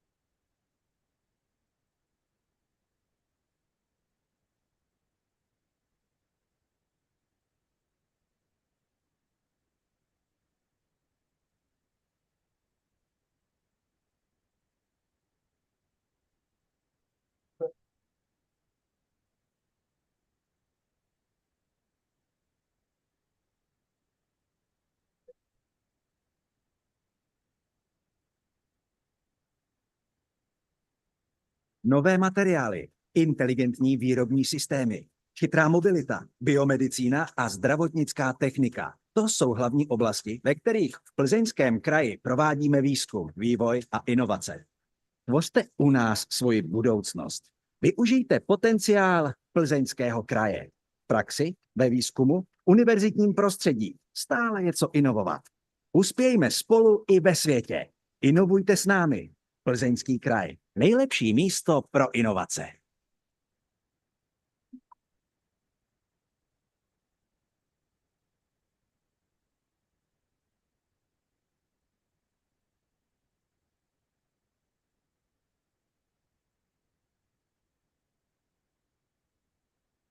Akciová společnost UJV Řeš navazuje na více než 6 desítek let zkušeností svého předchůdce Ústavu jaderného výzkumu. Společnost dnes prezentují špičkoví odborníci, technicko-inženýrské a projektové služby, aplikovaný výzkum a unikátní technologická infrastruktura. To vše ve službách bezpečné a spolehlivé energetiky, průmyslu a nukleární medicíny.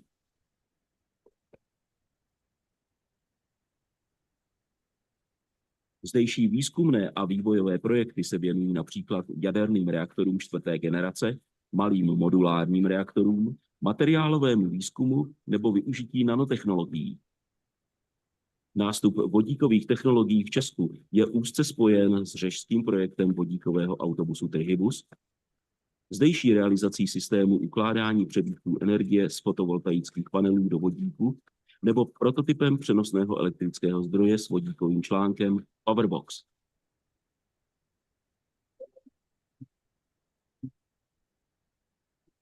oblasti projektování ÚJV Řeš úspěšně navazuje na historii podniku Energoprojekt Praha, který stojí za významnými investicemi v energetickém sektoru bývalého Československa. Pro své zákazníky doma i v zahraničí zajišťuje soubor všeprofesních projektových a inženýrských služeb po celou dobu života energetického komplexu. Od technické koncepce, zpracování projektové dokumentace, činnosti hlavního projektanta, přes projekty zvyšování bezpečnosti a odolnosti, projekty modernizace, ekologizace a zvyšování výkonu zdrojů, až po komplex činností při vyřazování elektráren z provozu.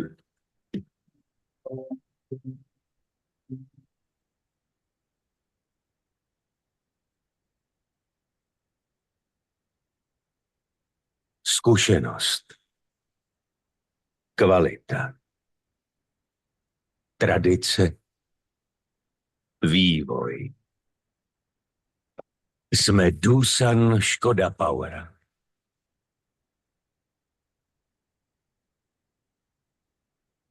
Už více než 100 let vyrábíme špičková energetická zařízení. Jsme světovým dodavatelem moderních technologií, komponentů a služeb v oblasti projektování a výroby. Navrhujeme a vyrábíme energetická zařízení s turbínami o výkonu 3 až 1200 MW.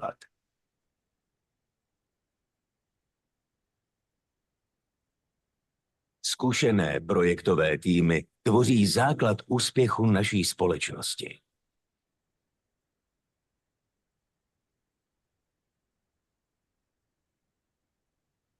Naši specialisté pracují profesionálně a zaměřují se nejen na precizní inženýring, ale také na poradenství a rozvoj vztahů s našimi partnery. Využíváme nejmodernější technologie a neustále do nich investujeme.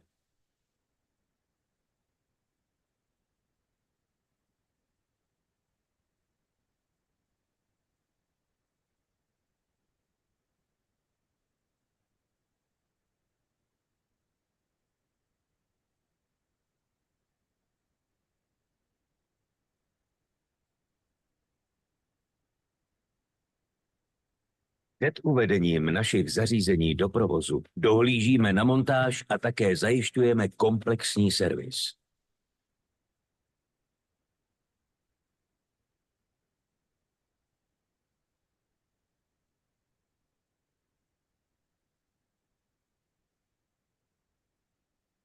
V našem výzkumném a vývojovém centru každý den pracujeme na inovacích a zvyšujeme účinnost parních turbín Doosan Škoda Power i celého parního cyklu. Šetříme tak přírodní zdroje a snižujeme emise.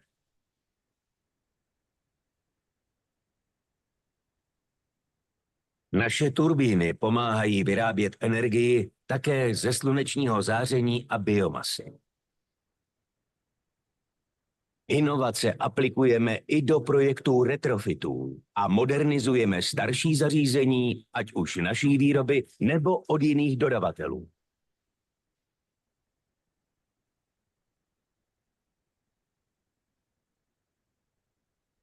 Důležitou součástí naší strategie je podpora vzdělávání, spolupráce s univerzitami a trainee programy. Záleží nám na profesním růstu všech našich zaměstnanců a na předávání zkušeností.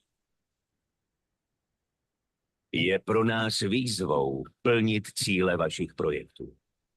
Díky nim jsme již rozsvítili téměř 1 miliardu domácností po celém světě. Jsme Doosan Škoda Power, globální síla v energetice.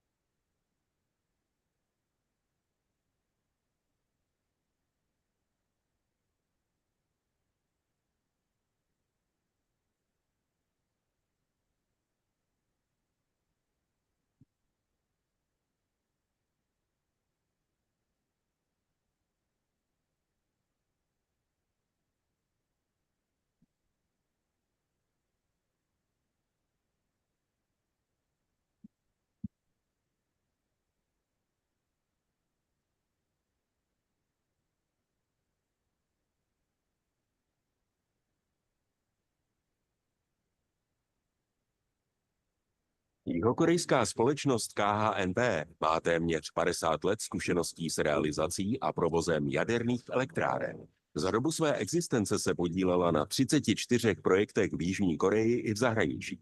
V soutěži o dostavbu jaderné elektrárny Dukovany nabízí nejmodernější ochranná řešení v podobě reaktoru APR-1000, který splňuje mezinárodní normy, včetně těch po událostech ve Fukušimě. KHNP, váš partner pro jadernou energii.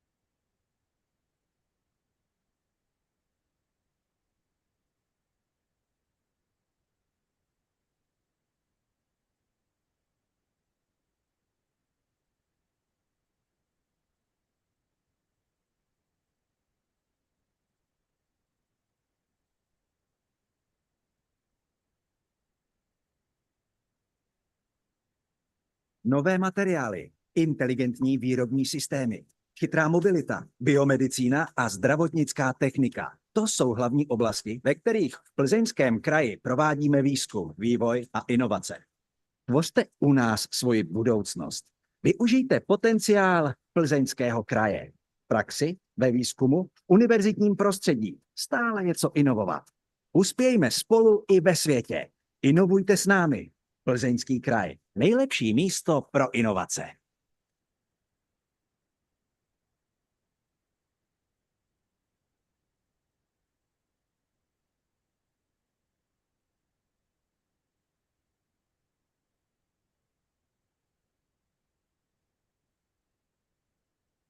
Akciová společnost UJV Řeš navazuje na více než 6 desítek let zkušeností svého předchůdce, Ústavu jaderného výzkumu. Společnost dnes prezentují špičkoví odborníci, technicko-inženýrské a projektové služby, aplikovaný výzkum a unikátní technologická infrastruktura. To vše ve službách bezpečné a spolehlivé energetiky, průmyslu a nukleární medicíny.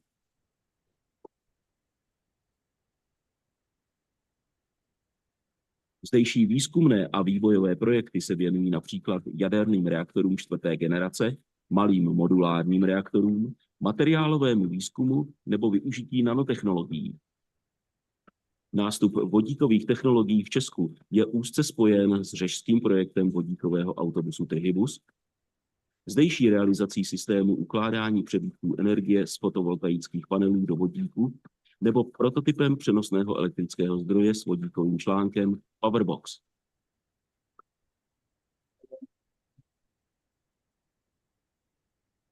oblasti projektování ÚJV Řeš úspěšně navazuje na historii podniku Energoprojekt Praha, který stojí za významnými investicemi v energetickém sektoru bývalého Československa. Pro své zákazníky doma i v zahraničí zajišťuje soubor všeprofesních projektových a inženýrských služeb po celou dobu života energetického komplexu.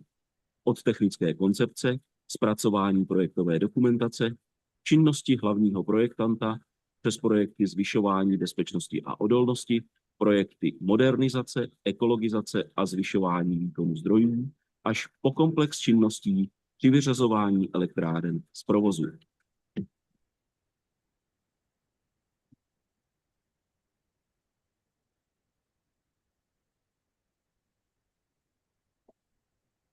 Zkušenost, kvalita, tradice, vývoj. Jsme Doosan Škoda Power.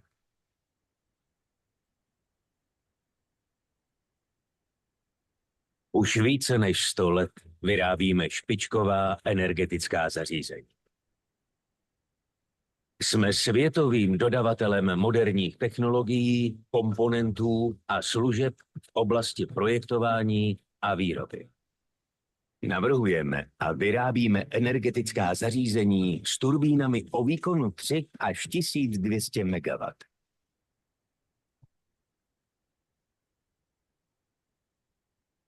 Zkušené projektové týmy tvoří základ úspěchu naší společnosti.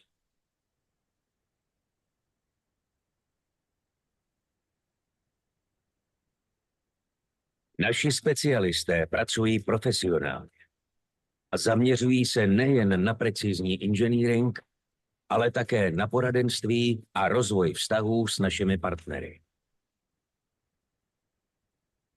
Využíváme nejmodernější technologie a neustále do nich investujeme.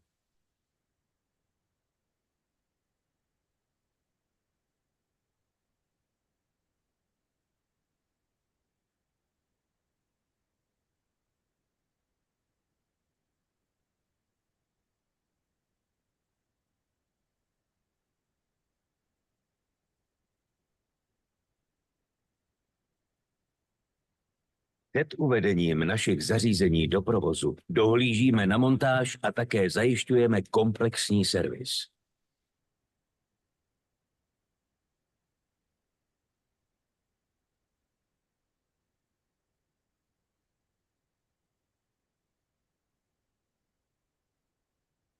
V našem výzkumném a vývojovém centru každý den pracujeme na inovacích a zvyšujeme účinnost parních turbín Doosan Škoda Power i celého parního cyklu. Šetříme tak přírodní zdroje a snižujeme emise.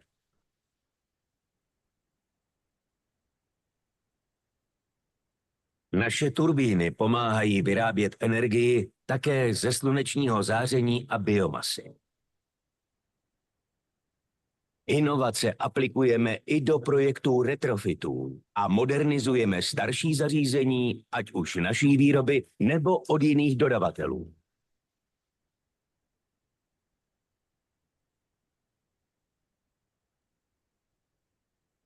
Důležitou součástí naší strategie je podpora vzdělávání, spolupráce s univerzitami a trainee programy.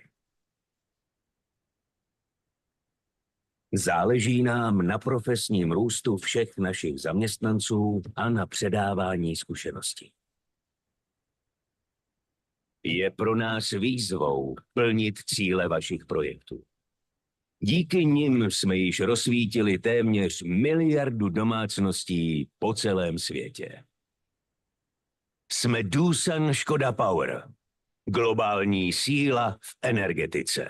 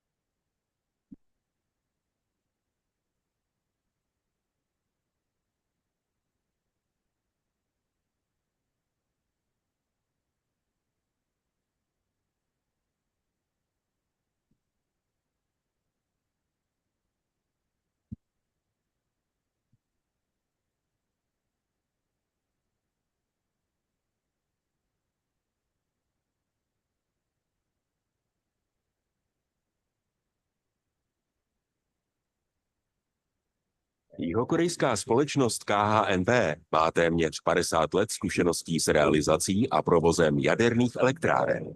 Za dobu své existence se podílela na 34 projektech v Jižní Koreji i v zahraničí. V soutěži o dostavbu jaderné elektrárny Dukovany nabízí nejmodernější ochranná řešení v podobě reaktoru APR-1000, který splňuje mezinárodní normy, včetně těch po událostech ve Fukušimě. KHNP, váš partner pro jadernou energii.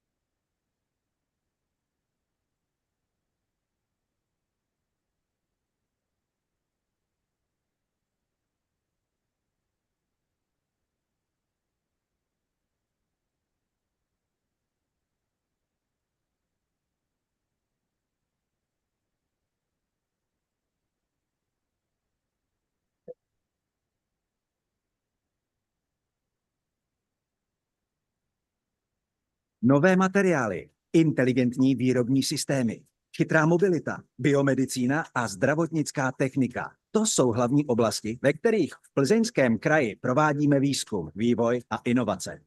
Tvořte u nás svoji budoucnost. Využijte potenciál Plzeňského kraje.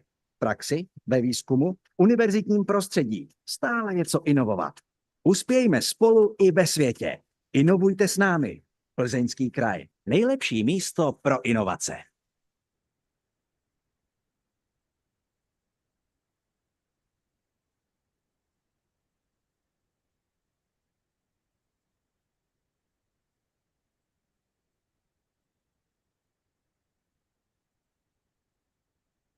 Akciová společnost UJV Řeš navazuje na více než 6 desítek let zkušeností svého předchůdce, Ústavu jaderného výzkumu.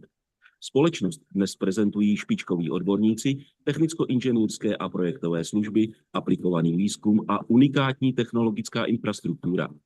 To vše ve službách bezpečné a spolehlivé energetiky, průmyslu a nukleární medicíny.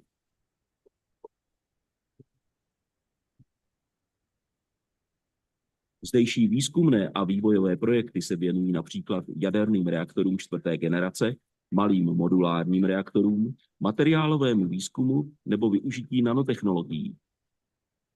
Nástup vodíkových technologií v Česku je úzce spojen s řežským projektem vodíkového autobusu Trihybus, zdejší realizací systému ukládání přebytků energie z fotovoltaických panelů do vodíku nebo prototypem přenosného elektrického zdroje s vodíkovým článkem Powerbox.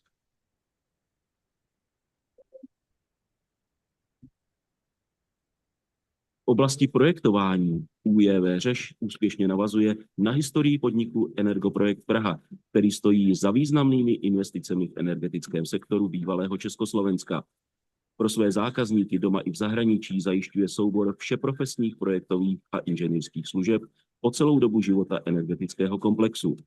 Od technické koncepce, zpracování projektové dokumentace, činnosti hlavního projektanta, přes projekty zvyšování bezpečnosti a odolnosti, projekty modernizace, ekologizace a zvyšování výkonu zdrojů, až po komplex činností při vyřazování elektráren z provozu.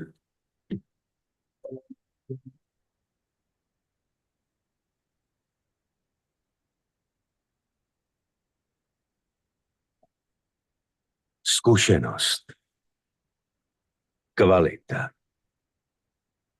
tradice, vývoj. Jsme Doosan Škoda Power.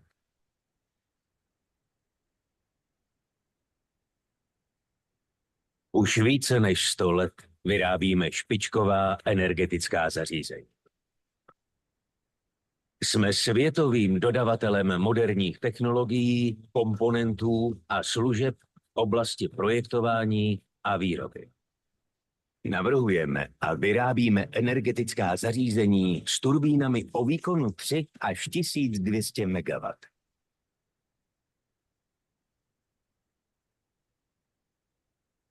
Zkušené projektové týmy tvoří základ úspěchu naší společnosti.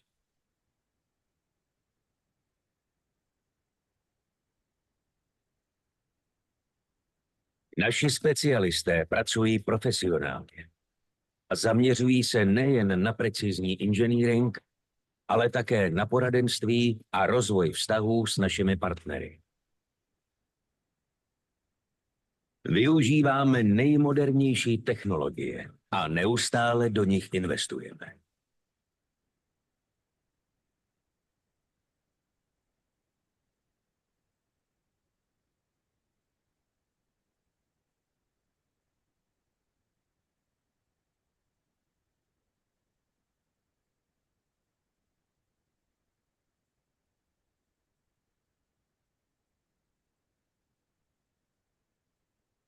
Před uvedením našich zařízení do provozu dohlížíme na montáž a také zajišťujeme komplexní servis.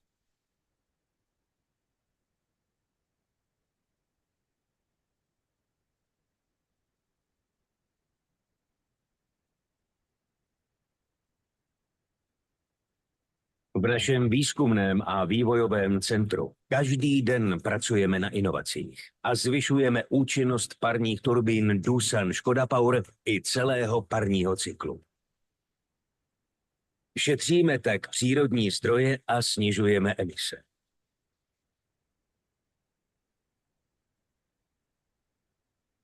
Naše turbíny pomáhají vyrábět energii také ze slunečního záření a biomasy. Inovace aplikujeme i do projektů retrofitů a modernizujeme starší zařízení, ať už naší výroby nebo od jiných dodavatelů.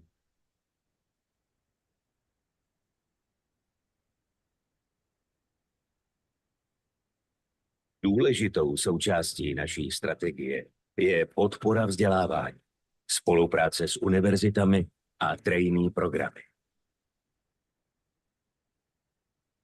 Záleží nám na profesním růstu všech našich zaměstnanců a na předávání zkušeností.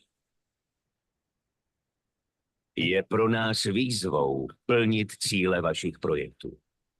Díky nim jsme již rozsvítili téměř 1 miliardu domácností po celém světě. Jsme Doosan Škoda Power, globální síla v energetice.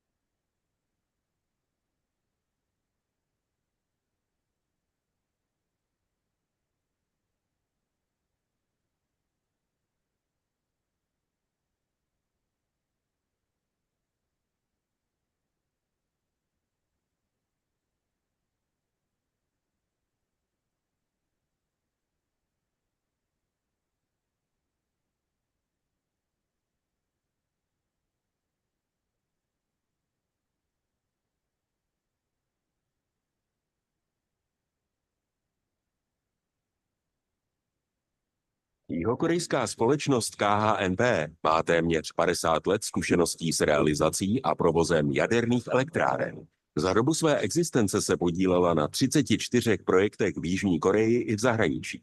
V soutěži o dostavbu jaderné elektrárny Dukovany nabízí nejmodernější ochranná řešení v podobě reaktoru APR-1000, který splňuje mezinárodní normy, včetně těch po událostech ve Fukušimě. KHNP, váš partner pro jadernou energii.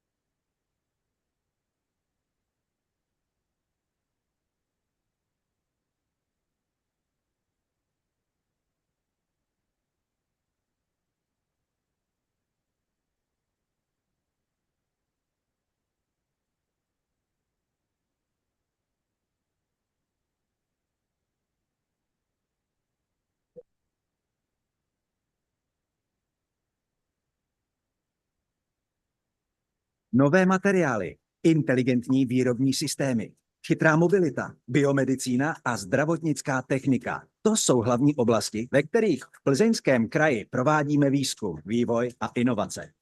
Tvořte u nás svoji budoucnost. Využijte potenciál Plzeňského kraje. V praxi, ve výzkumu, univerzitním prostředí. Stále něco inovovat. Uspějme spolu i ve světě. Inovujte s námi. Plzeňský kraj. Nejlepší místo pro inovace.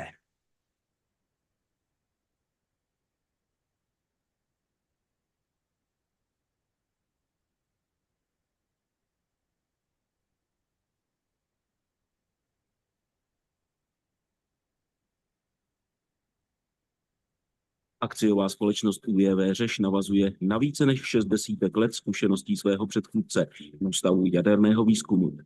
Společnost dnes prezentují špičkoví odborníci, technicko-inženýrské a projektové služby, aplikovaný výzkum a unikátní technologická infrastruktura. To vše ve službách bezpečné a spolehlivé energetiky, průmyslu a nukleární medicíny.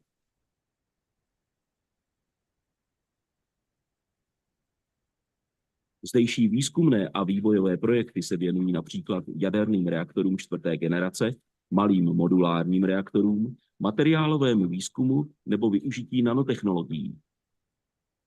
Nástup vodíkových technologií v Česku je úzce spojen s řežským projektem vodíkového autobusu Trihybus, zdejší realizací systému ukládání přebytků energie z fotovoltaických panelů do vodíku nebo prototypem přenosného elektrického zdroje s vodíkovým článkem Powerbox. .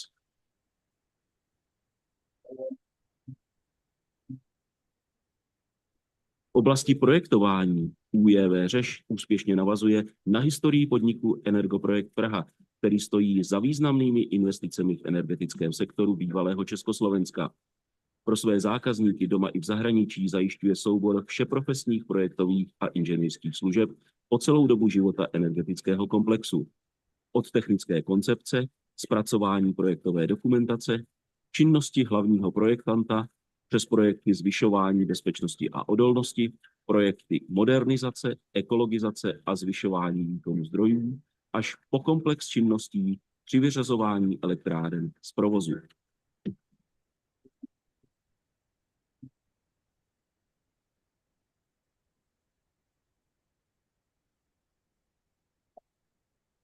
Zkušenost, kvalita,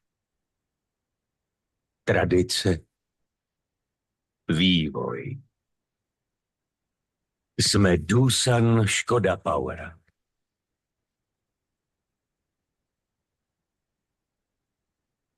Už více než 100 let vyrábíme špičková energetická zařízení. Jsme světovým dodavatelem moderních technologií, komponentů a služeb v oblasti projektování a výroby. Navrhujeme a vyrábíme energetická zařízení s turbínami o výkonu 3 až 1200 MW.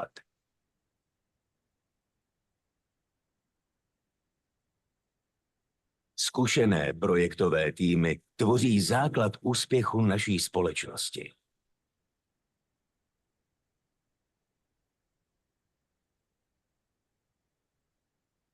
Naši specialisté pracují profesionálně a zaměřují se nejen na precizní inženýring, ale také na poradenství a rozvoj vztahů s našimi partnery.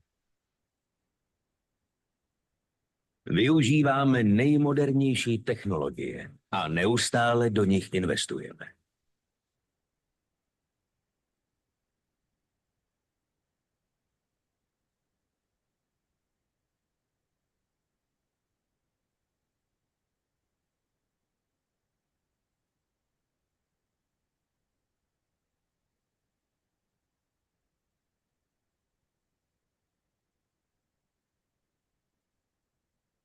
Před uvedením našich zařízení do provozu dohlížíme na montáž a také zajišťujeme komplexní servis.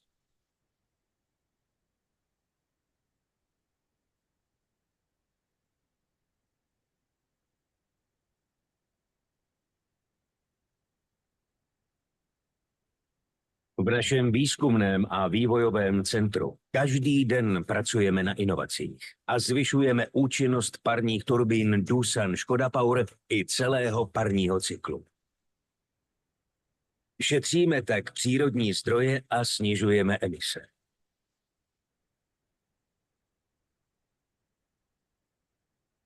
Naše turbíny pomáhají vyrábět energii také ze slunečního záření a biomasy. Inovace aplikujeme i do projektů retrofitů a modernizujeme starší zařízení, ať už naší výroby nebo od jiných dodavatelů.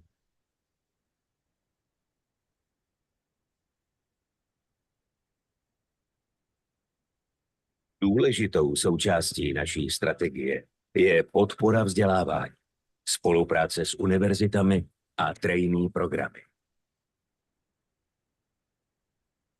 Záleží nám na profesním růstu všech našich zaměstnanců a na předávání zkušeností. Je pro nás výzvou plnit cíle vašich projektů. Díky nim jsme již rozsvítili téměř 1 miliardu domácností po celém světě. Jsme Doosan Škoda Power, globální síla v energetice.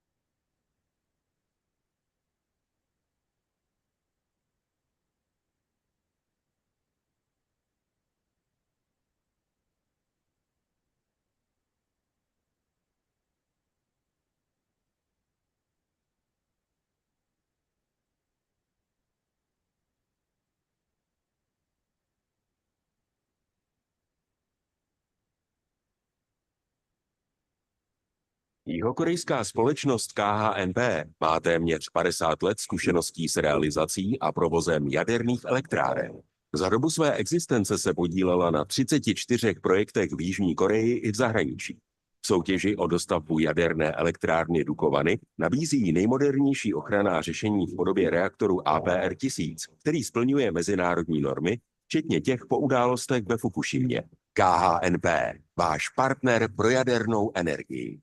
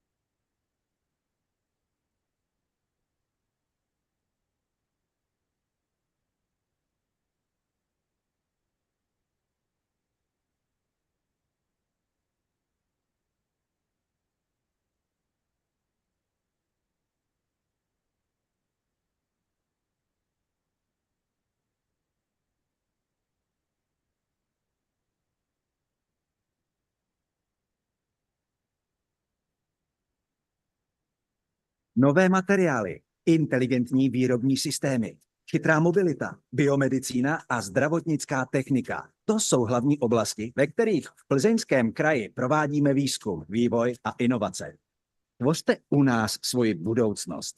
Využijte potenciál Plzeňského kraje. V praxi, ve výzkumu, univerzitním prostředí. Stále něco inovovat. Uspějme spolu i ve světě.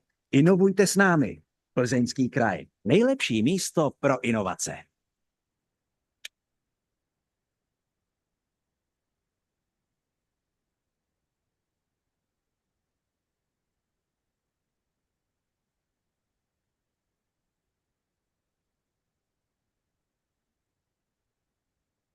Akciová společnost UJV Řeš navazuje na více než 6 desítek let zkušeností svého předchůdce, Ústavu jaderného výzkumu.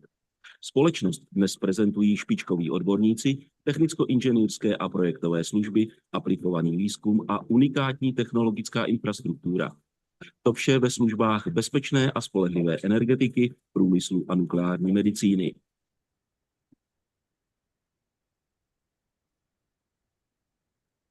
Zdejší výzkumné a vývojové projekty se věnují například jaderným reaktorům 4. generace, malým modulárním reaktorům, materiálovému výzkumu nebo využití nanotechnologií. Nástup vodíkových technologií v Česku je úzce spojen s řežským projektem vodíkového autobusu Trhybus, zdejší realizací systému ukládání přebytků energie z fotovoltaických panelů do vodíku nebo prototypem přenosného elektrického zdroje s vodíkovým článkem Powerbox.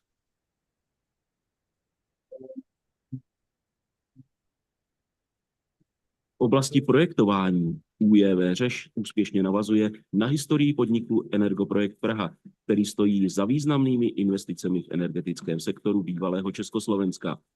Pro své zákazníky doma i v zahraničí zajišťuje soubor všeprofesních projektových a inženýrských služeb po celou dobu života energetického komplexu. Od technické koncepce, zpracování projektové dokumentace, činnosti hlavního projektanta, přes projekty zvyšování bezpečnosti a odolnosti, projekty modernizace, ekologizace a zvyšování výkonu zdrojů, až po komplex činností při vyřazování elektráren z provozu.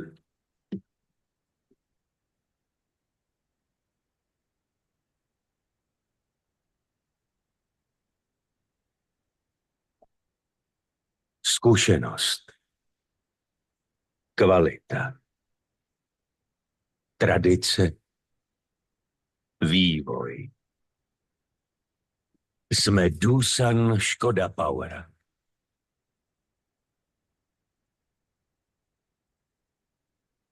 Už více než 100 let vyrábíme špičková energetická zařízení. Jsme světovým dodavatelem moderních technologií, komponentů a služeb v oblasti projektování a výroby. Navrhujeme a vyrábíme energetická zařízení s turbínami o výkonu 3 až 1200 MW.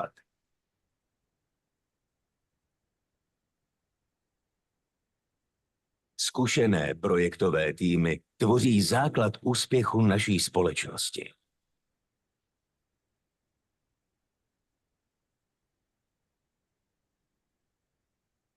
Naši specialisté pracují profesionálně a zaměřují se nejen na precizní inženýring, ale také na poradenství a rozvoj vztahů s našimi partnery. Využíváme nejmodernější technologie a neustále do nich investujeme.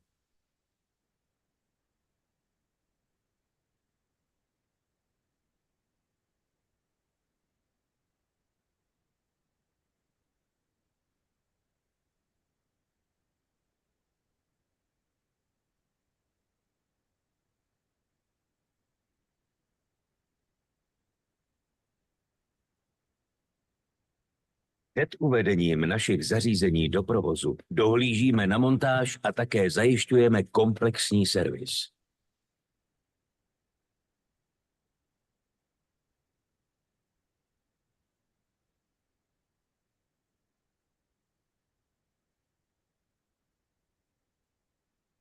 V našem výzkumném a vývojovém centru každý den pracujeme na inovacích a zvyšujeme účinnost parních turbín Doosan Škoda Power i celého parního cyklu. Šetříme tak přírodní zdroje a snižujeme emise.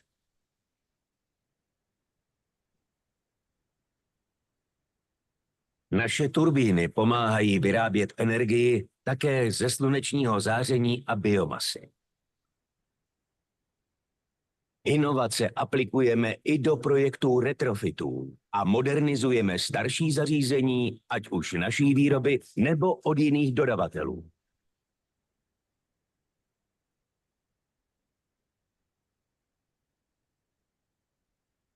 Důležitou součástí naší strategie je podpora vzdělávání, spolupráce s univerzitami a trainee programy. Záleží nám na profesním růstu všech našich zaměstnanců a na předávání zkušeností. Je pro nás výzvou plnit cíle vašich projektů. Díky nim jsme již rozsvítili téměř 1 miliardu domácností po celém světě. Jsme Doosan Škoda Power, globální síla v energetice.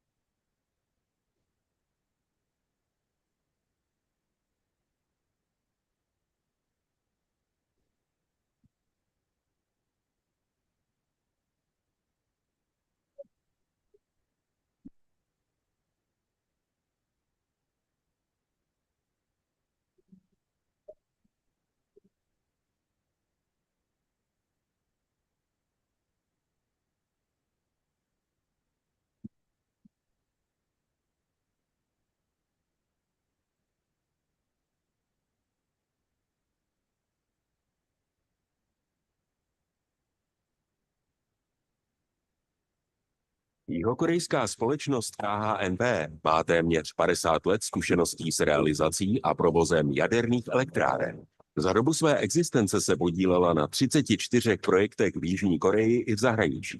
V soutěži o dostavbu jaderné elektrárny Dukovany nabízí nejmodernější ochranná řešení v podobě reaktoru APR-1000, který splňuje mezinárodní normy, včetně těch po událostech ve Fukušimě. KHNP, váš partner pro jadernou energii.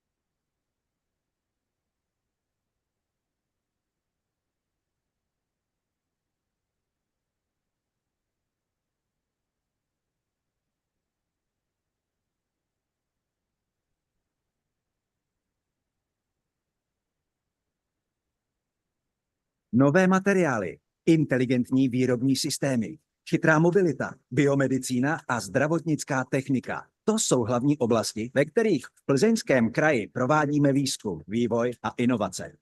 Tvořte u nás svoji budoucnost. Využijte potenciál Plzeňského kraje. V praxi, ve výzkumu, univerzitním prostředí. Stále něco inovovat. Uspějme spolu i ve světě. Inovujte s námi. Plzeňský kraj. Nejlepší místo pro inovace.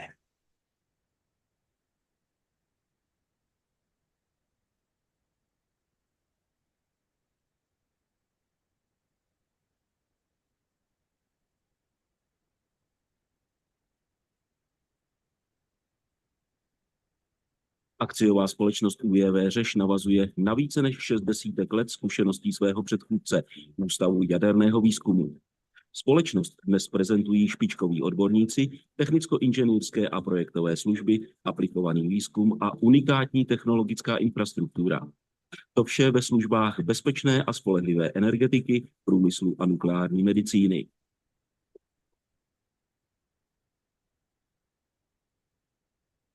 Zdejší výzkumné a vývojové projekty se věnují například jaderným reaktorům 4. generace, malým modulárním reaktorům, materiálovému výzkumu nebo využití nanotechnologií.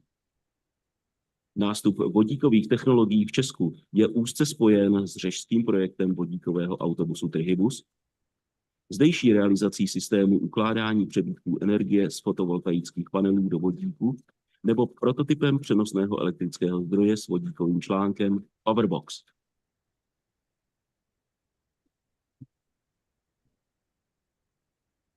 oblasti projektování ÚJV Řeš úspěšně navazuje na historii podniku Energoprojekt Praha, který stojí za významnými investicemi v energetickém sektoru bývalého Československa. Pro své zákazníky doma i v zahraničí zajišťuje soubor všeprofesních projektových a inženýrských služeb po celou dobu života energetického komplexu. Od technické koncepce, zpracování projektové dokumentace, činnosti hlavního projektanta, přes projekty zvyšování bezpečnosti a odolnosti, projekty modernizace, ekologizace a zvyšování výkonu zdrojů, až po komplex činností při vyřazování elektráren z provozu.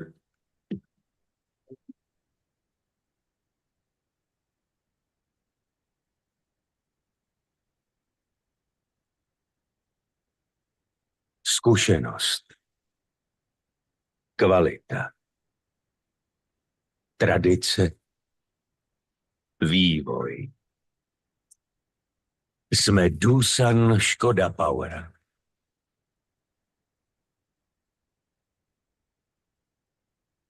Už více než 100 let vyrábíme špičková energetická zařízení. Jsme světovým dodavatelem moderních technologií, komponentů a služeb v oblasti projektování a výroby. Navrhujeme a vyrábíme energetická zařízení s turbínami o výkonu 3 až 1200 MW.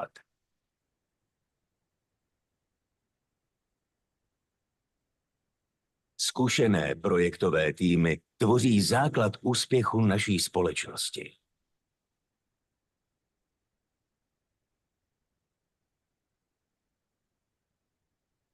Naši specialisté pracují profesionálně a zaměřují se nejen na precizní inženýring, ale také na poradenství a rozvoj vztahů s našimi partnery. Využíváme nejmodernější technologie a neustále do nich investujeme.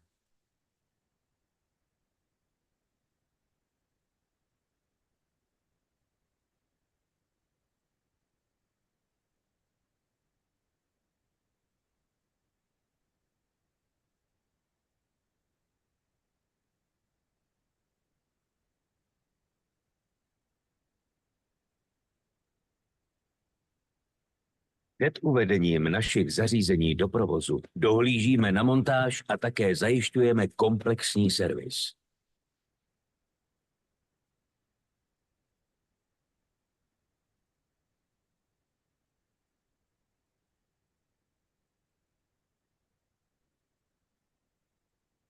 V našem výzkumném a vývojovém centru každý den pracujeme na inovacích a zvyšujeme účinnost parních turbín Doosan Škoda Power i celého parního cyklu. Šetříme tak přírodní zdroje a snižujeme emise.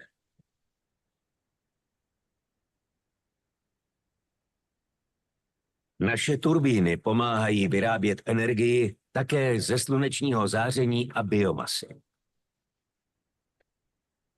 Inovace aplikujeme i do projektů retrofitů a modernizujeme starší zařízení, ať už naší výroby nebo od jiných dodavatelů.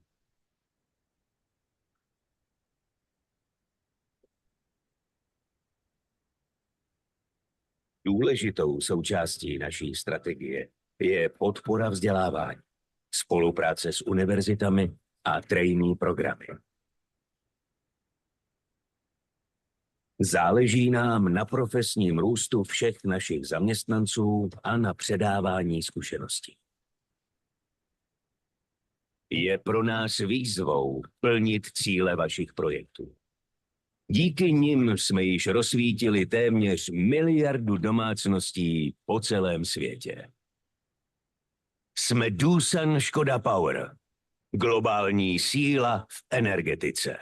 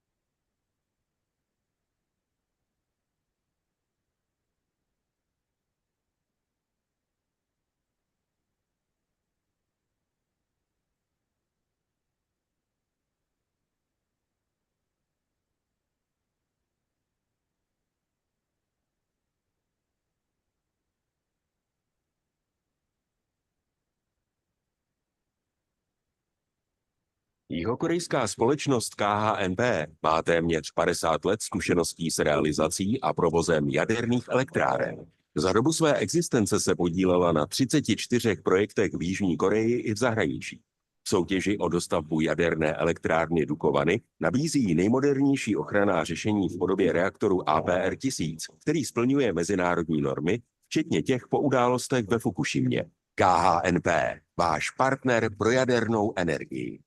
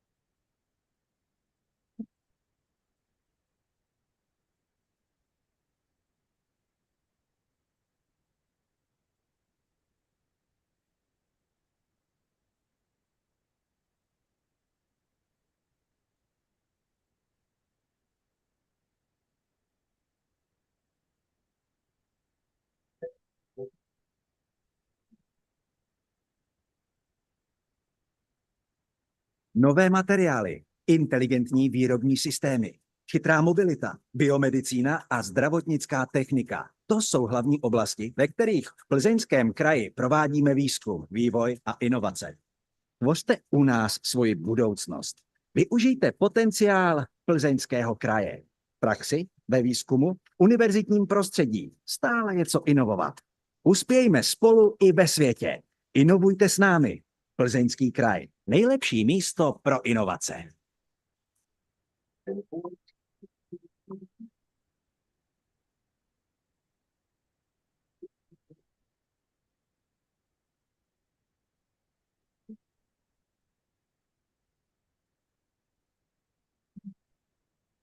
Akciová společnost UJV Řeš navazuje na více než 60 let zkušeností svého předchůdce, Ústavu jaderného výzkumu. Společnost dnes prezentují špičkoví odborníci, technicko-inženýrské a projektové služby, aplikovaný výzkum a unikátní technologická infrastruktura. To vše ve službách bezpečné a spolehlivé energetiky, průmyslu a nukleární medicíny.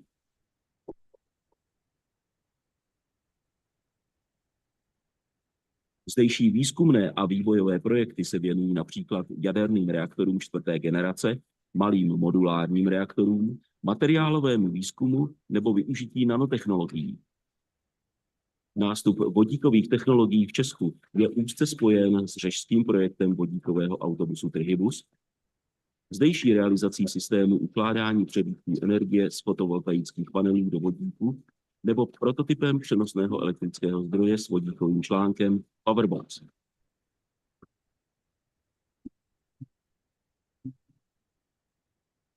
oblasti projektování ÚJV Řeš úspěšně navazuje na historii podniku Energoprojekt Praha, který stojí za významnými investicemi v energetickém sektoru bývalého Československa. Pro své zákazníky doma i v zahraničí zajišťuje soubor všeprofesních projektových a inženýrských služeb po celou dobu života energetického komplexu. Od technické koncepce, zpracování projektové dokumentace, činnosti hlavního projektanta, přes projekty zvyšování bezpečnosti a odolnosti, projekty modernizace, ekologizace a zvyšování výkonu zdrojů, až po komplex činností při vyřazování elektráren z provozu.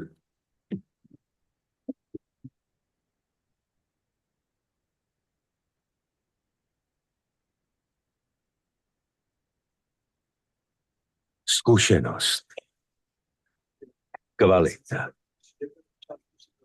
tradice, vývoj. Jsme Doosan Škoda Power.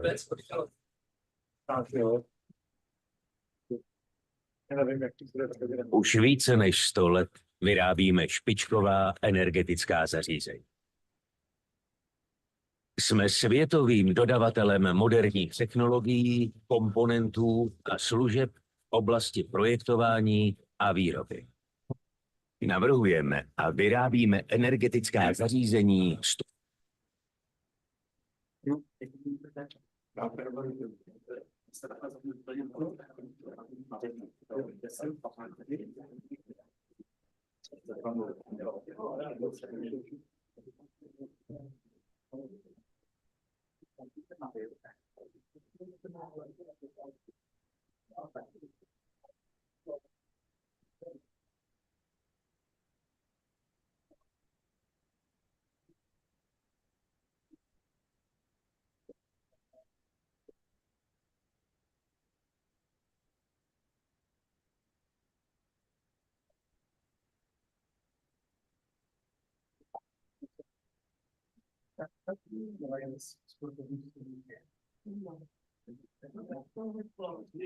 Test 1, 2.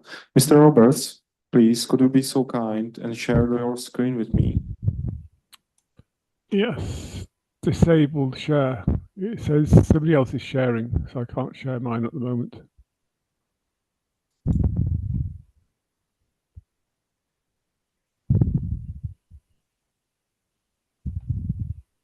Can you hear me?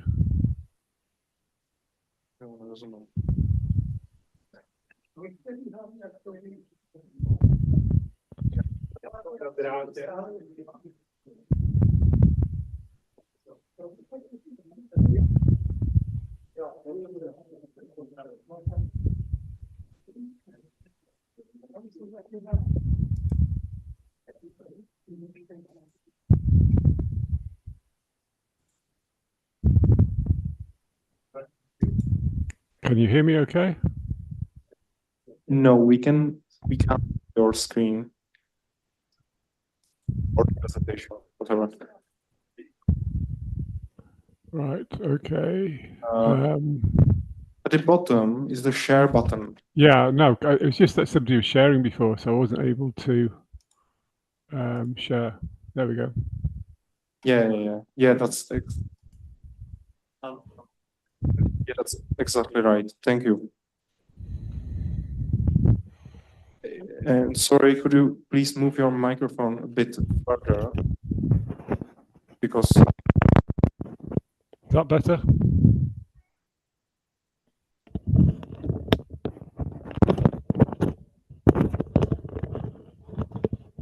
Hello, is that better?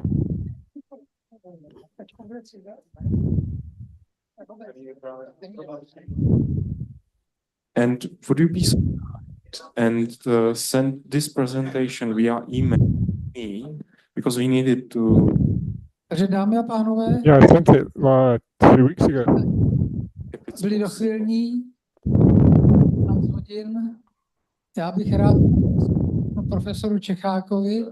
Ladies and gentlemen, thank you for being punctual. I'd like to hand over to Professor Čechánek. Over to you. Thank you, ladies and gentlemen. Allow me to start the afternoon session. Our first speaker based on our agenda will be Professor Robert from the Vienna Energy Atomic Agency. He couldn't attend in person, but he's in line. Thanks. Mr. Roberts, you can present now. Okay, you can hear me okay?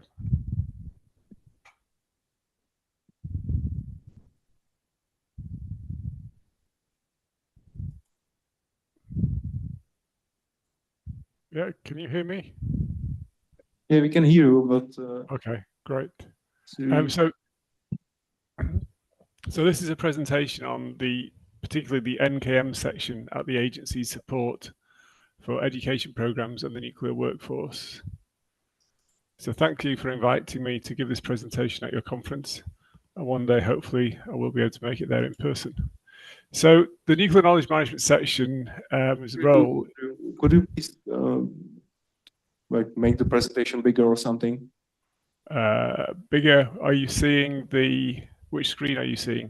We can see the PowerPoint presentation as it is, but you can present it so it's full screen.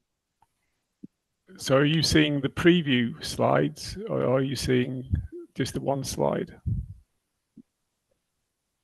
Whatever, doesn't matter. Just present as it is. Thank you very much. Okay, I'm just trying to work out whether I can see your screen or not. So can you see the slide which says nuclear knowledge management section? Yes, we can see the slides. And can you see the slide that says timing of workforce employment? Yes. Okay, that's the problem then. Hang on a sec.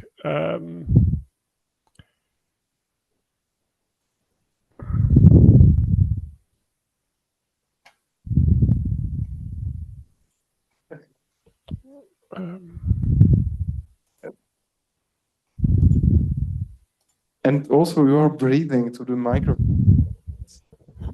Right. So if you could please just move it away. Yeah. So can you see the proper slide now? So yeah, the presentation is all right now.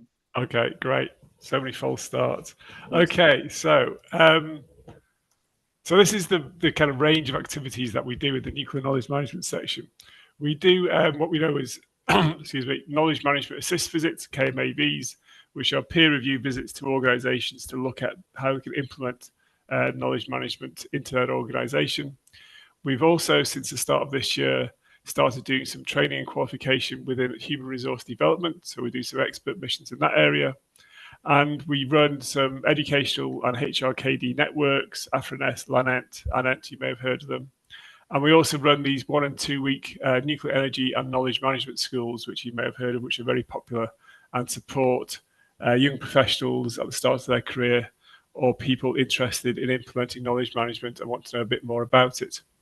But today I'm going to talk about the last point here, the nuclear education side, which is the newly integrated nuclear education advisory services and the International Nuclear Management Academy. And all of these activities can be supported in different ways. You can just contact the NKM section. Anybody can contact the NKM section and fund any of these activities. Or you can ask through technical cooperation and their funding of their projects. And if you're a TC recipient country, then you can receive funding directly as part of one of their projects. So many countries are eligible for funding in that way as well. So the importance of education is linked into the planning of any nuclear program. And nuclear programs, the bigger they are, the longer they take. So the more important it is to initiate educational programs as early as possible. As you can see here, this is a timeline leading to a power plant operational status, courtesy of the Nuclear Power Institute at Texas A&M University. And so if you're going to start employing people 9 years before your plant is operational, you need to start educating people at least 5 years before that. So 14-year horizon is possibly the most optimistic you can look at.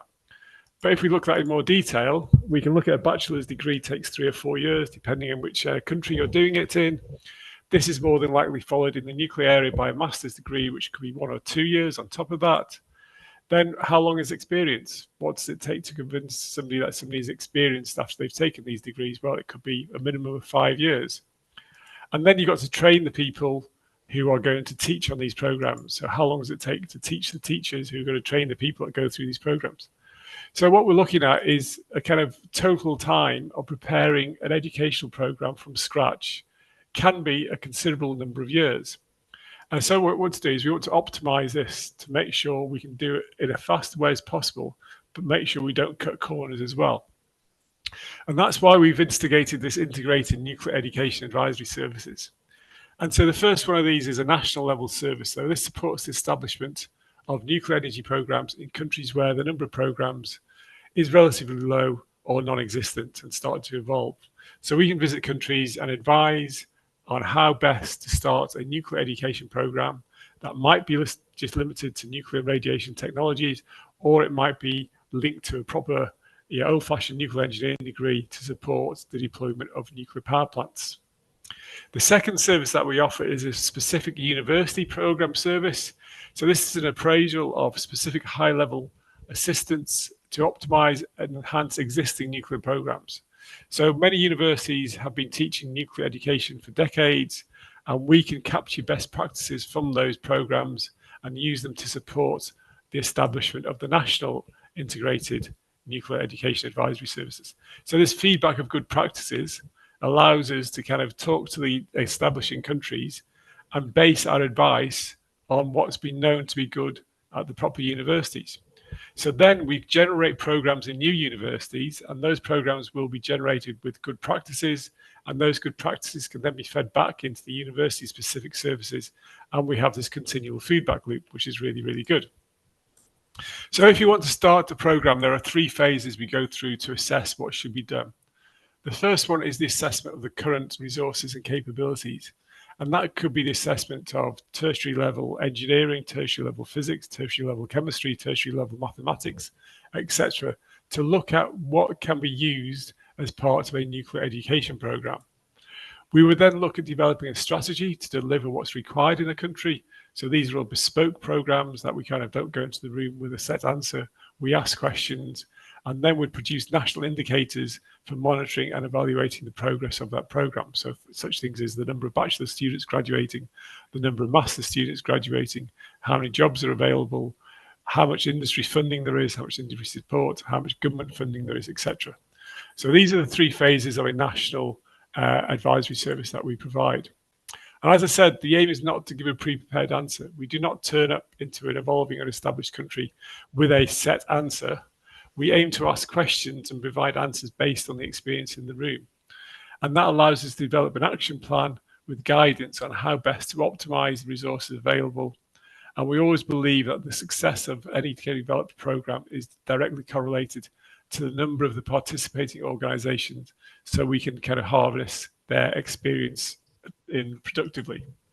So the stakeholders we like to involve in these advisory service missions are the universities with existing nuclear programs, universities that aspire to deliver programs that could be to nuclear power programs or nuclear technology programs, regulators, support organizations, atomic energy commissions, etc.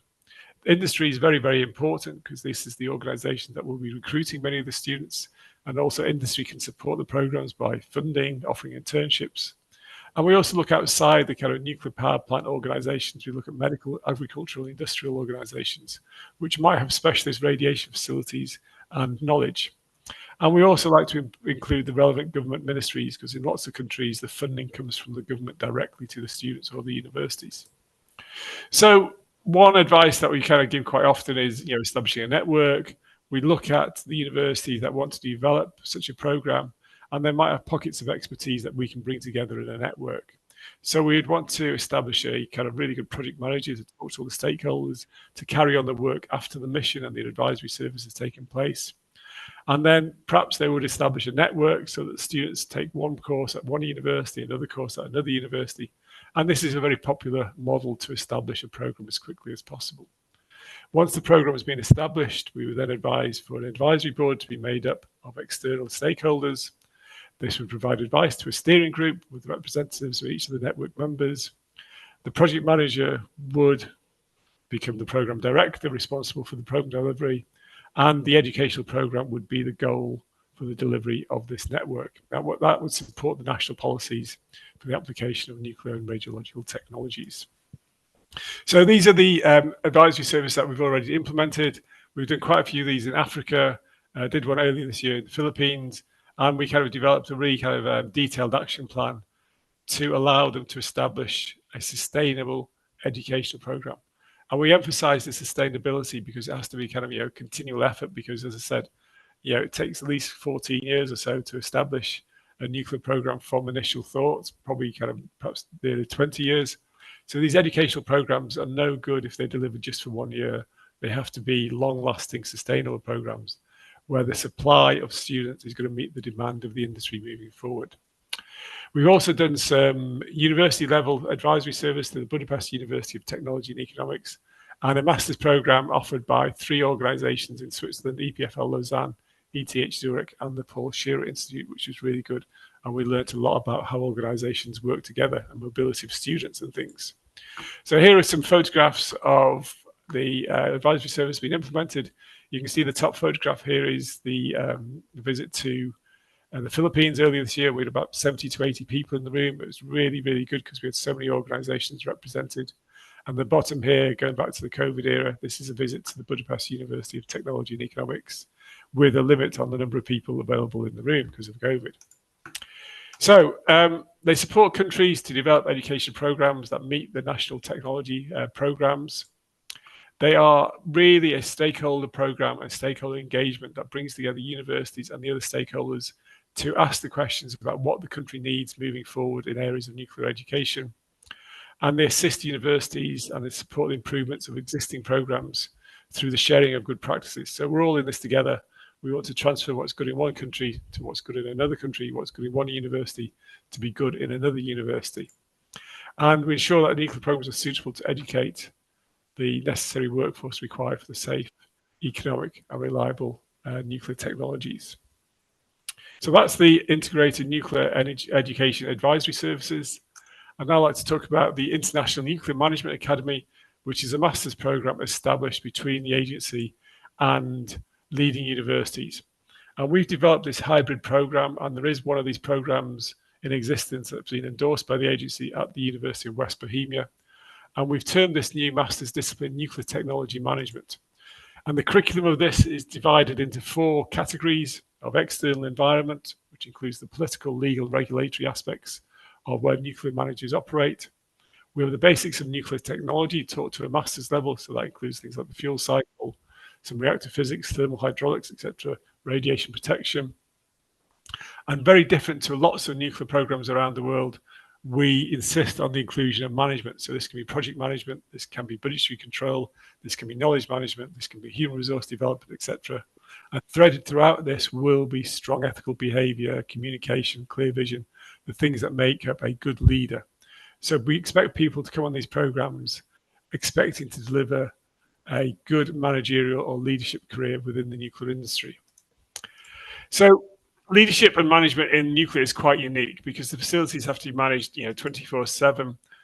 We can't just kind of, switch them off and walk away. So there's a construction period where they're not earning any money. There's an operational period where they're kind of repaying back some money and then kind of developing some profit. And then there's a decommissioning period where they're not producing any money again. So we have to manage the operation of a facility through these 3 different phases. So that takes some different managerial skills. Oops, that's sped on it. So we advise that communication with the public is essential through the entire life cycle, which could be 100 years. And we have to actively display social responsibility. So nuclear managers and leaders must have nuclear safety as the foundation of their working model. And all these aspects make nuclear management and leadership unique. So there are certain challenges. It's a kind of, excuse me, that's gone previous. There are lots of challenges with developing nuclear facilities. They are complex, big structures that take a long time and a long-term commitment to manage. There are many different stakeholders involved and many different government authorities involved. You've got to comply with lots of international and national treaties. And as I said, the leadership and management roles and tasks change with time as it goes through these different phases. So when we look at places like Ottoluto and Flamanville, these are long delayed programs that should have been delivered much earlier.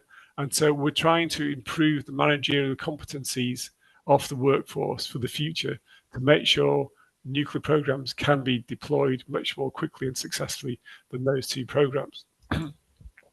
Ideally, we'd take somebody perhaps with a kind of depth of knowledge and a technical specialism.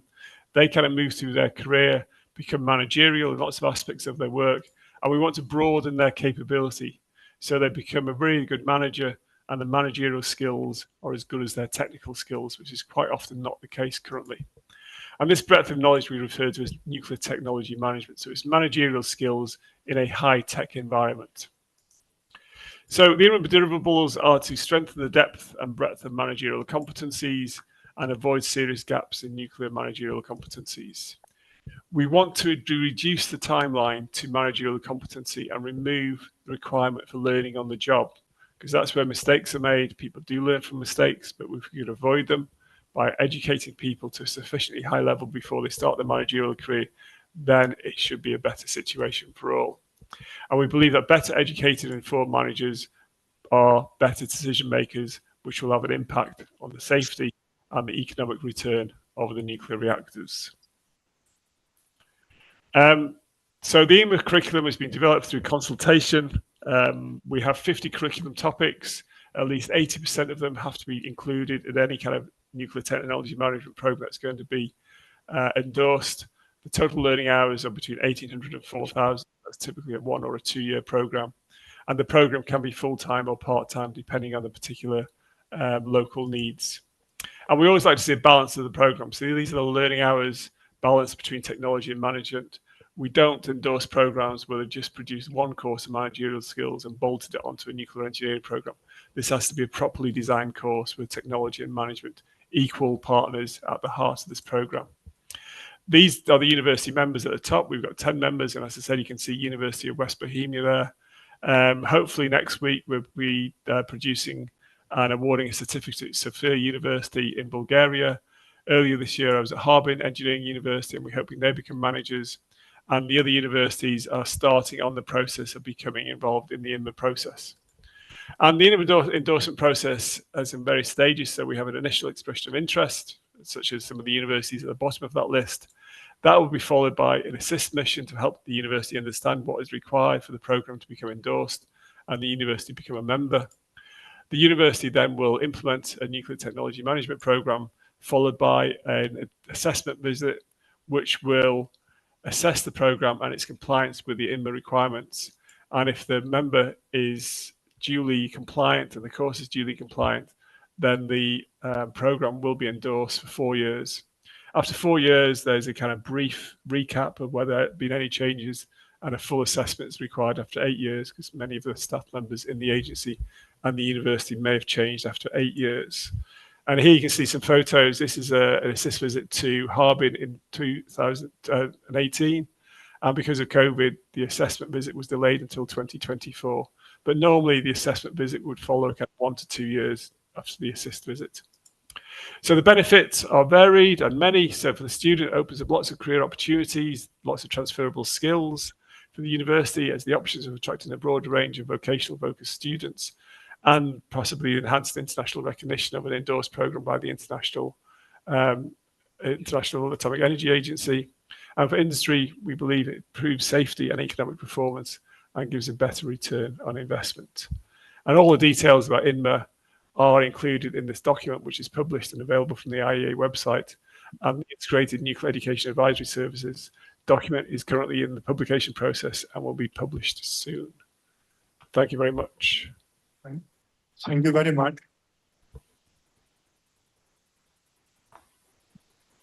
Thank you very much. We are a little in delay, so please,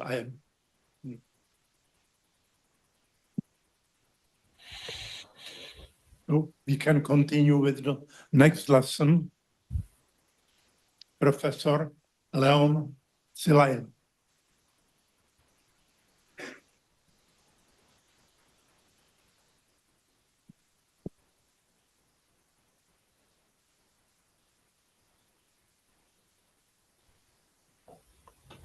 Mr. Roberts, you could please stop sharing your screen. Sorry, yeah. I've just done that. And Mr. Sizzle, could you please share your screen or presentation? Okay, hello, let me start sharing this. Yes, we can see the whole presentation. Okay, thank you very much for that. It was a pleasure to listen to John and a little bit of one of my favorite topics, education. I will go today a little bit to the business of predicting future.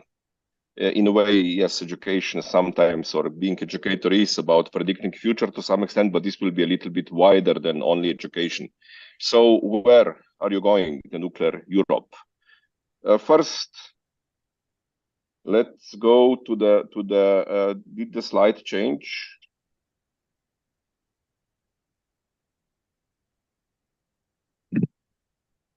Yeah, the slide changed. Yeah, we can see. Okay, thank you very much.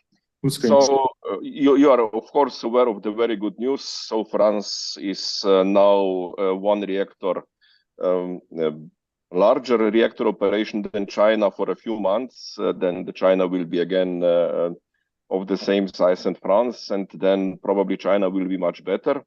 So the good news is that nuclear power is progressing. Not so good news sometimes is that we did, or they did, use roughly 12 years to construct this plant.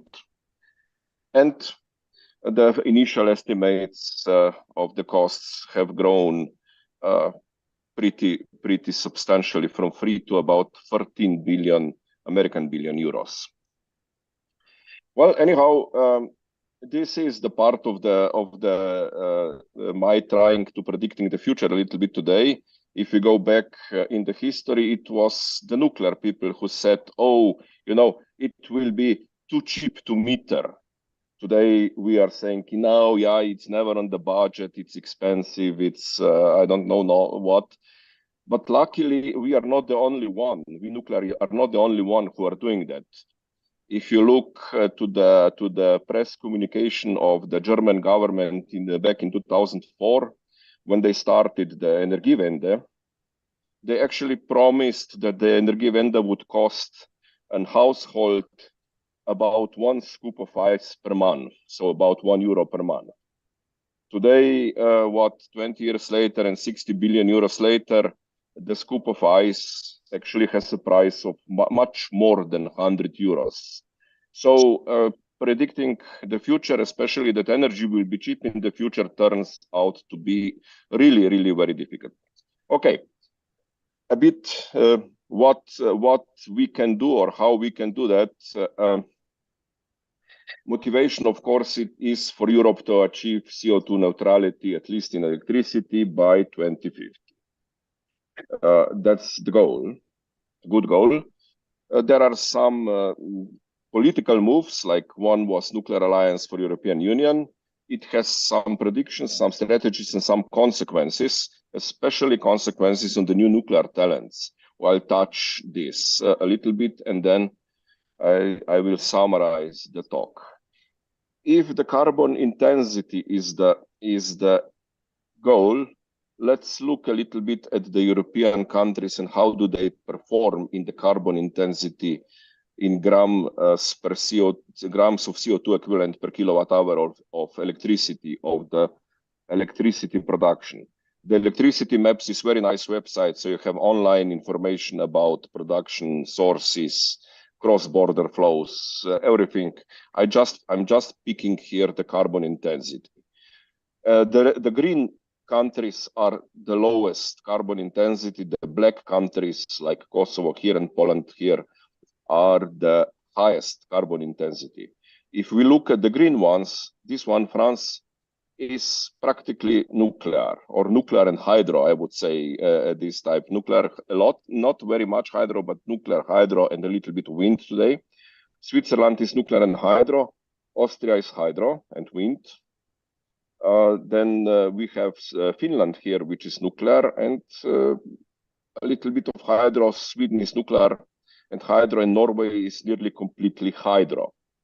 If you look at those who tend to be the most most famous green countries like Germany, with the Energiewende and 60 billions of investments, and Denmark also. Well, Denmark is not really green, but Germany is pretty much in the brown already, if not in the black. So it looks like they are actually not close to achieving the carbon neutrality anytime soon.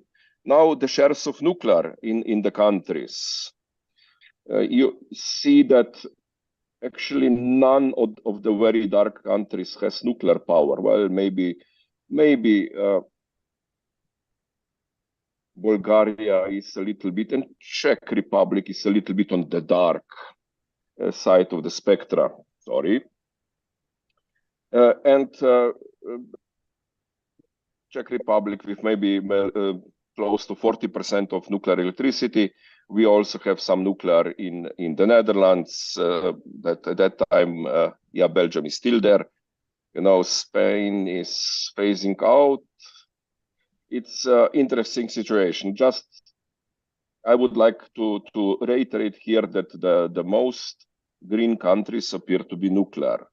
Now, the shares of nuclear are now here done with bananas. I will explain why I like bananas to describe to make the picture of the share of nuclear. But before that, let's go to the places which are in favor of nuclear in the future. So Estonia, Poland, among some nuclear countries, Turkey also, Ukraine also, a little bit just next door to the European Union. Of course, the Czech Republic. And I'm really sorry, I'm not with you in Pilsen today. Last time I was in Pilsen, I found a very, very, very healthy place while walking during the night. And I'm really keen to visit this place again. Bananas.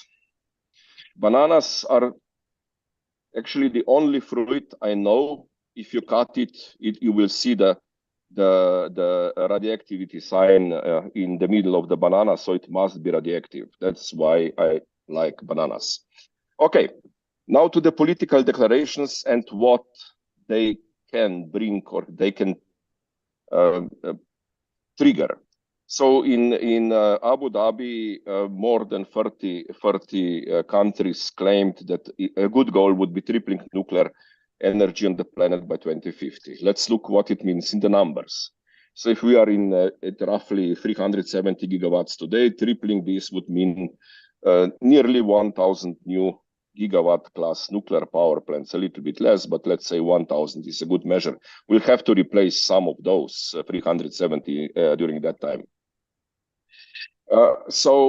Two people sitting at the Brussels Nuclear Summit in March 2024. So your Czech minister, Josef Sikela, and Ernie Moniz, who used to be an energy minister in United States some time ago, estimated that this would push or pull an investment of about 5,000 billions of dollars or euros.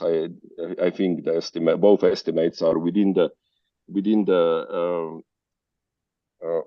error bars of the prediction. That's okay. And they both claimed the money is not the problem here, by the way. That's what's interesting.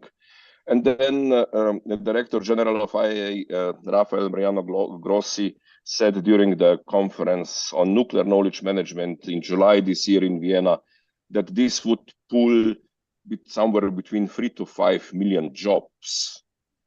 And indeed, could be a problem to get so many people and to educate so many people on time. That could be a bottleneck.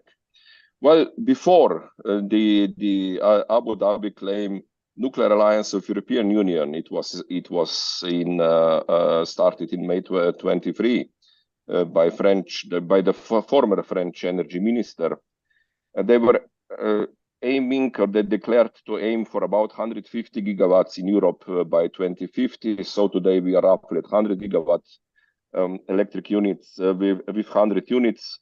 But the average average age of those 100 units is around or just shy of 40 years. So to get to 150 in 2050, we need between 30 and 40 or 50 new big boring reactors, gigawatt class reactors, and long-term operation and smartly marketed reactors. All of this will be needed. Sorry, I play with the acronyms a little bit. So big boring reactors are those which we can do without serious problems, a little bit of delays, and they really produce electricity and money. And SMRs are smartly marketed reactors, which might in the future produce also a lot of money and a lot of electricity and heat. But today they mostly produce people and new research, which we also desperately need. So SMRs are very useful. The two bottlenecks, talents, supply chains of talents and equipment. Again, well, the goal per se is calling for roughly 250,000 new talents. In this time, not a very easy task to achieve. Now, if we go to a new nuclear investment cycle, I think we should put somehow some idea of long-term strategic thinking in the equation. Because a nuclear power plant will be, especially the generation 3, they will be with us for 1 century. Even generation 4 nuclear plants are around for a century, give or take 10 years, but that's not so important. And 10th century, this brings very, very, very huge changes in science, technology, and society. Let's say, by the way, the first chain reaction, human-controlled chain reaction by Enrico Fermi in Chicago Pile 2 is only 80 years away. It's not yet a century away. And if the business and the equipment and the people would like to survive this long time, it would not be enough to predict the future, although it's difficult to predict the future.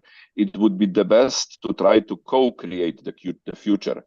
And who does create the future? Our best tool for that is science.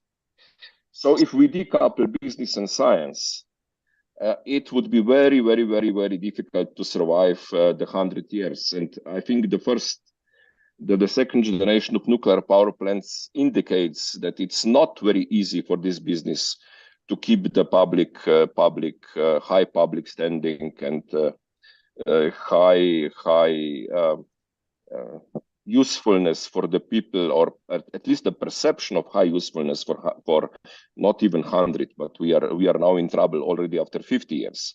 So I would be calling for strong, very, very strong strategic partnership of industry, science, and decision makers to make this century of safe utilization of equipment happening. So how many talents then do we need? Some published numbers. French, GFEN, French Industrial Alliance, they calculated roughly 10,000 new people per year until 2030. It's related to, let's say, the first set of 6 promised small EPRs, 1,200, to be built during this time. United States Department of Energy, in the document called Pathways for Clean Nuclear, also estimates the same order of magnitude per nuclear power plant or per big boring reactor, but in total roughly 372,000 people until 2050, and the goal is to have 200 gigawatt electric in the US by 2050. They are also, like we are in Europe, at about 100 today. So they would double. The planet would like to triple the capacity. So I repeat the European Nuclear Alliance estimate. They didn't give that estimate. It's extrapolated from the other by myself. 250,000. COP is calling, tripling the capacity is calling for 3 to 5 million. So it's altogether is 3 to 5 million. And there are some rumors from my British colleagues Actually, the United Kingdom, they had the political decision to go to nuclear. So at least not to fight. The politicians didn't fight around nuclear since, I think, at least 25 or if not 30 years. And they also started very strong push for the nuclear education at that time, 25 or 30 years ago. And yet they were caught by surprise very recently, where they considered how many people they need for the military and for the civilian program. And it's 40,000 people by 2030. So that's the numbers. What's the quality of these people? We would like the new future nuclear professionals to be specialists who would understand the more and more complex technical, regulatory, and social environment. So they would have to specialize in more and more and more in the details, and specializing in more and more and more the details requires much better communication with other people, with the colleagues with a little bit different specialization, which if you expand it also, we would like them also to be able to communicate to the public, at least in principle, how useful they are and how useful actually the nuclear energy is. So these people should be able to work in multidisciplinary, multicultural, highly competitive environments. The easiest way to do this is to go for mobility as soon as possible, high school, especially universities. So people going to other environments, work in other environments, where the technology and physics seem a little bit different, but talking to other people seem to be completely different. That's part of the very useful skills for this. More about this you can find in my paper cited downstairs at the slide. And let me just say that that's a little bit of commercial at the end of the day, also predicting future. I just became editor-in-chief of a journal, Nuclear Engineering and Radiation Science. You're very welcome to help growing this journal by submitting papers, contributing reviews, looking for special issues, whatever we would find useful, we can try to do it. So in the summary, in my view, not only in Czech Republic, but also in the rest of the Europe, we at the moment have the best outlook for new nuclear developments after decades of contempt. And we have great bottom-up initiatives in industry and academia, and I'm still looking for more of top-down initiatives, especially in Europe and some countries which are talking about new nuclear power in the near future. So we can only do it together. That would be the message here. Communication and cooperation beyond the usual cultures and subcultures would be necessary to do it together. And we will succeed together or fail individually. That's the win-win situation here.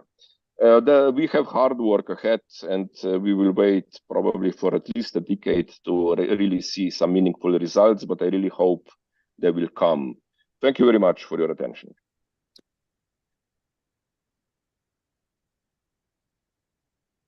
Thank you very much. We have a little delay, so we can ask after the all lessons. So please, Professor Kissing Kang.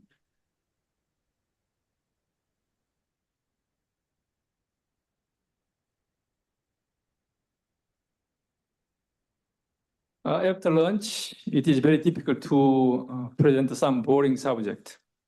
But do not worry about if you enjoy nap. This is not your responsibility. This is the speaker's responsibility. I try to my best. Open your eyes. I want to introduce the impact of the code difference to this is one of the and then and the Czech and the Korea. I think this is one of the best intelligent decisions from Czech government in history. Okay.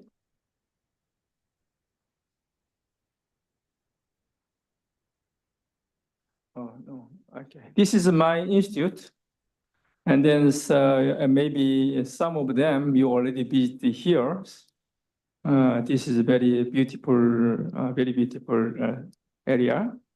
And the whole area is supported by operating nuclear power or decommissioning nuclear power, and then very beautiful seaside. These photos, I just today mornings, one of our and the president he introduced. This is after your decision and the first negotiation meetings. You can see here some big common and one of the difference.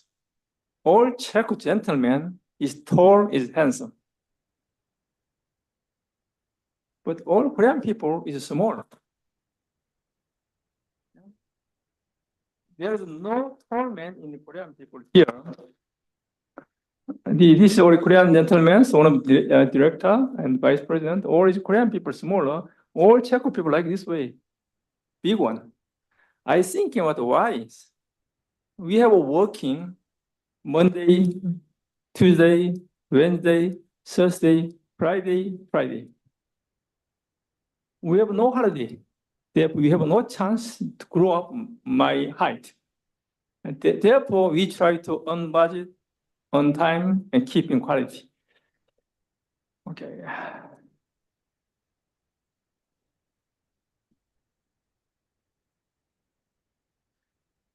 Okay, now I'm introduced for code comparisons. Since 2002 November, we thinking about how we can comparing from code. Czech Republic, Czech is a very strong mechanic area. So-called, you have NTD-ASI, your own code, not international code. But if you have invited from bidder using international code. If you're using international code, what is the difference? Czech code and then international code. Without the familiarization of the code, your industry cannot involve the new build reactors. Therefore, 2002 November, we already start. What is the difference for ASME, American code, and then Korean code? We first try to Korea-American difference. Second, we try to your code, NTD-ASI, normative technical documentation, checks mechanical engineers, and then ASME. We try to comparison. After comparison, how we introduce for Czech industry to involve for new nuclear reactors. This is our goals. Therefore, we start the 3 phases, phase 1, phase 2, phase 3. 2002, at that time, nobody knows who is the winners, who is the people bidders. But we already put in our money to make some research works. This works. If you see here, we have so many international standards. And then the left side, ASME, most famous, most basics. And then second, the Canadian Standard Association. This is for Canadian standard, like a CANDU reactor. And then below, and the KPIC, Korea Power Energy Institute. And then you have AFCM from France.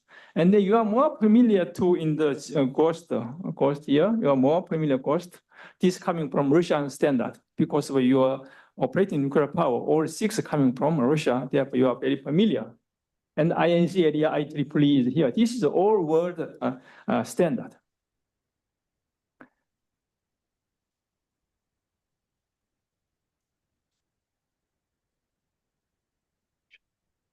This one. And then when you have a decide which code and which regulation is more hierarchy, this is coming from EDU number 5, technical requirement. Chess, they make some kind of a hierarchy. Number 1 is from Czech's law. True. Number 2 is your licensing authority, songs, state of art, nuclear technology, and their procedure, their requirement. Number 3 is for owner requirement. Number 4 is for so-called IMS, integrated management system requirement. to support this one, if you see IAEA safety requirement, so-called SSR, specific safety requirement, and ISO, International Standard Organization, and then ASME technically, 2021 version. In case of KHMP, they use the 2021 version ASME. This is one of the most updated version. And then left side, this is NTD ASI in the UR code and standard using from Dukovany and the Temelin nuclear power plant maintenance operation or refurbishment. Yes. This one is for ASME case. If you go to more detail, ASME is very systematic from number 1000 till number 8000. Number 1000, number instructions, materials, design, manufacturing, examination, test, overpress protection, and then identification. They are very systematic. They define the numbers, safety class 1, safety class 2, safety class 3, coming from 1000 to 8000. In your case, ND case, NTD ASI case, they have 6 chapters. Chapter 1 is welding, chapter 2 is material, chapter 3 is calculation, design, and chapter 4 is life extension, chapter 5 is ND, chapter 6 is HVAC. They're here. But basically, all NTD ASI coming from Russian code, so-called PNAE 00286. This is published in 1989. If you can find the photo here, this one. This all based this using from Russian code converted from Czech versions. This is a so-called your NTD ASI, normative technical documentation, checks mechanical engineering structures. You have like this one in each section, chapter 1 to chapter 9. Chapter 1 is over 80 pages, 13 attachment annex. Chapter 2, chapter 3, chapter 4. Chapter 4 is life management, so-called life procedure, 51 page plus 20 annex. Looks like a big books. Next one. And then painting HVAC, and then testing and the inspection. Recently, 2023, last year, we have published the design, manufacturing, and the maintenance is a new one, so-called in the section 9. Next one. This is your all 9 section NTD ASI. Comparing to ASME one book including everything, but in your case, based on the technical content, you can divide the chapter 1 to chapter 9, section 1 to section 9. Okay, looks like a hyperlinked, and then all information, if you want information, and then this information goes through changing like this way. If you are very familiar, chapter 1 to chapter 9 is very easy. But if you're not familiar, it's very difficult to using NTD ASI. This is a big difference from ASME and the UR code. Next one. As mentioned, ASME is one book, section 3, 1000 to 8000 describes one book, everything is one book. In your case, you have a 9 section, each one is hyperlinked. Next one. And how can we compare that? And we have a categorized for categorization. Number 1 is a fully same. Czech code, ASME fully same. This one. Chapter 2 is for equivalent. Something terminology different, but the meaning is almost similar. Chapter B1 is not described. As NTD ASI described, but ASME not described. This one. B2, both of them, they mention the loading condition, but the different terminology, different requirement. Therefore, we will define A1, A2, B1, B2. Okay, this one is from why so difference. The main reason, ASME is a main focus in new constructions. NTD ASI mainly focus operation, maintenance, and refurbishment, and then replacement. This is a big difference. Basis is different. ASME is new construction, and then your code is a Dukovany Temelin nuclear power plant operation maintenance, changing to some equipment. And this is for big difference. If you're finding from material property, opening reinforcement, evaluation of the nozzle load, and some kind of a technical area is different. This is a big category. Next one. And then how can we compare them? We start from system basis. Second, we have a component basis. Component means a bumper, valve, piping, vessel. We have only 4 categories. And then we have analysis for nearly each for your section 9, and you have analysis. Therefore, first the system, second is a component, and then another one is for section 9, mainly focus in the new construction areas. Next. This is one example. If you have designed the load, the piping load, how can we have designed piping? What is the load? Where is it coming from, this load? This load coming from in the mediums, fluid load, or material load, and external load. We have the load condition described ASME. Second column is NTD-ASI described load. Therefore, looks like similar, but some slightly different, but almost similar. Therefore, we say, oh, to design vessel, pump, valve, piping, and the loading condition, ASME, NTD-ASI are very, very similar. Next. Second part is for the system. In case of ASME, they have a case safety class 1, safety class 2, safety class 3. In NTD case, they say BT1, BT2, BT3. You have also 3 categories. But all 3 categories belongs to ASME section 1. NTD-SI, they have no guideline for class 2, class 3. They have no only for class 1. Class 1 means BT1, BT2, BT3. This is a fully different story from your side and our side. Next. And then this is for the calculation, design conditions. How can we design? And you can find for design requirement. Design requirement, this is for ASME requirement and NTD-ASI requirement.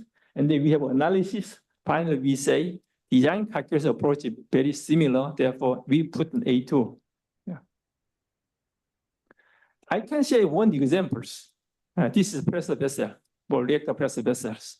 And the APR 1400 reactor vessel, its sizing is for 4,630 millimeter.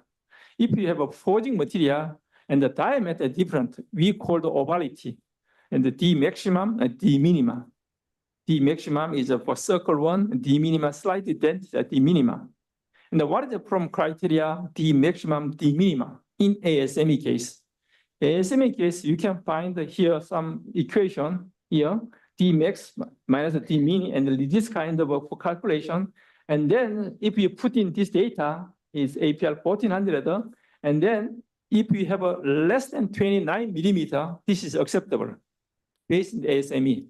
If you have a almost a 5 meter diameter, and then D max, the meaning difference less than 20 millimeter, in this case, code say this is acceptable based on the ASME code. Next one. If you use for a Russian code like your code, NTD-SI, you can use for regardless less than 20 millimeter. If you calculation this is Russian code, and all D max, D min is less than 20 millimeter. Therefore, Russian code and or your code more severe than ASME, based on only this formula. Next one. Yeah. Next one. And then we can find all different things, like here. This is for ASME. This is for an NTD-ASI formula. Next one. And finally, we make some kind of a survey to support for Czech industry or Korea industry. This is a survey monkey. If you go to this survey monkey, you can give your idea, your thinkings. Next one. I can before survey monkey. Yes, yeah. We put in for a pump, and the pump is for this is for ASME, this is for NTD-ASI. We can comparing from pump, valve, piping, vessels. We provide information. Next one. Based on this next one, we have provided this is surveyor, and how many years you are working, what is your expertise, your research, your designer, and then next one. And then you can put in 9 categories: design, loading, and materials, and then material calculations, and this fabrication, this inspection, test, overpressure, and the corrosion. We can put in all things. So what is the difference from ASME and NTDSA? Based on your expectation, your experience, we can put in almost the same, slightly different, and the moderate different, and the very different, and the extremely different. We can put in this one. Next one. We can put in all things for here, the similar way here, this one. What is the impact from code difference in your company? You can put in, if you go to this SurveyMonkey, anytime you can access, you can give you ideas. This is the similar one. Similar one. This is a similar one. Finally says, we have mentioned we have through for a new nuclear build, you can make support in your industry. How can we support industry? Number one is you make some joint venture. Czech company, Korean company, joint venture, make your own. Second one is you ask technical transfer. Through the technical transfer, you make build your capability. Third one is you can only buy some engineering part, and then you can make your own fabrications. And then also some core area is you can import from outside for inside, some box or some decoration done by Czech company. These are all things. And last one here, last one, we are committed to build a new reactor within maximum involvement of a Czech company, making the most synergy for the corporation. This is not my word. This is coming from an executive vice president. Vice President Insik Bak, he made a May CT24 report. Therefore, KHNP, they try to their best to boost your industry. Last one. This is my last slide. This is for Dukovany site map. And we will hoping 2 units built on time, on budget, keeping quality. Thank you very much.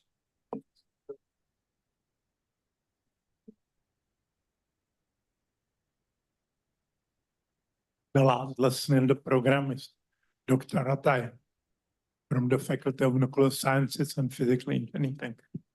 Dámy a pánové, je mi velkou ctí být jako přednášející tady na té výšťastné akci. Ladies and gentlemen, it's my great honor to present at this conference, Nuclear Days in Pilsen, and many thanks to Dr. Zdebor for inviting me to this event.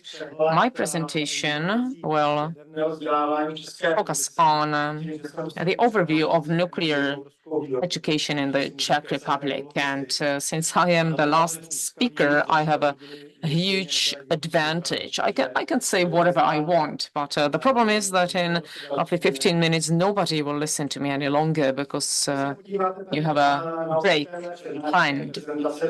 So when you look at the outline of my presentation, I could spend like an hour on each of those points, but I tried to sum it up, to provide interesting information to you and to tell you what challenges we face when it comes to nuclear education. What are we actually talking about? Well, there's no clear definition what it is when we talk about nuclear education. But I looked into OECD documents and I found a general definition. It says that nuclear education can cover various fields such as nuclear energy, radiochemistry, radiophysics, nuclear medicine, nuclear physics, and so forth. But we all know that to build new nuclear resources, we need not only nuclear engineers, but we also need mechanical engineers, electrical engineers, civil engineers, chemical engineers, and so forth. Simply experts from various fields of study that have at least some link to nuclear expertise. So they have to be involved, and we need to keep educating them. But it is obvious what should be the outcome, the objective of nuclear education. The objective is to generate a sufficient number of experts for nuclear energy, nuclear industry, nuclear research. Of course, we also need experts for healthcare applications, because we more and more use things like ionized radiation and so forth. So that's a wide range of expertise, and it's hugely demanding to generate experts in all these fields. Next slide. Let me focus now on the Czech Republic and try to assess where we stand on this. The Czech Republic has a long tradition of education in the nuclear energy sector. We can go back to 1955, when the Technical Faculty of Nuclear Engineering, now it has a slightly different name, but it's been in existence since that time. Originally, it was at the Faculty of Mathematics and Physics out 2 years. It then was incorporated into the Czech Technical University. So the bottom line is, this faculty came to being with a clearly laid down purpose to provide a sufficient number of experts for the nuclear program, which then was starting in Czechoslovakia. And in 1955, the Institute for Nuclear Physics also came into being, the famous institute in Rzeszów, and 2 years later, the Institute of Nuclear Physics at the Academy of Sciences of the Czech Republic. And 2 more years later, the first nuclear reactor in the Czech Republic, then there was Czechoslovakia, was built. That Institute of Nuclear Physics then broke up into several organizations, but all the organizations are still located in one and the same place, called the Green Valley. And you can see on these photographs the very beginnings, the early days of the institute. Now it's the Institute of Nuclear Research, and still the Nuclear Physics Institute of the Academy of Sciences of the Czech Republic. A lot of big names are associated really with this development, with these developments, not just in terms of research, but also education in the nuclear energy sector. I put my finger on a very interesting and lovely brochure. I think Jirka Marek was the author, which is essentially an outline of all the great figures, all the greats of Czechoslovakia's nuclear power sector. One major figure, in my opinion at least, the first director of the Institute of Nuclear Physics there, somebody who was also highly placed in the IAEA agency, and one of the first people, really, the person who was the founding father of the nuclear research in Czechoslovakia, great teacher, great experimenter, somebody who's really had a lion's share in setting up a lot of testing equipment and various research groups, Professor Čestmír Šimánek. Unfortunately, he's no longer with us, but if I'm counting right, he would celebrate his 105th birthday this year. So Professor Šimánek, he really is one of the most prominent figures of this sector and education in this sector. As a matter of interest, he spent some time with Federico Schlitt, who was actually the Nobel Prize winner for nuclear development, nuclear research development. Moving on, technical universities, the major technical universities that are involved in nuclear education. Not all of them who are listed here have a direct program specifically on nuclear education, but it's definitely the Czech Technical University, the University of West Bohemia right here, and in some way also the Technical University of Brno and the Technical University of Ostrava. And apart from that, there's a whole lot of universities and colleges who are more or less involved with the nuclear technology. The Chemical and Technical University in Prague, the Charles University in Prague, the Technical University in Liberec, but also the Masaryk University in Brno. However, if we look at the definition of the nominal programs for nuclear engineering, obviously it's the Czech Technical University, the Faculty of Nuclear Physics and Nuclear Engineering. It's logical because that was really the first institute for educating people in this area. Then you have nuclear chemistry, and in total 6 different programs in the bachelor and master's degree level, also concerning decommissioning radiation physics that goes into the ionizing radiation, medical applications, and that kind of thing. I need to mention, of course, the University of West Bohemia, the Faculty of Mechanical Engineering, and the program called Construction of Nuclear Power Plants.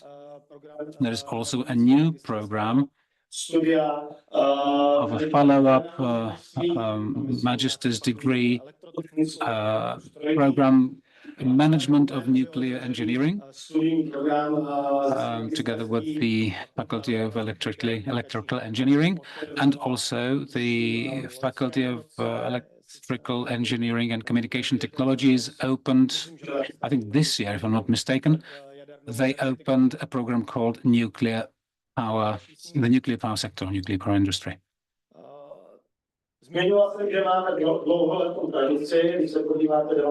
I did mention that there has been this long tradition in this country of nuclear engineering and nuclear physics education. So it's essentially 70 years in the making. And thanks to that, we can use a whole lot of school and experimental facilities, like the VR1, the school reactor, subcritical VR2 reactor, and a whole lot of interesting equipment, laboratories, Tokamak Golem radiochemistry laboratory. We can use the Golem Tokamak for the study of the fusion. There are really well-equipped laboratories at various technical universities, which is, I think, unique because we can bring theory into practice. Apart from that, we also try to put to make education methods more interesting and more up to date. So it's no longer just the teacher talking from the lectern. I'm not saying this is no longer present, but you can do also things like even practical training, practical education can be handed over using virtual connections, online education programs. Also, various laboratory environments can be created online, blended learning, and all sorts of methods. A lot of emphasis is placed on being effective. So that means preparing the student in a theoretical way and then spending as much time as possible on the practical, hands-on side of things.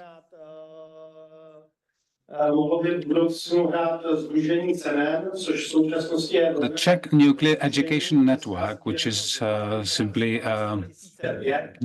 voluntary based association of universities who are involved in nuclear energy education, can play a significant role for the future. So that's the Czech Technical University, the Chemical Technology College, as well as the Masaryk University in Brno, plus industry partners, plus various state institutions. That network came about in 2005. Although I think it's fair to say that it's kind of fails to reach and fulfill its potential. But we'd like to revive the idea of this network Probably the main activity that's been around since 2007 is the Summer School of Nuclear Engineering.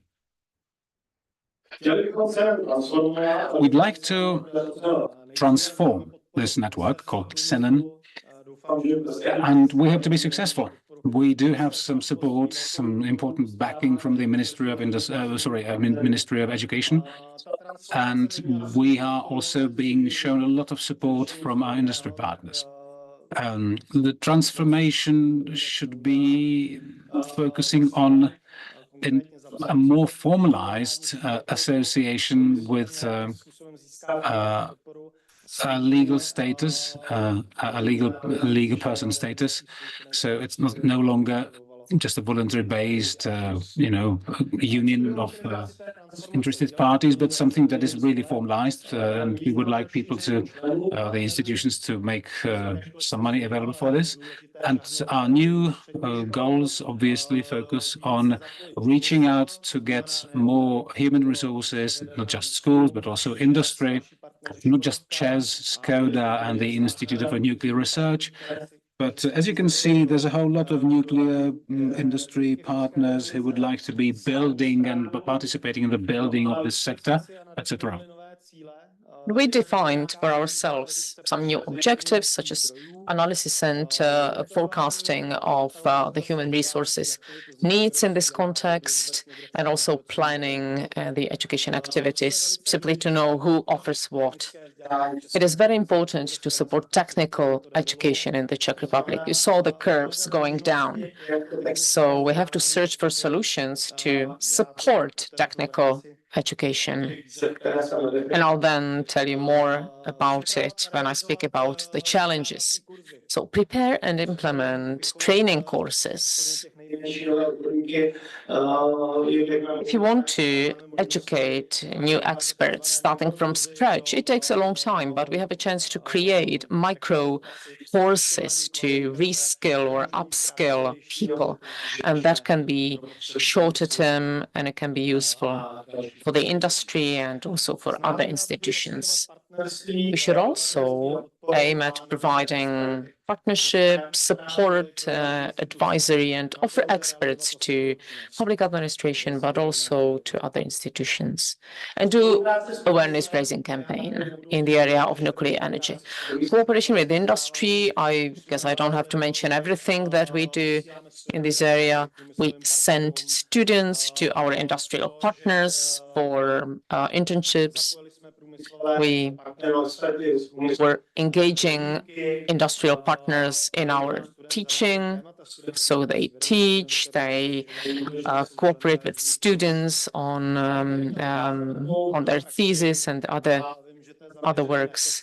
And I can mention certain best practice examples. And I know that we're focusing a lot on ČEZ, and I don't expect anything from ČEZ for this advertising in quotes, but I have to mention that ČEZ really is doing it well.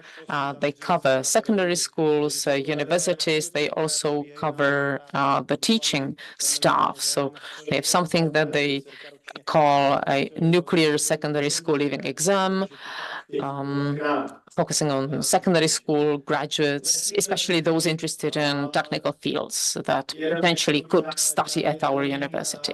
Summer camps.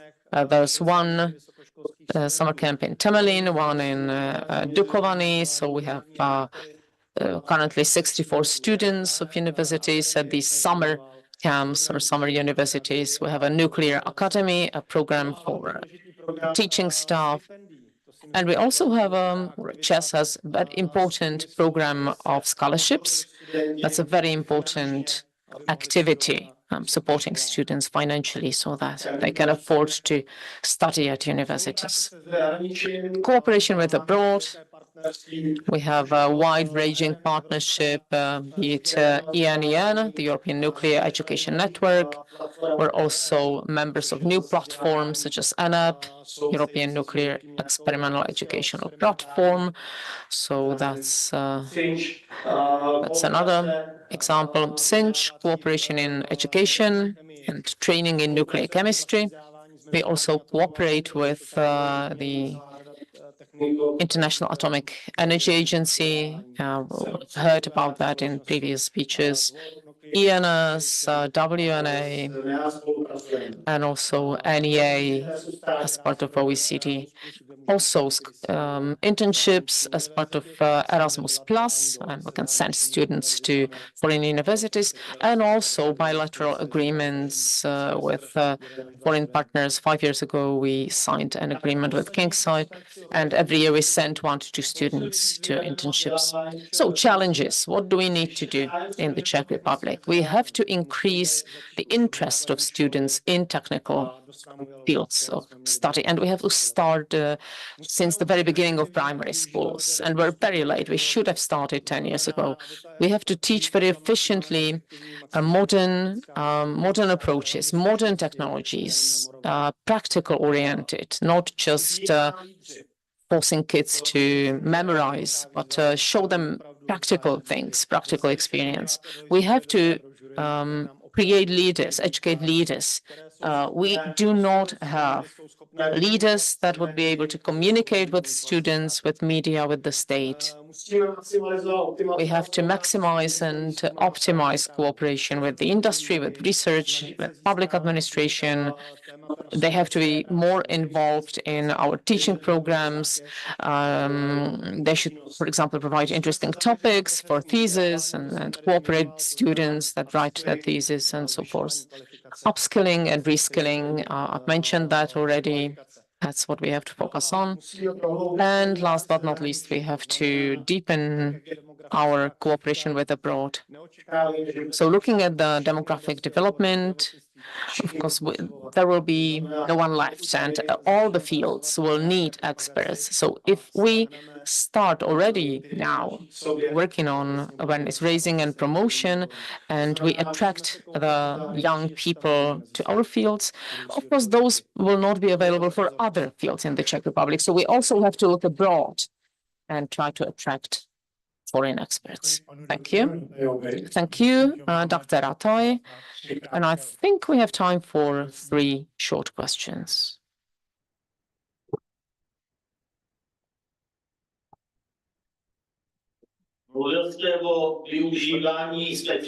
So you talked about using special facilities, and you mentioned a simulator.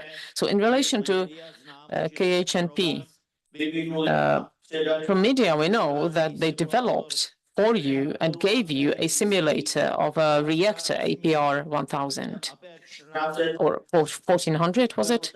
Okay. So the question is, does it include the reactor, the whole primary circuit, or the Prescott plant? And how do you use it for teaching or for training or for research? Well, thank you for the question. Yes, that's fresh news. That's what happened in recent months. It's a simulator of APR 1000. It's not a full scope simulator. It focuses on the active zone and the physics in the active zone and active commissioning and so forth. We're still learning to work with the simulator at this moment, but starting this semester, it will become a part of our teaching programs. And that was also the reason why we wanted it. We wanted to have it included in the teaching.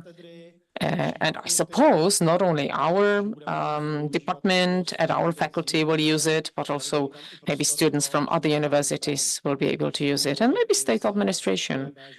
I already talked with the State Authority for Nuclear Safety. They would also be interested to look at this device, how it works and what it offers. And as for research activities, well, we will see what can come out of it. We haven't thought about it in great detail so far, but I'm sure there will be some opportunities for research as well. Okay, next question. Dalibor Mateju, good afternoon. I have a question, maybe not relating so much to this, but actually I think it is important. How do you want to raise interest in students? Because it could also mean for the students to move to a different location, to take their family, for example, with them, and there must be benefits linked to it. How do you want to attract the people? What can you offer to attract them? Okay, so how to attract the students? That's an excellent question, and I'm not sure whether I'm the right one to answer. I mentioned a number of times when I talked to my colleagues, and I'm saying it openly, we've lost at least 10 years. We should have already done some kind of a questionnaire to find out why the curve is going down, why people are not interested in technical fields of study. Because in the past, it used to be a very prestigious thing to study, to become a technical school, to become an engineer. And then the curve started to go down. So try to find out why that happened and how can we attract them? Well, one thing is that we can offer a promising future to them. So if they study and graduate, they can get a good job, an interesting job. It can provide them a good livelihood. So that's one thing that we can offer. And another thing is that we can give them possibilities and opportunities to be involved in research. So it's not just that they study a technical field, they graduate and they start a job, but they can also be involved in research.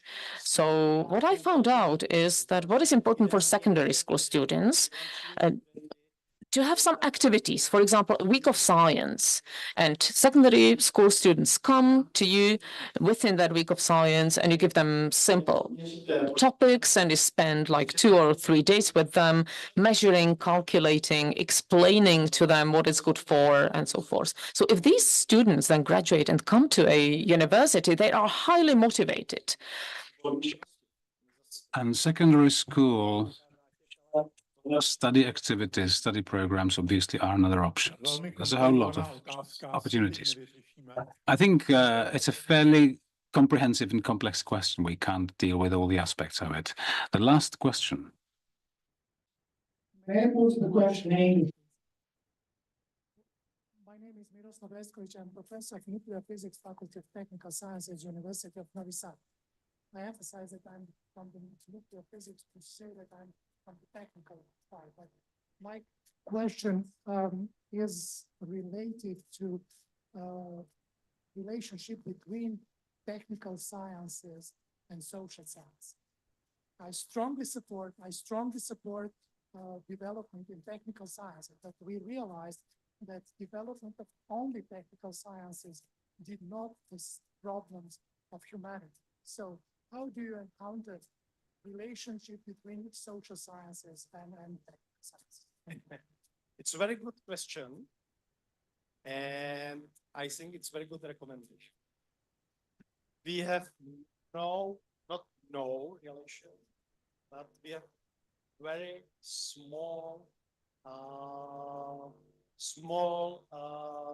common activities together with social sciences and techniques. And it's really important to start cooperate together. Yeah. Obávám se, že jsme vyčerpali čas. I'm afraid we're running out of time now, gentlemen, ladies and gentlemen. You mentioned for simulator, we call the CORE-C, Core Operating Simulator. This is just for reactor physics.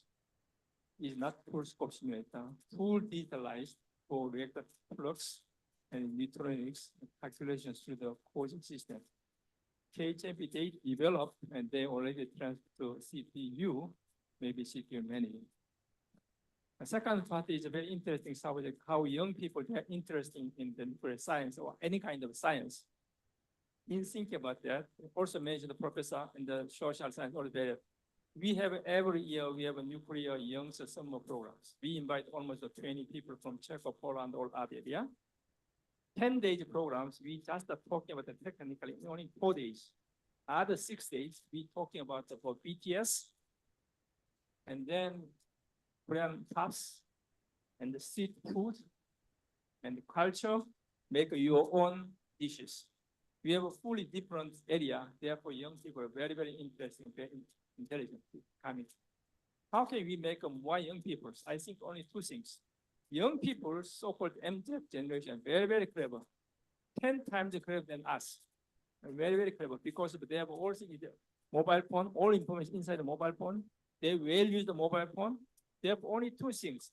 If I select this subject, how about my job, future my job? First one. Second one, how many times I have a chance to abroad to learning from outside.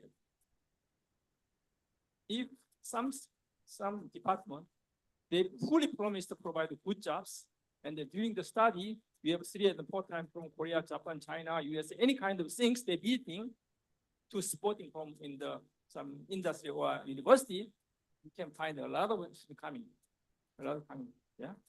One example, we have one subject from Polish University. We have a Korean language department.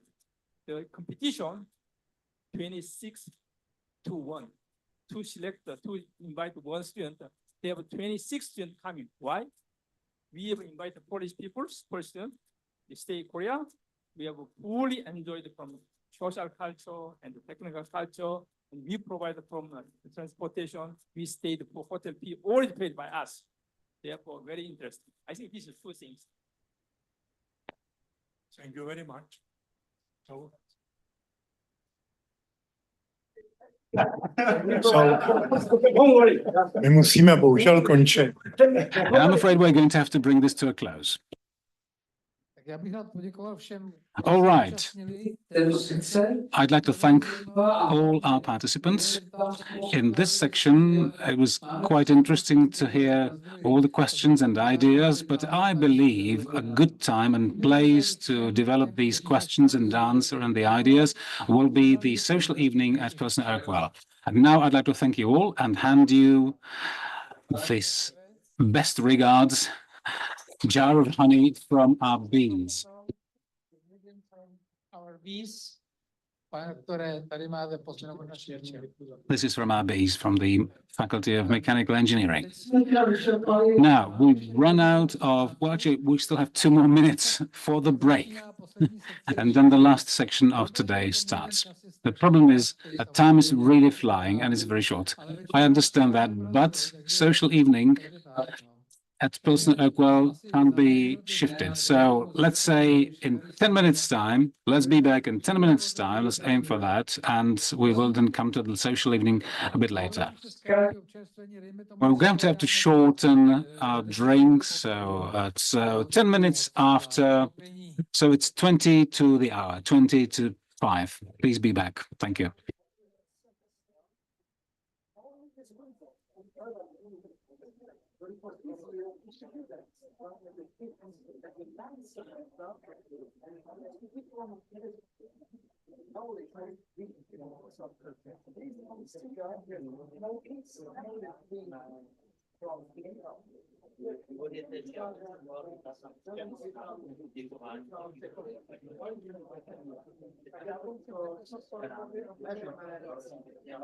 Registration of methods.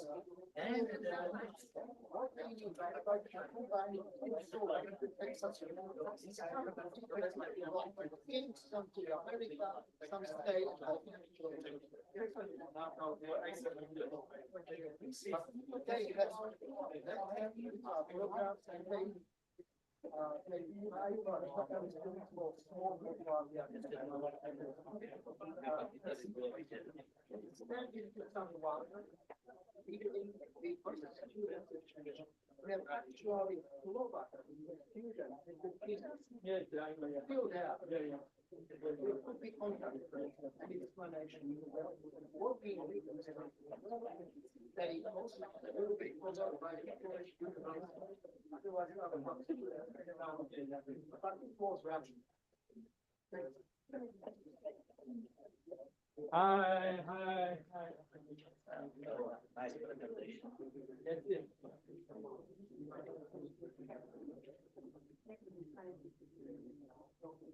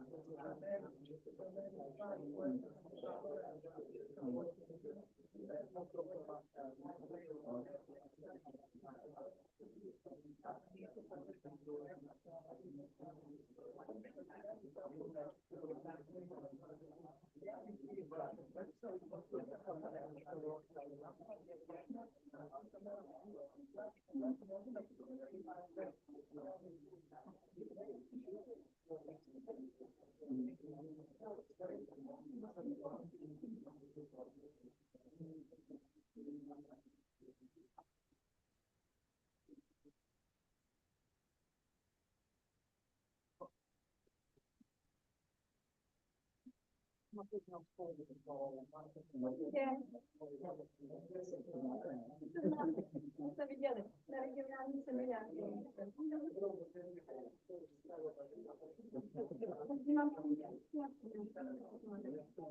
Jo, tak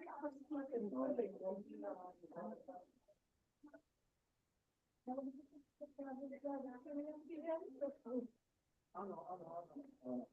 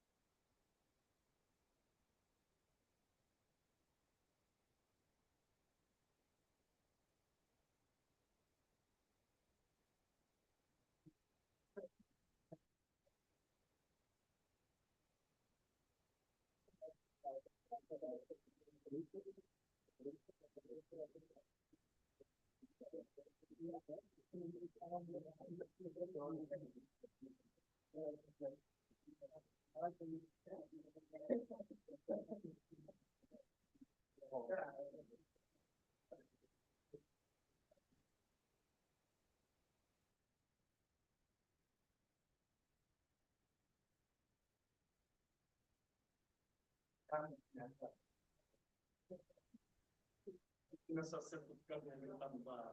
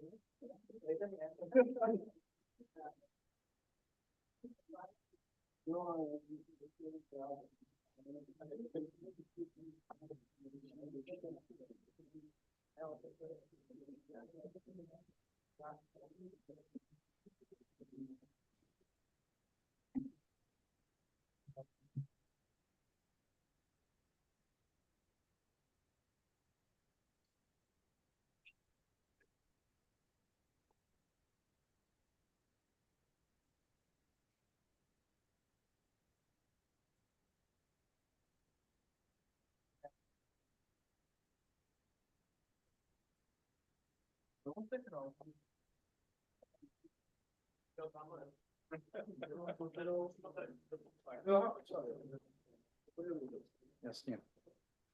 Tak, já to asi budu vysvětlovat. No, ale vy ho budete používat, že? No. Takže zaplá, on bude zelený. Tady je standby. A tady je vyplay.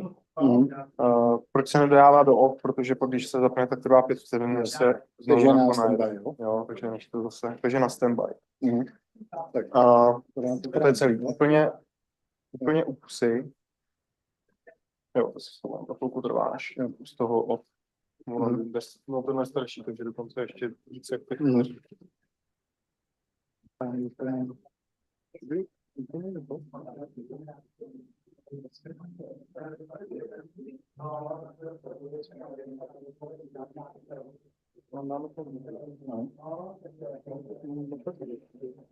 Jo, tak mě více tam bude.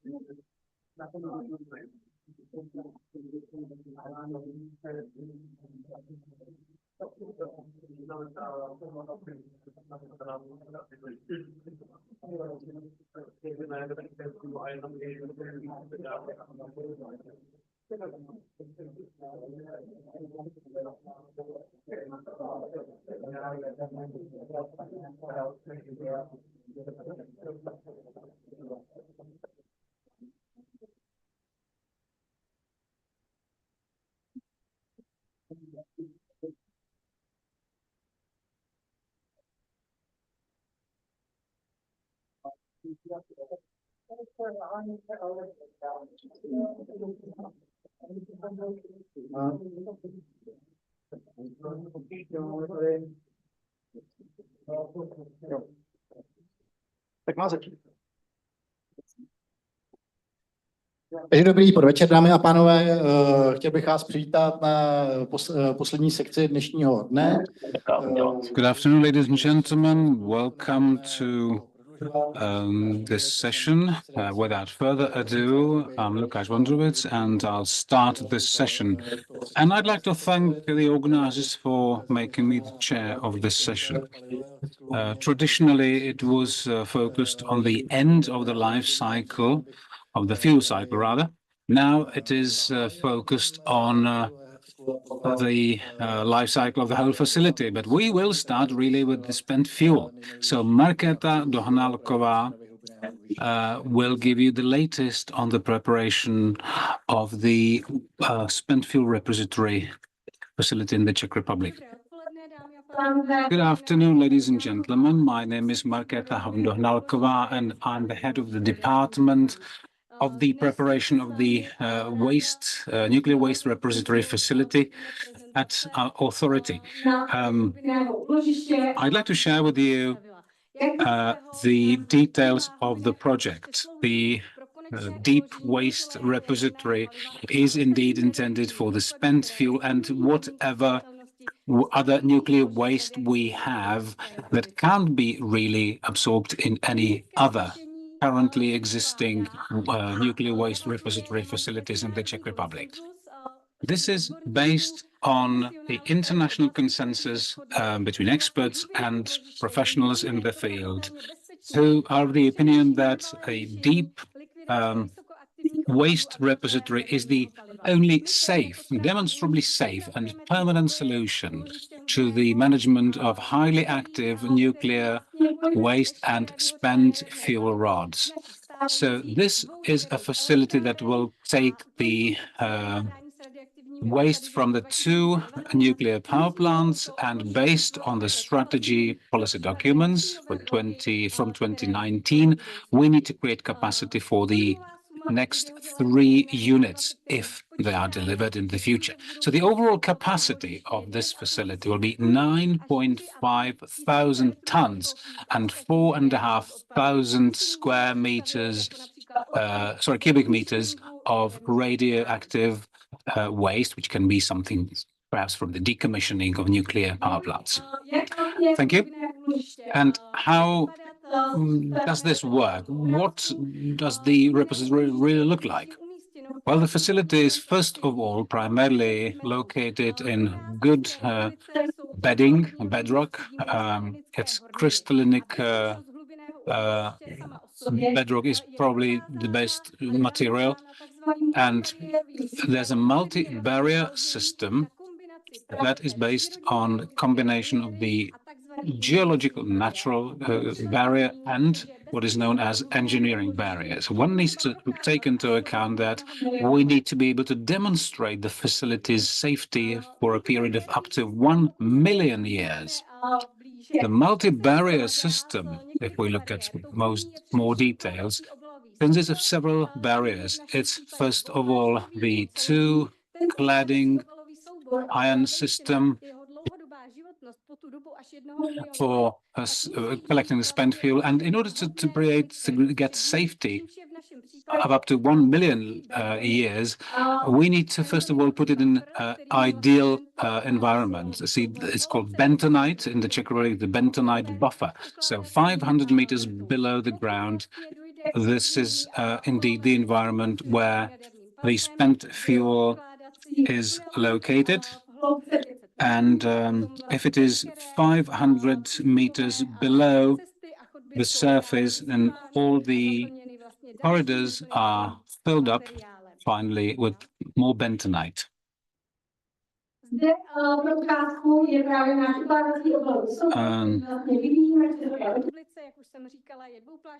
The storage casks are consisting of these two shells and the cladding, and you can see the buffer as well, which is essentially the material that surrounds the cask, the storage cask. Again, this is the Czech bentonite, and you can see the bentonite segments that we suppose we'll be using for the storage facility. Now, there's also a material called backfill, which is, again, in this case, probably bentonite. That will fill up the corridors and all the other storage spaces. In order for us to be able to put our finger on how exactly we proceed, we create a plan for 5 years for research and development, and that assesses and evaluates and defines our key research areas that we are going to spend our time on. At the moment, we have a new research and development plan that currently is being reviewed internationally, and all the research and development activities are coordinated together with the State Nuclear Waste Repository Authority, and our sub-suppliers are also involved. Currently, we are assessing the security and safety levels. We are updating the design, and most of all, we are selecting the locations. The process of selecting the suitable locations is a long and tedious one. It started way in the 1990s. The Ministry of Industry and Trade and the Ministry of the Environment of the Czech Republic have earmarked several locations in the Czech Republic that potentially would actually be good for these facilities. And then the short list of 6 locations has been developed. 3 additional locations were added. One on Kraví Hora, near the uranium mine Rožná 1, and 2 more locations near the Dukovany and Temelín nuclear power plants.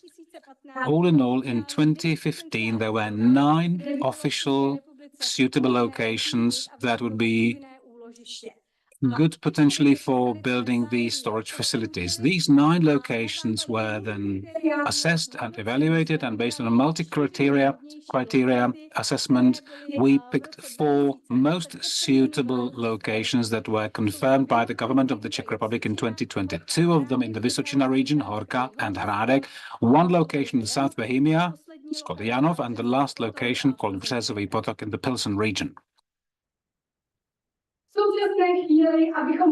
At the moment, in order for us to be able to pick the most suitable location, we need to complete what is known as the geological characterization, geological survey, essentially, so that we can compare in a lot of detail the geological environments in order to pick the safest and most suitable location.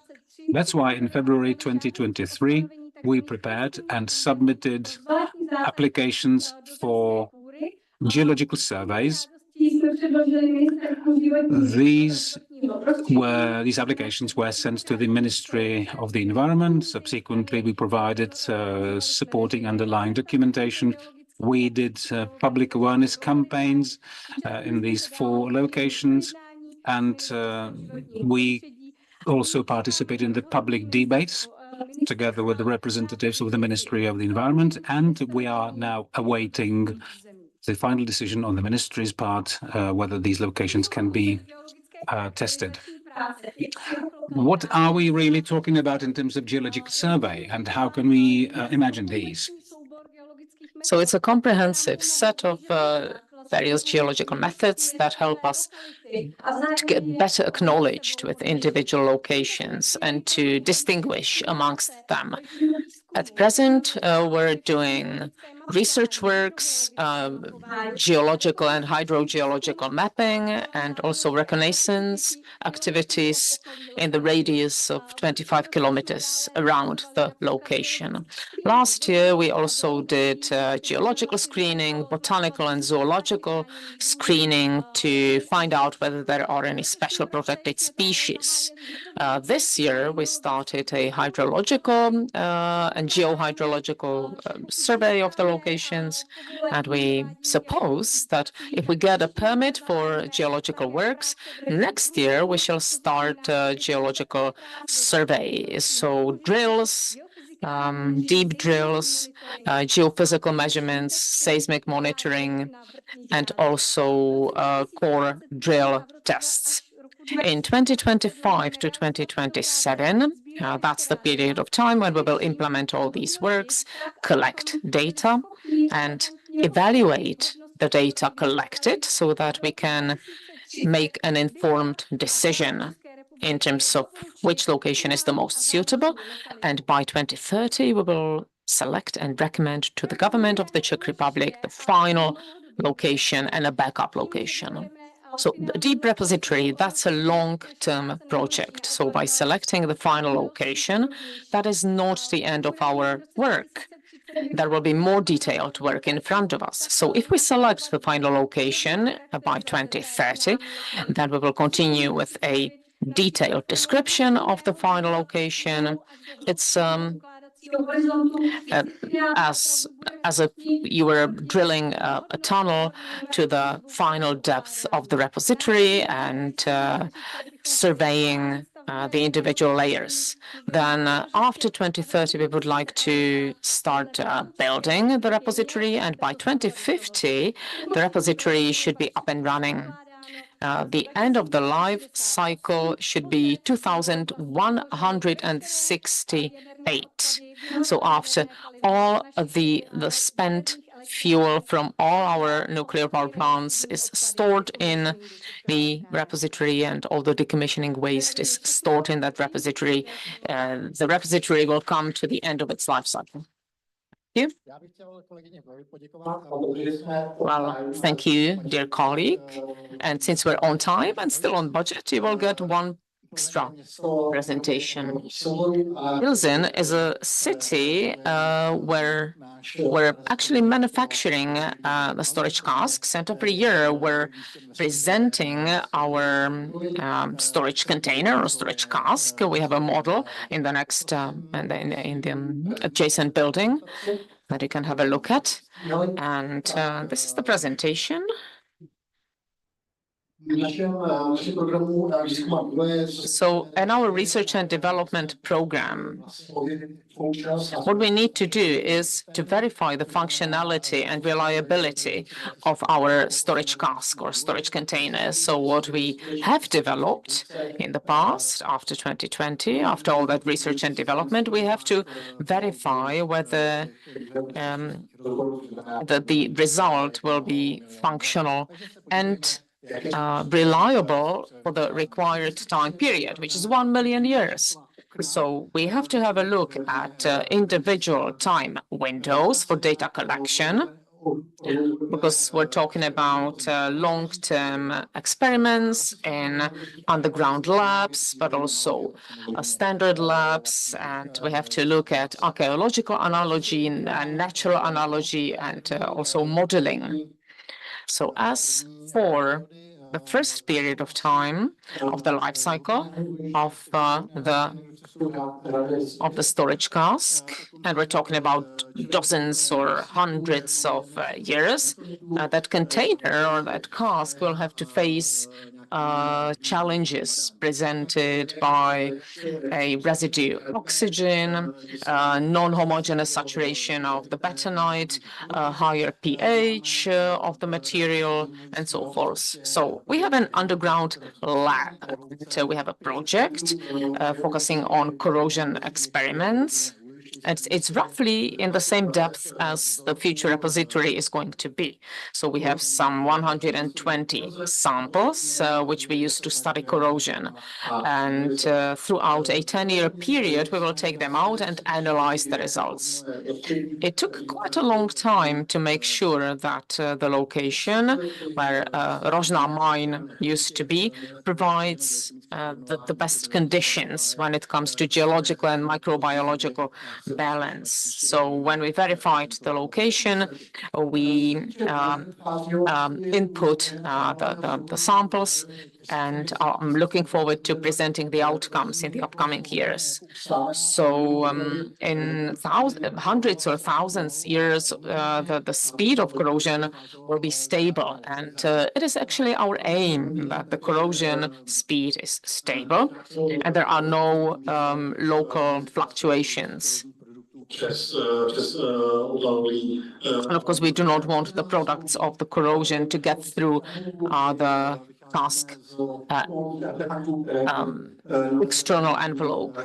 So we looked at various artifacts that we found at old ponds and various water tanks and studied the speed of corrosion of those materials. And that helps us forecast the speed of corrosion of our containers up to dozens or even thousands of years. Of course, we have to study the conditions carefully and make sure that what we're researching corresponds as much as possible to the future condition of the repository. The third stage of the life cycle, thousands of years, we looked at the natural analogy in the Kiruna site, and we looked at mineral changes in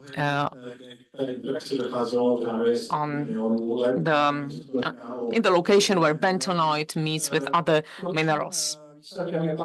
So at the end, we get a mathematical model, and that mathematical model is input into an overall model, and that model is used for an overall evaluation of the storage strategy. So we have to evaluate both the inner sealed metal cylinder and the concrete or metal outer shell and its integrity. So far we've done some screening calculations. We looked at the corrosion of the outer shell, and we looked at the maximum corrosion which is accessible and what happens if the outer shell is disrupted by corrosion in the context of protecting the spent fuel which is inside in the sealed metal cylinder.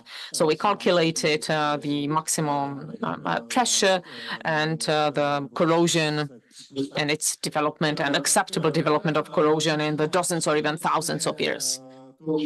So what we have to forecast, and I hope I'll be able to tell you more in some 2 years' time, is what happens if the outer shell gets disrupted. So what will happen in the inner metal cylinder in terms of the changes of temperature or hydraulic or chemical or other conditions?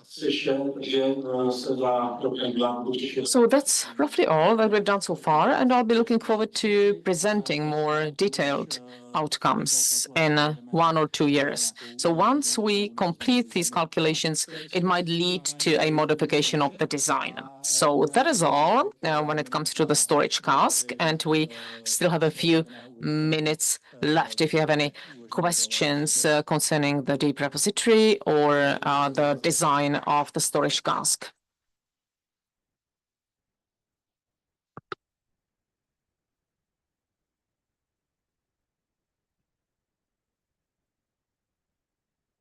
There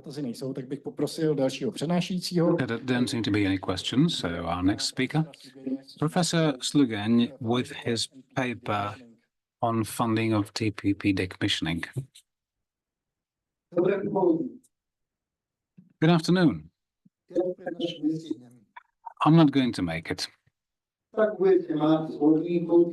So, you will be able to read my paper in the proceedings to this conference. So, okay, a little upselling. I will hope that you will be eagerly reading my paper there, and I will just completely skip that topic, and I'll be talking about decommissioning, the lessons learned from the past and the current decommissioning projects. And I will be thinking more philosophically about what it is when we talk about the decommissioning process of a nuclear power plant. When you go back in time and say that the nuclear power plant was said to be 30 years of this or that particular components, the second generation said 40 years, now it's 60 plus years.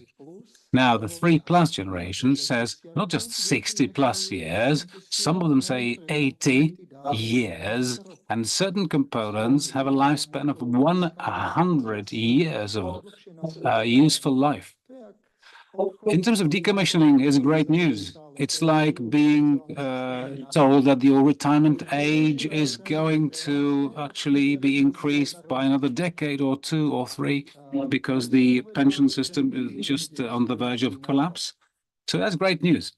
But let me say that I don't think there will ever be enough money for decommissioning, even if that nuclear plant is run for 80 years. Do you know what the proportion of profit is based on decommissioning? Between 10 to 15% of all the profits generated by selling energy goes back into decommissioning. But it's still quite a wide range. If it's a fleet of 56 nuclear power plants, nuclear power plants in France or in Slovenia, maybe 25% there in Slovenia, maybe, or Slovakia, maybe France, it could be as low as 6%. So there's a pretty wide range. It's a pretty expensive process that is difficult to predict. So the bottom line is there's never going to be enough money to do the decommissioning. If you spend 15 billion at the beginning, you are looking forward to the day when this bloody thing will start making money. So you are clinging to your cash, and you'll be thinking, well, I can simply wait and hope that things will just work out well, work out fine, and hope for the best. Everything gets shifted. It's not just the construction deadlines and commissioning deadlines, but the decommissioning deadlines, because you don't have enough people, you don't have enough good contractors. Well, things get delayed. So what? There's a huge risk involved. I want to say that the speedy decommissioning, the way they did it in Jaslovské Bohunice, that is the cheapest way. The longer you spend working in the decommissioning, the more you postpone it, the more expensive it becomes, because the limits, the environmental limits, are going to increase from 100 to 300 becquerels, for instance. So everything gets delayed and everything gets more expensive. So we need to look at pragmatic solutions. The theoretical solutions, or the dreamed about technologies that have not been really proven in practice, they don't really have a long life in nuclear energy. And my last comment, up until 1 million, it's money. Above 1 million, it's politics. So at home, you'll be thinking, okay, should I drink 2 beers or 3 beers? Because that's money. But if it's above 1 million, it's your wife's decision, because it's a policy matter. I'll skip these slides because I want to go to this slide that deals with the topic of the average age of nuclear power plants. It's roughly 50 years, because some nuclear power plants were built in a slightly different way. It's the pressure vessel, which costs 6 to 8% of the construction. Some of them can't be annealed, some of them can't be replaced. So this is the main limiting factor. Roughly, we're talking about 50 years operation life. Some of the nuclear power plants that were decommissioned were not economically feasible. So it's not a sweet statement to make, and I'm looking forward to the honey I'm going to get after this presentation, but it's really sweet, but it's true. So one of the competition or non-competitive, rather, disadvantages of nuclear power plants is the ever-increasing requirements in terms of safety and security, up until they reach a point at which it's no longer bearable, and they will render the nuclear power plant operations uneconomical.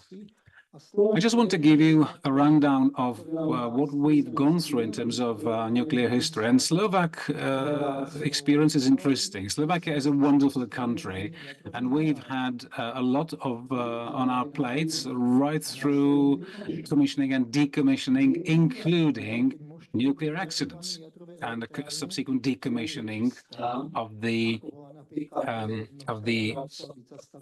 accident of the broken down reactor. So V1 had to be decommissioned after 26 years in a beautiful condition and in a mint condition. And there's the other plant that went through 2 accidents. You need to have clear policy for that.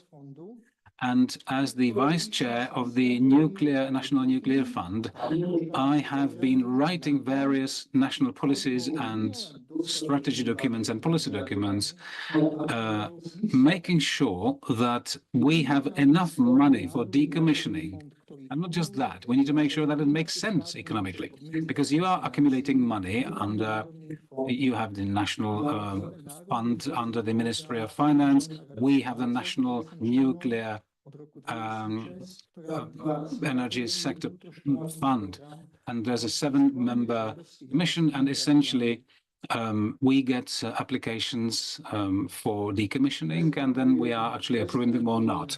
I'm skipping this, skipping that again, skipping all of that, because you can read all that stuff in my paper in the proceedings, and if I'm lucky and clever enough, I'll get to this one. Yes, this is it. We used to have this philosophy that roughly 50% of the money will be coming from the installed capacity, and the other 50%, meaning 5.95% of the price of the electricity. But we found out that it wouldn't be enough. So starting in 2017, the philosophy has changed. We have a price tag for the decommissioning projects, and we need to have sufficient money in the fund so that we can start the decommissioning projects. So each single nuclear installation will need to put aside a proportion of their profits so that they can run the decommissioning at a given stage. And we finally set down the useful life, operating life of 60 years. So our V2 will be running for another until 2044 or 45, unless there's any accidents. And if there is any problem at a shorter decommissioning or at an earlier decommissioning, then they have to pay up for the rest. So it's not just decommissioning just like that, at their whim. Now, you can see the bits and pieces of the chart, of this pie chart, that are allocated for each nuclear installation. It's 2 billion euros allocated in that fund. And of course, it's not enough, because you need to think about inflation. So they have to work with the money to cover inflation. So in our strategy, we have an objective that 6 years prior to the end of the life cycle, there must be enough money in the fund. Why 6 years? Well, because every 6 years, we're preparing a new program, and we review the amount of money that we need for decommissioning of a specific unit. So I'm skipping this, skipping that. I will leave this slide on for a while so that you can see how many billion of euro it will cost to decommission individual units. And there are different figures, even though those units should be roughly the same. But there are different loan policies linked to its financing. There might have a different volume of spent fuel, of course. Costs for spent fuel repository. That's quite a large percentage of that overall sum. So I skipped too far. So let's go back to this slide. And I will not be in line with what Lukáš and Madam Dohnálková presented, because the Slovak Republic did not say that by 2050 we will have our deep repository site. We planned it for the past 25 years to have it in 2065. But over those 25 years, we've already accumulated a 15-year delay. So it would not be fair to say that we will be able to catch up with all that. So, yeah, at the taxonomy of the EU, they told us, yeah, that would be lovely to have it in 2050, but we will not have it before 2065. And I think that 2065 still is very optimistic. So looking back, last month, Germany said that maybe in 2062 they will choose the final location. You can think, well, we have time in Slovakia. The biggest problem is that there is no transitional mechanism in the EU to convince the population at large that even though they do not want the repository in their location, we will build it anyway because their location offers the best conditions. And people do not have to accept it. The region decides. So unless the legislation changes or unless we're able to motivate people living in that location to say yes to the repository, the building of the repository will be a big problem in every single EU country. And I'll bring my presentation to a close because I could speak for much, much longer. But I always end my presentations with this sentence. The highest risk in nuclear is missing knowledge. If we have smart people at every single level, be it on the operational level, political level, we will be able to not only increase the safety of nuclear facilities, but also prolong the life cycle of the plants. And we should not forget that it's not just about nuclear power plants. In Germany, for example, they have 94 nuclear facilities that will have to be decommissioned. In Slovakia, we have 11 nuclear facilities, such as an integrated warehouse or liquid waste processing line. And decommissioning of that, of course, takes time and money. So the fund must accumulate enough money for that as well. And when you do not know how inflation will develop, how interest rates will develop, it is difficult to forecast and to collect enough money so that it doesn't lose value in the upcoming decade, and at the end you have nothing. So that's, again, bringing me to the beginning. The most efficient way is the fast way. Pragmatic solutions, immediate solutions. That's going to be the cheapest way to go. Thank you. Thank you, Professor Slugeň. And I'm again opening the floor for questions. Mr. Wagner.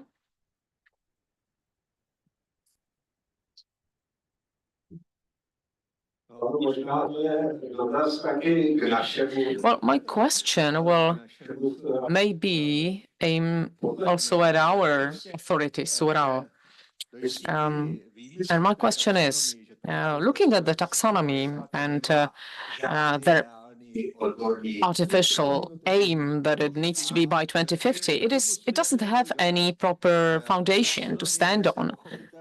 And my question is that taxonomy should be reviewed gradually based on scientific development, and we know that that 2050 milestone simply is just a result of ideology. And it looks like the European Commission will be more rational and more open towards nuclear. My personal opinion is that this will be one of the things that will be reviewed. So I like your approach, and my question goes to our people. Looking at your program,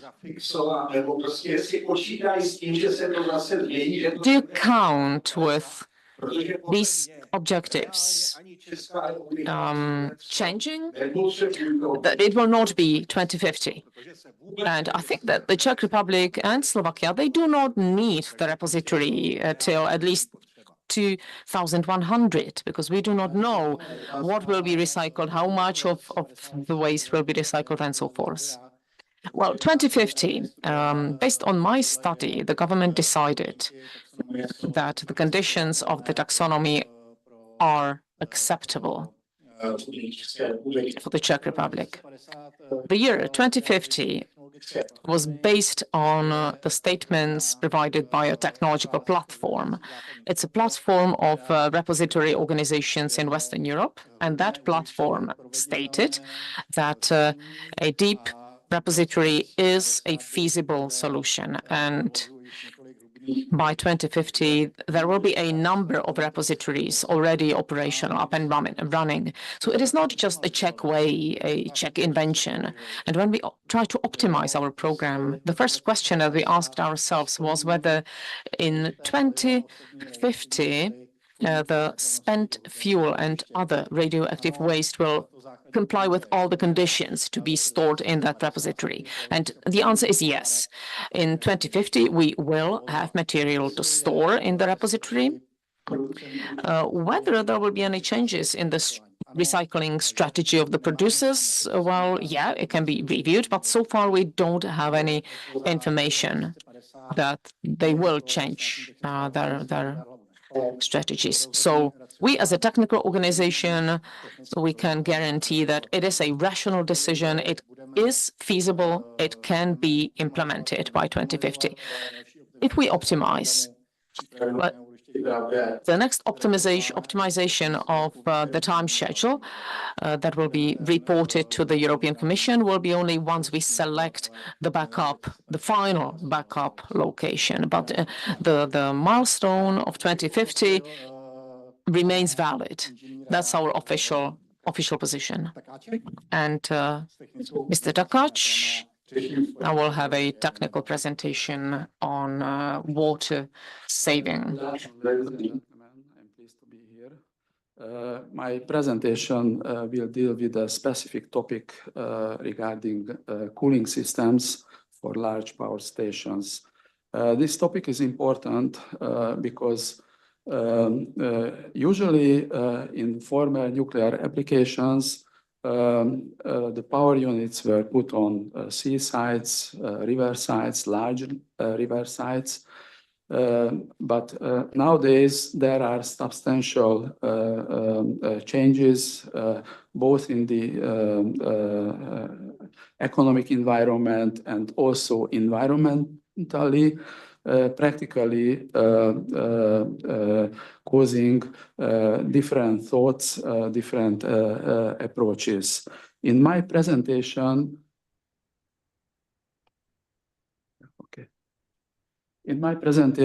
I will discuss the following topics. One important change in our environment is the availability of water for power cooling.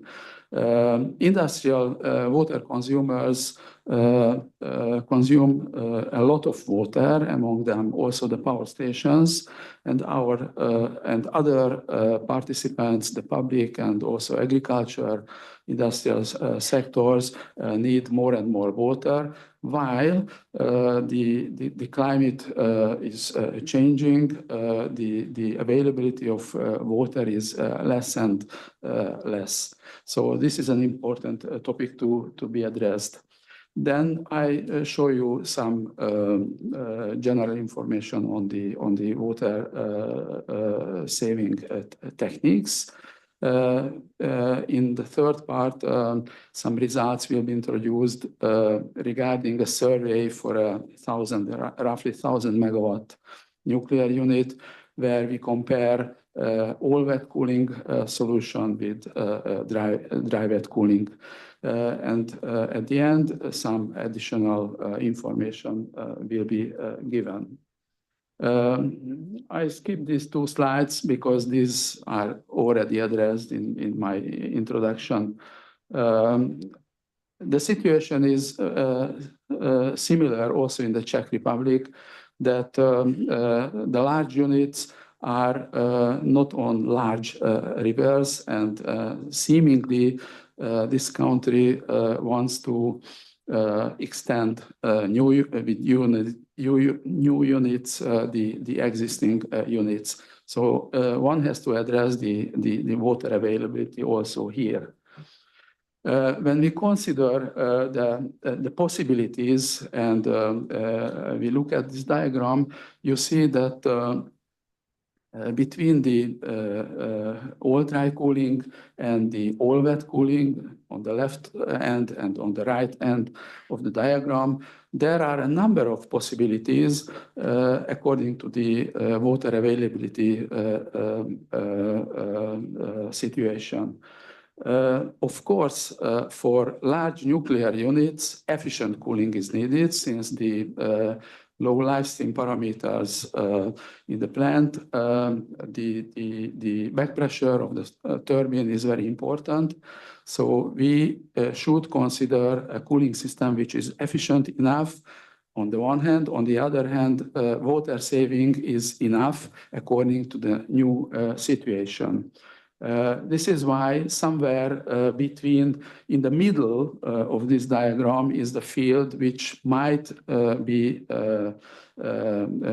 practical for consideration for large nuclear units. We may consider this question also on a yearly basis, but also on a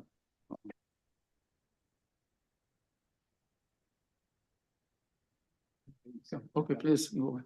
So we can consider this also on a yearly basis, or seasonally, or daily. Anyhow, we have to address the possibilities. Just in the next.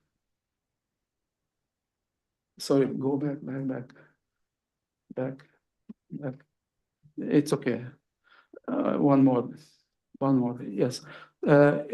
Next one, please. Now we are at the proper point. Next, please. In the next coming photos, you will see plants where at the same site, also wet cooling towers and also dry cooling towers serve the utility, definitely to save water at the site.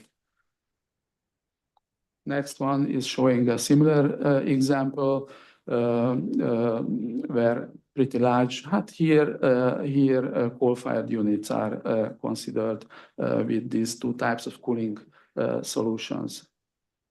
The next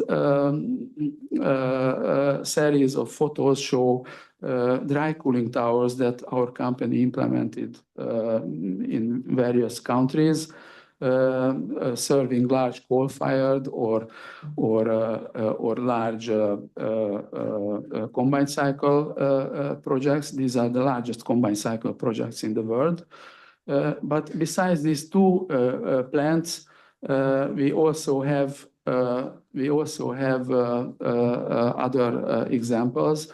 Not only dry cooling, but also dry wet cooling, where already the combination of dry and wet cooling was was implemented. In the current slide, you see photos of the Hungarian Matra power station, where wet cooling was added to formerly installed dry cooling for certain technical reasons.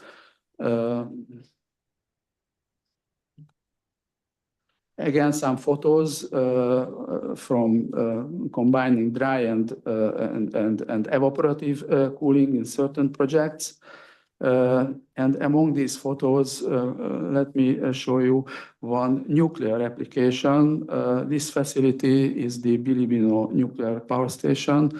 It was installed more than 50 years ago, in the 70s. Over the Arctic Circle in a very harsh, very cold region. And because of these environmental conditions, dry cooling was selected. And more than 50 years in operation with our dry cooling tower. Of course, the facility was not very large, 4 units, each 12 megawatt, but fan-driven dry cooling could serve the facility.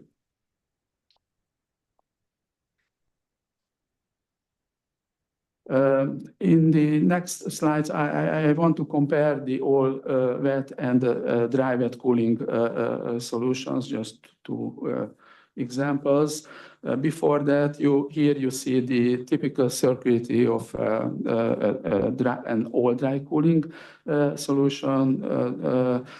There is the condenser, the cooling water circuit, the natural draft cooling tower. Natural draft has importance because that's the most economic solution for large generation facilities. And in the natural draft cooling tower, instead of the wet cooling related components like the fields and sprayers, heat exchangers are applied, air-cooled heat exchangers on the perimeter of the cooling tower.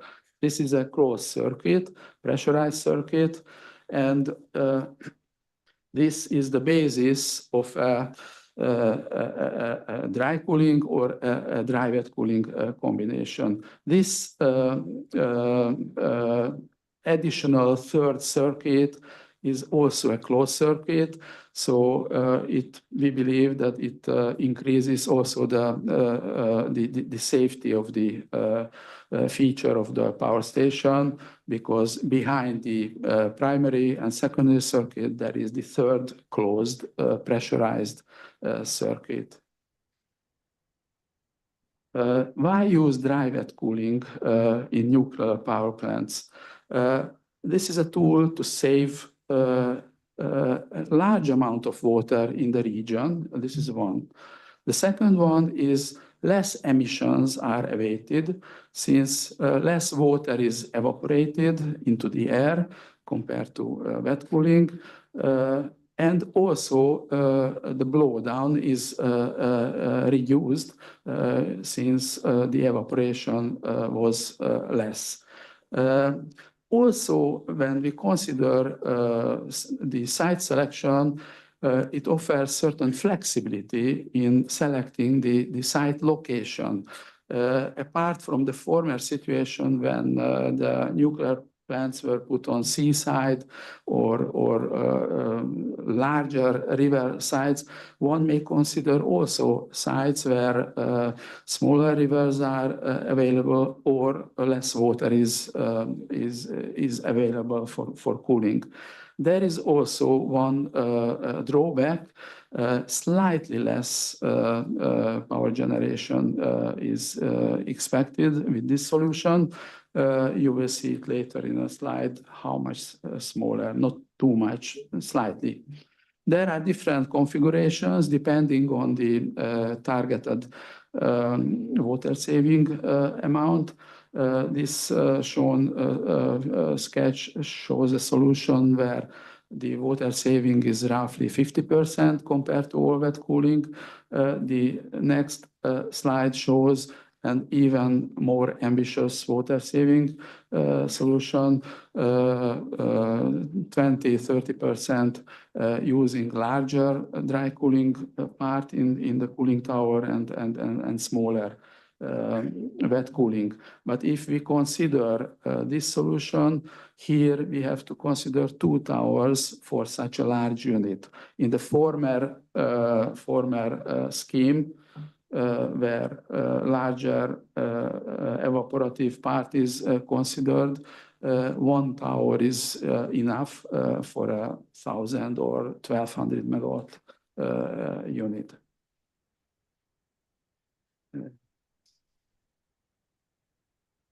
In the next slides, I discuss the results of a survey implemented for 1,000, exactly 1,055 megawatt nominal power unit.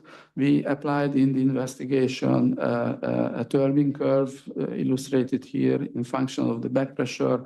The output of the turbine is shown, and the heat to be rejected by the condenser is also shown.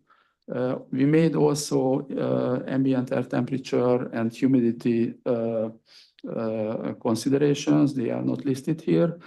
And we compared the wet cooling tower solution with the dry wet cooling tower solution.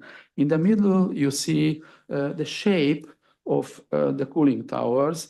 In a separate slide, the red shape shows the wet cooling tower. The blue curve shows the dry wet cooling tower. We applied the same tower height, and you see slightly larger bottom diameter should be considered, but the 2 solutions are in the same magnitude of the requested, of the needed tower shell. This is to illustrate that whether to decide wet cooling or dry wet cooling, it's not a major decision. Not a major decision also because in a power project investment, usually the cooling systems represent roughly 5% of the investment costs, plus minus 1-2%, but not substantial important part. Here, the turbine back pressure variation is shown. And the next slide, the next slide shows between minus 15 degrees C and plus 40 degrees C, the steam turbine output difference. The red one represents the all wet cooling. The blue area represents the dry wet cooling. So you see that not major differences are considered between the 2 solutions.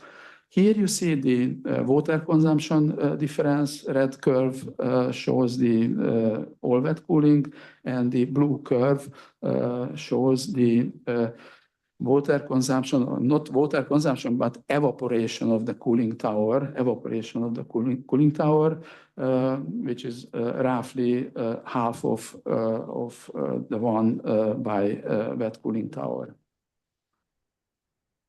Here again, this is shown in a more illustrative diagram.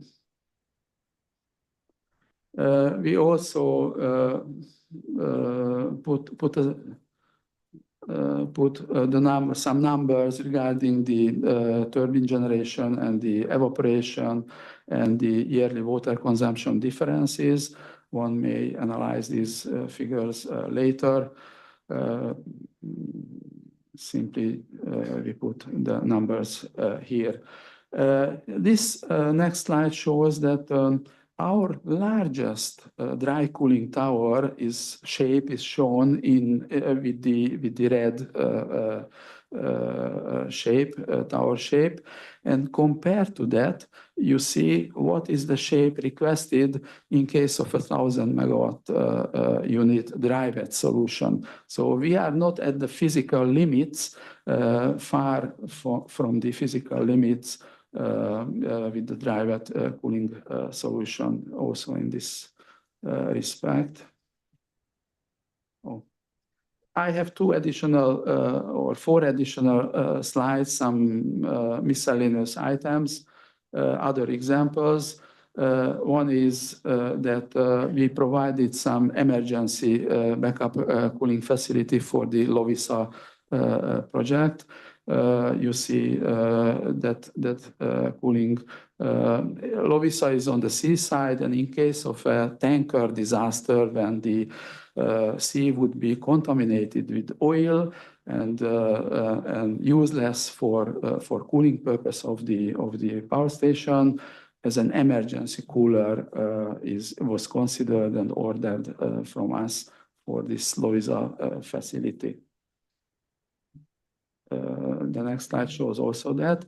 And the other application is a Swiss facility where we provided coolers for the spent fuel cooling. Practically, the spent fuel is put into a pond, a basin, at the two sides of that building. There are some water-to-air coolers. These are all passive coolers. It means that no circulation is mechanical pumping circulation is needed for the water circulation, and also the air is by natural draft. No matter if that you see some fans at the bottom, but the design was for all natural draft for moving the air. So thank you very much for the attention, and I encourage you that to visit our booth outside today or tomorrow morning, and we are happy to answer any questions. Thank you very much.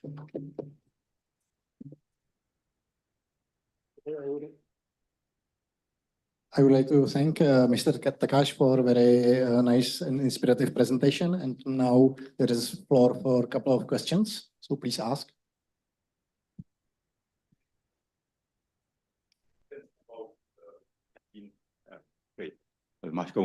Regarding auxiliary power consumption, what is the difference between dry cooling towers and wet cooling towers in percentage about? Here you see that the cooling water should be circulated from the condenser within the cooling system. The same cooling water flow may be considered. And for this reason, the difference is very minor, very minor. Of course, part of the cooling water should be directed to the dry cooling part. It has certain water consumption, power consumption, but not a significant difference. I cannot tell you right now the number, but if you are interested, I can look at my calculations. And there are examples also where mechanical draft cooling are applied. I mean, fans are applied for even in nuclear power stations, but that solution adds a substantial surplus to the circulating water power requirement. So this is an all-natural draft solution here. Okay. Thank you. Okay, one very quick question. So if not, thank you, Mr. Takash. Nyní bych chtěl pozvat pana doktora Jaroslava Holého. And now let me invite Dr. Holly to talk about risk-oriented decision-making or risk-informed decision-making for the provision of safety operation of power plants in their whole life cycle. Good afternoon. So it's 15 minutes. I'll realize it. My name is Jaroslav Holý. I'm from the UJV, which is the Institute for Nuclear Research. Our institute has been mentioned already. I've been working in this field for about 40 years, 40 almost. And my main field of specialism is periodic safety review. Is this how I operate it? Okay, so this is meant to take 15 minutes. So I understand that if you're interested in details, you'll probably read it. So I'm going to just highlight the most interesting, hopefully interesting stuff. Just to give you a brief rundown of the acronyms.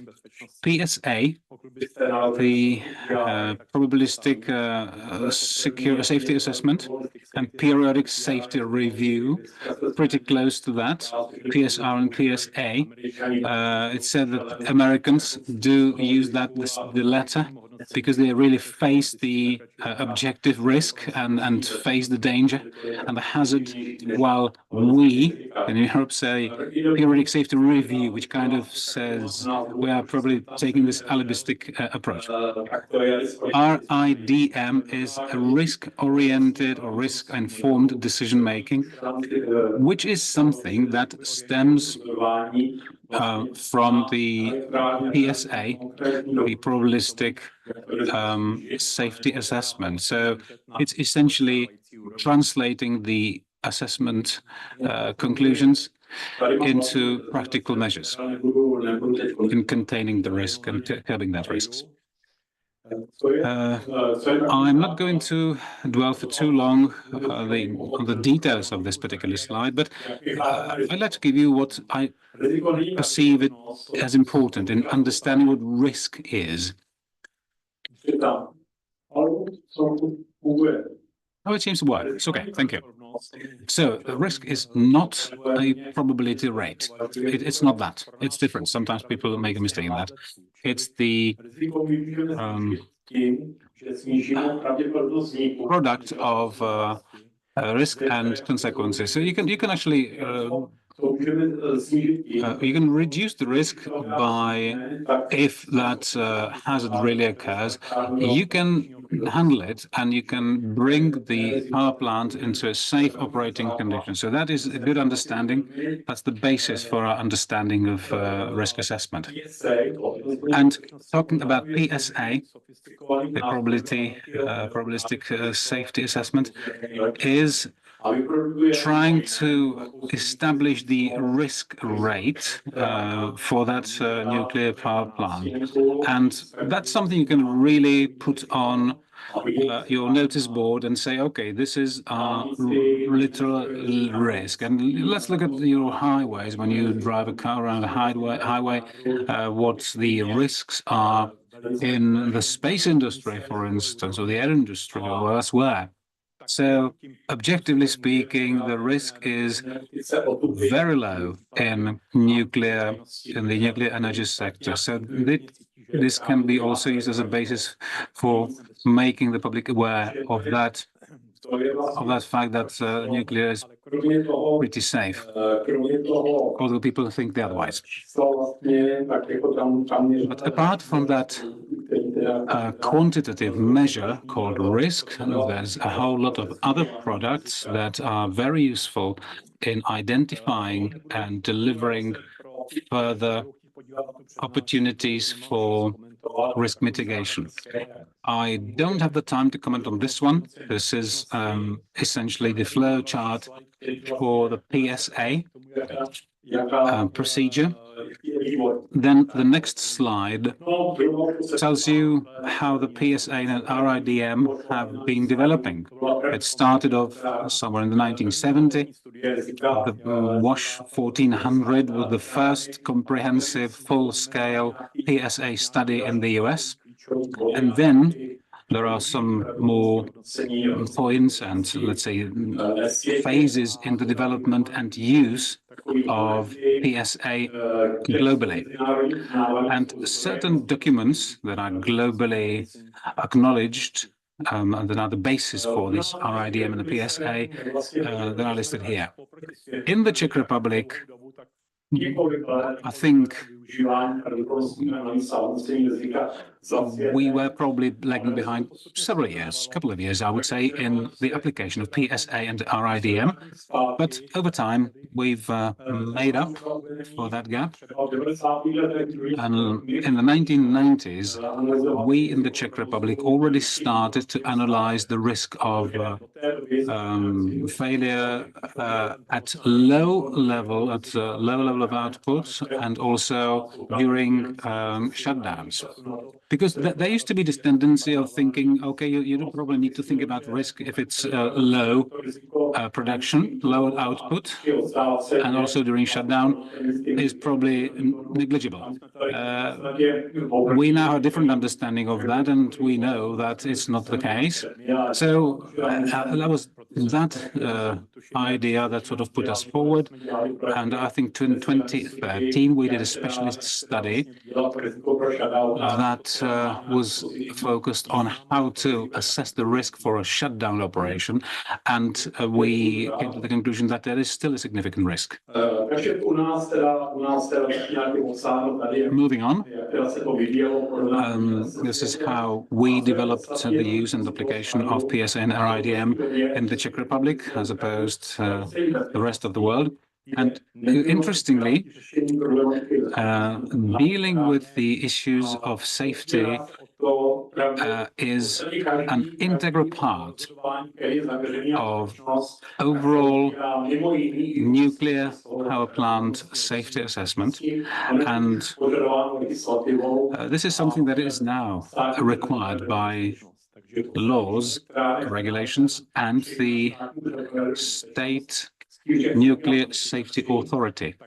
So whenever a power plant operator comes to the authority saying, we want to modify this operation here, if they want to mitigate the risk, then they need to submit a PSA.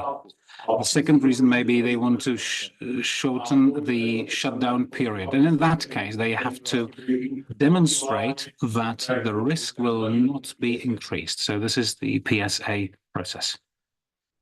The PSA obviously is not a self-standing effort. It is really tying in with the deterministic approaches.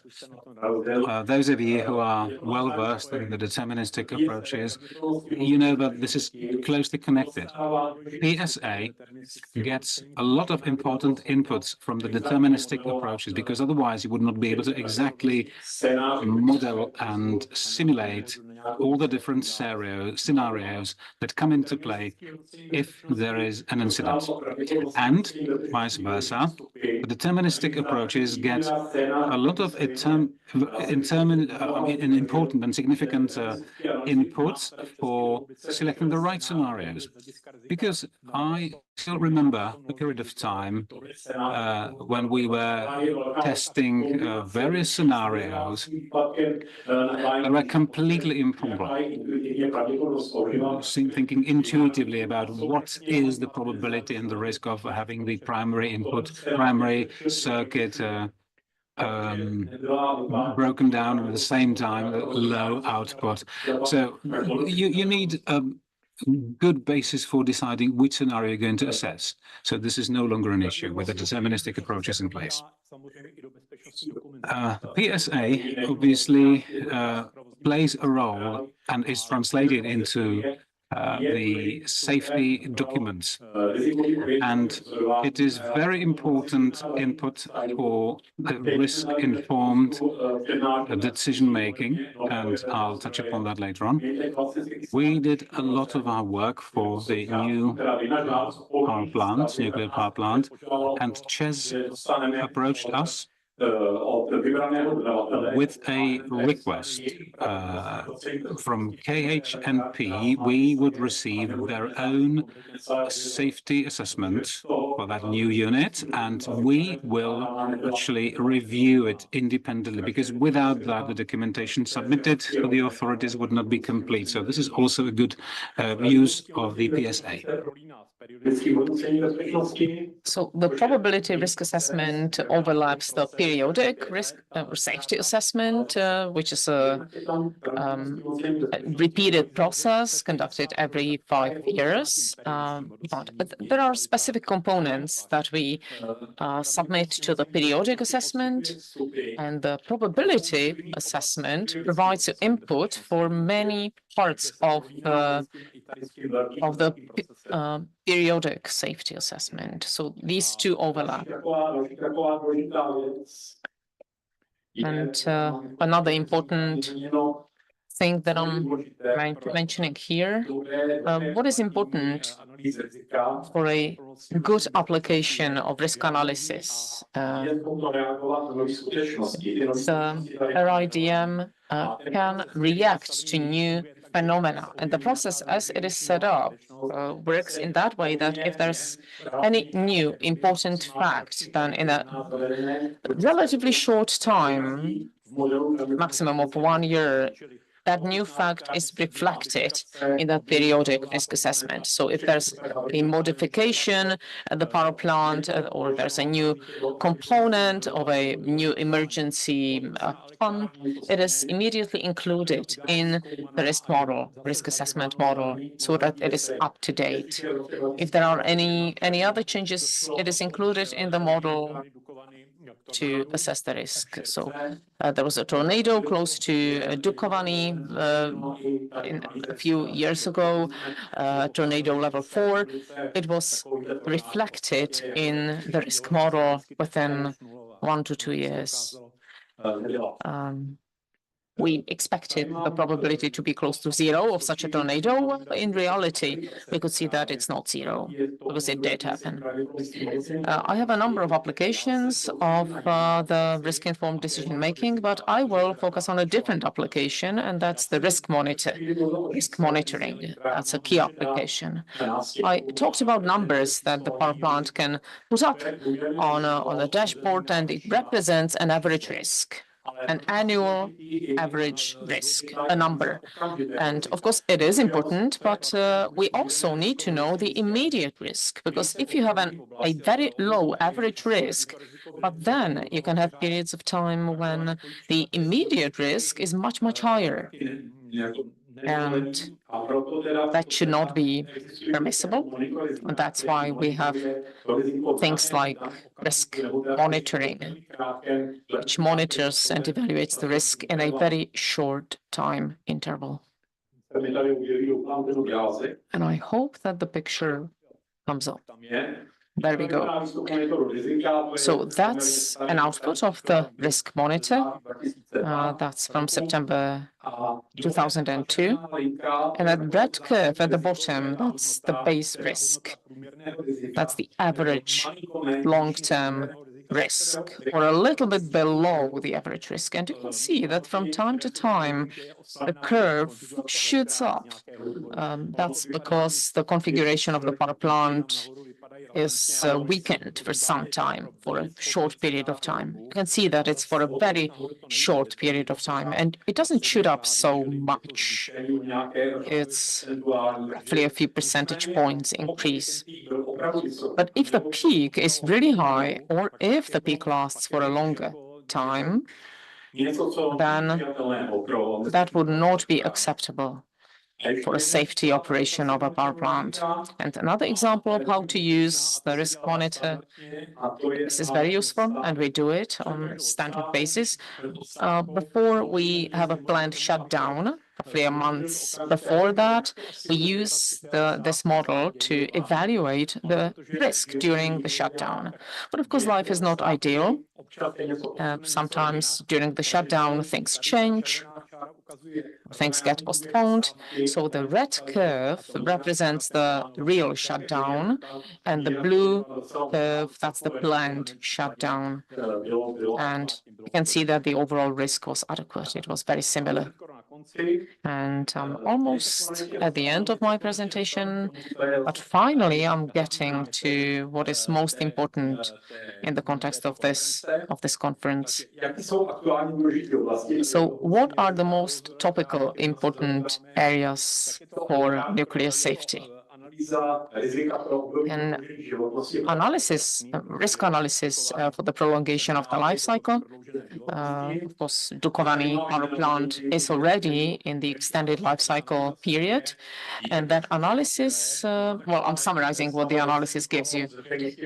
And a layman idea from a public at large could be, well, the power plant gets older and all the components get older, but it's not that. It's not like that. Of course, those components that break down often, they get changed, and they get changed often.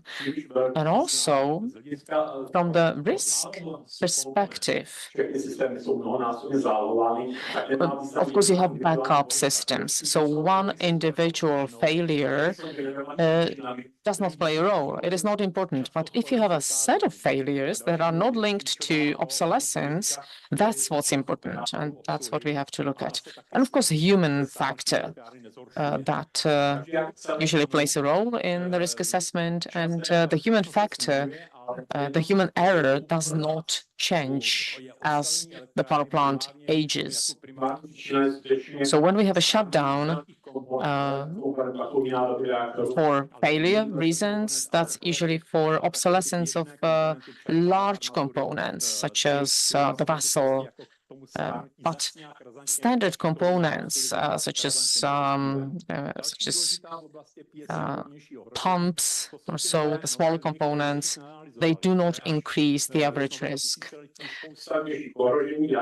We have many new external threats, external hazards that we didn't used to have in the previous century. So this is what I'm talking about. Extreme wind, for example, extreme snowfall. And that extreme hazard can have a bigger impact on the risk assessment than internal failures on the power plants. There are interesting extreme hazards, such as extreme hazard coming from animals. Well, it might make you smile, but if you saw what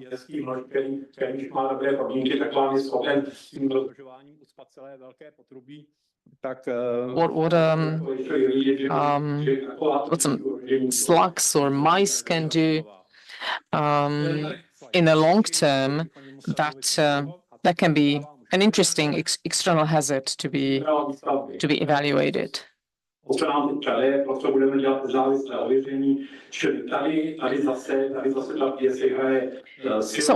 PSA, as you can see on this slide, plays an important role under specific conditions. If you have a power plant and it's operational, you know everything about it. You have experience, you have data, and so forth. If your power plant is still under construction, you don't have the data. You don't have data from real-life operations. Of course, you can use data from the components and their usage in other locations, but that is not always usable because locations differ. So the level of uncertainty of the outcomes are much higher if we analyze risk for a power plant which is under construction. But of course, if we're building a power plant, the main objective is to prove that it complies with risk criteria. And of course, there's no point making a detailed analysis that will be used only in 10 years' time or 15 years' time. Of course, it makes sense to analyze risk for newly built power plants, but to a different extent. And of course, legislation requires a certain level of risk assessment. And on the other end of the life cycle, you have a power plant nearing the end of its life cycle. And again, people may think that that the components will age very fast and the risk will go up.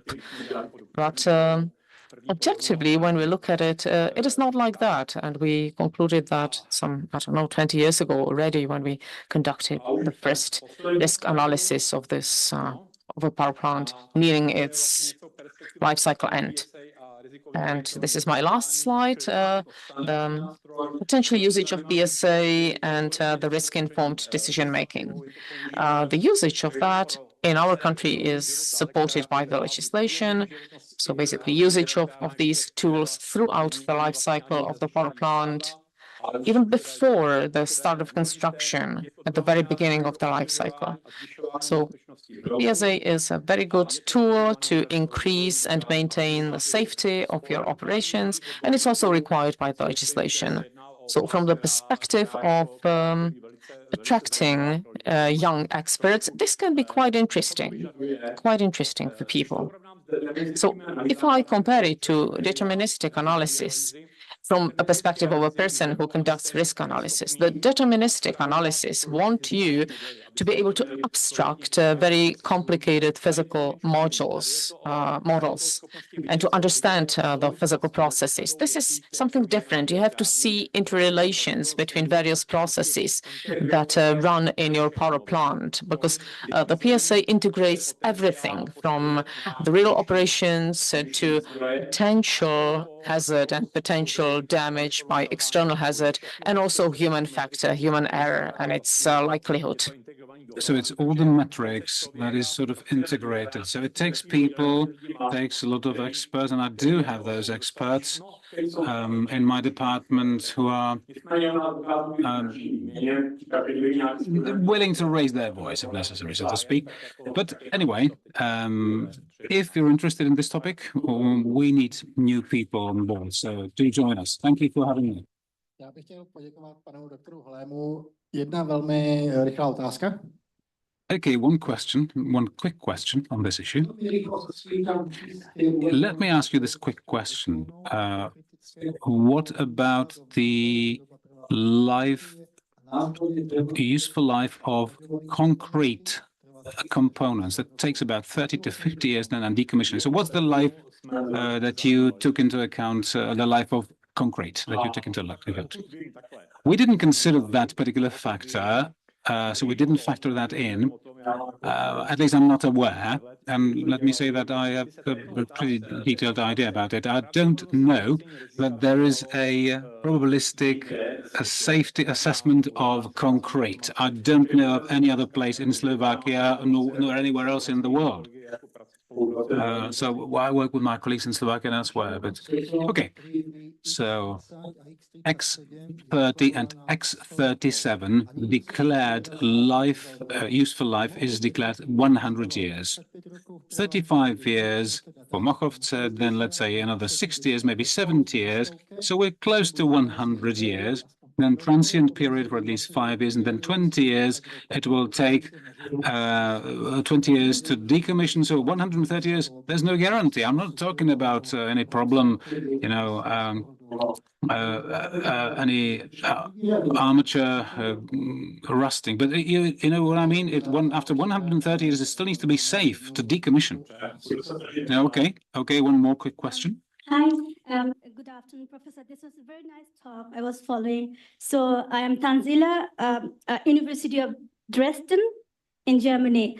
I want to ask you that you are talking about the risk management, but what about the uncertainty of the risk until or unless you put yourself or the nuclear power plant into danger?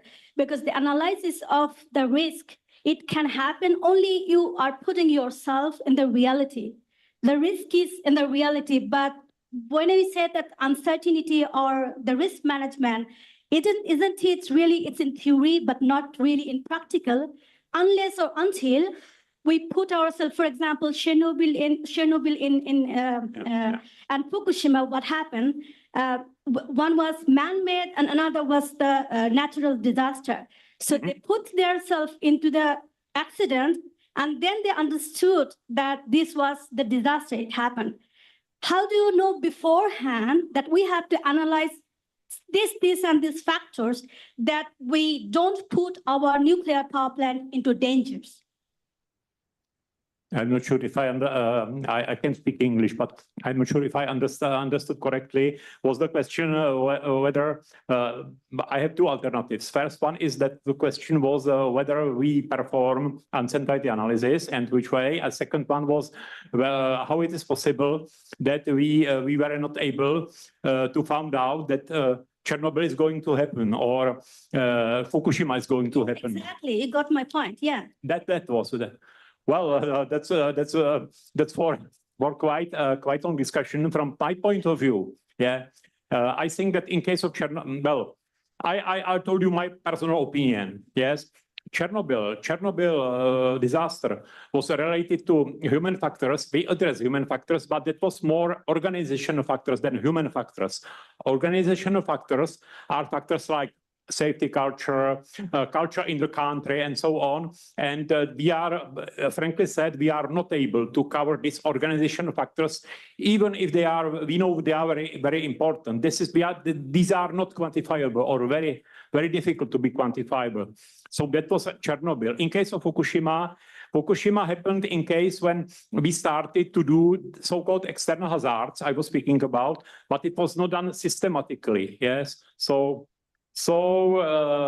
probably and it's for a longer discussion. In my opinion, it was also related to but I should finish. Yeah. Yes. We don't have so much time, so sorry. Yeah. So thank you for the question. Yes, I understand the question. Yeah. Okay, you can discuss later. Yeah. For example, during your first dinner. Já bych chtěl pozvat pana inženýra Petra Krupu. And I'd like to invite Mr. Kroupa with his traditional topic, which I'm really looking forward to, which is the V1 Slovakia decommissioning. Good evening. My name is Petr Krupa, and I'm representing here a Slovak-based decommissioning company. I'm responsible for the team that decommissions nuclear power plant V1, which is the Jaslovské Bohonice unit. My presentation is going to deal with the large-scale components of the primary circuit and the decommission of those. So I'd like to give you a summary of the outcomes and results we've achieved in this project. The presentation is going to be divided into a very brief introduction and the strategy of the disassembly and fragmentation. I'll tell you a little bit about how we build the sites for fragmentation, and then the implementation and the outcomes of the disassembly and fragmentation, then handling of materials, then ALARA and radiation protection, and the lessons learned from this project that we learned in practical on the practical side of things. The delivery of this project, this project is co-financed from Slovak financial resources and the EU funding. This project is called the Disassembly of Large-Scale Components.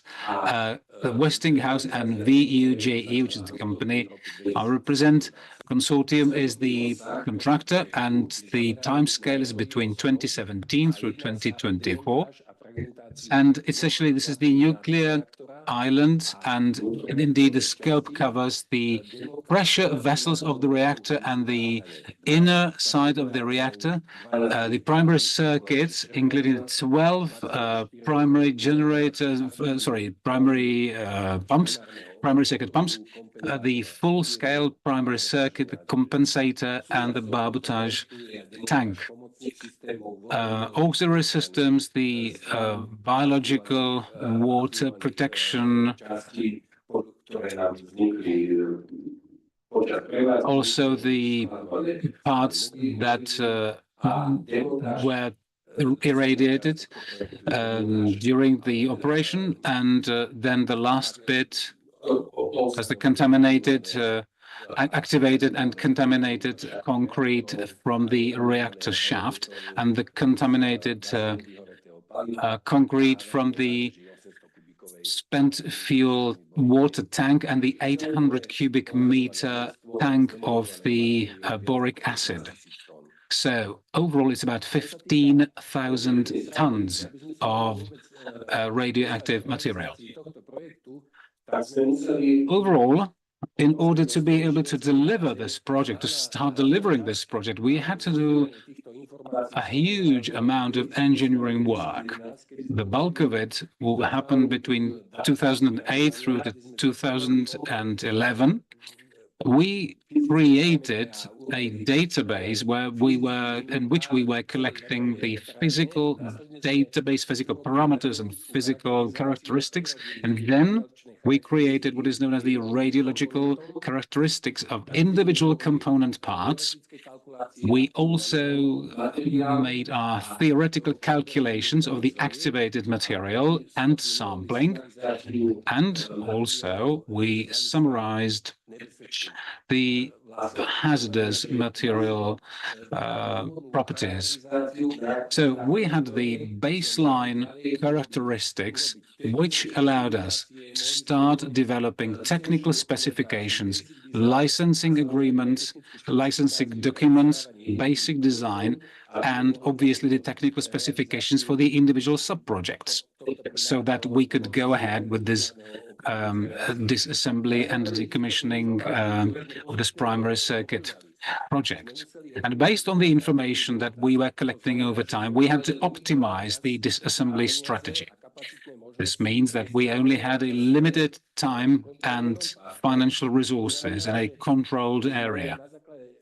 And based on this optimized strategy, we built 2 tanks in the reactor hall for the water fragmentation. Then we fragmented the reactor vessel and the activated radioactive waste. Then we built several other sites for dry fragmentation in the former steam generator boxes, mainly for circulation pumps, armatures, and the primary circuit. And then there was another set of fragmentation sites and in situ work sites within the reactor hall, where we fragmented the barbotage tank and other components that were fragmented on an ad hoc basis. Then, as part of this strategy, to be able to do all this in real time, because these activities are very demanding, it needs a lot of capacities and space. So we decided to use the control room area. So after disassembling and transport of 12 steam generators, we transported them to a temporary storage in the control room. And after that, we built a separate new site for dry fragmentation of steam generators.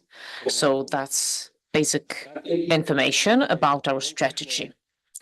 So these are specific photos of how we transported the steam generators to a temporary storage in the control room.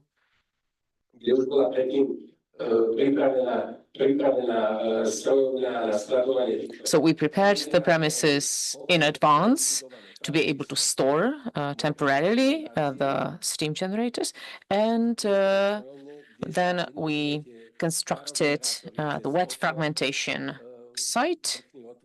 So the individual steam generators were transported on that site, and we conducted the cutting and the fragmentation.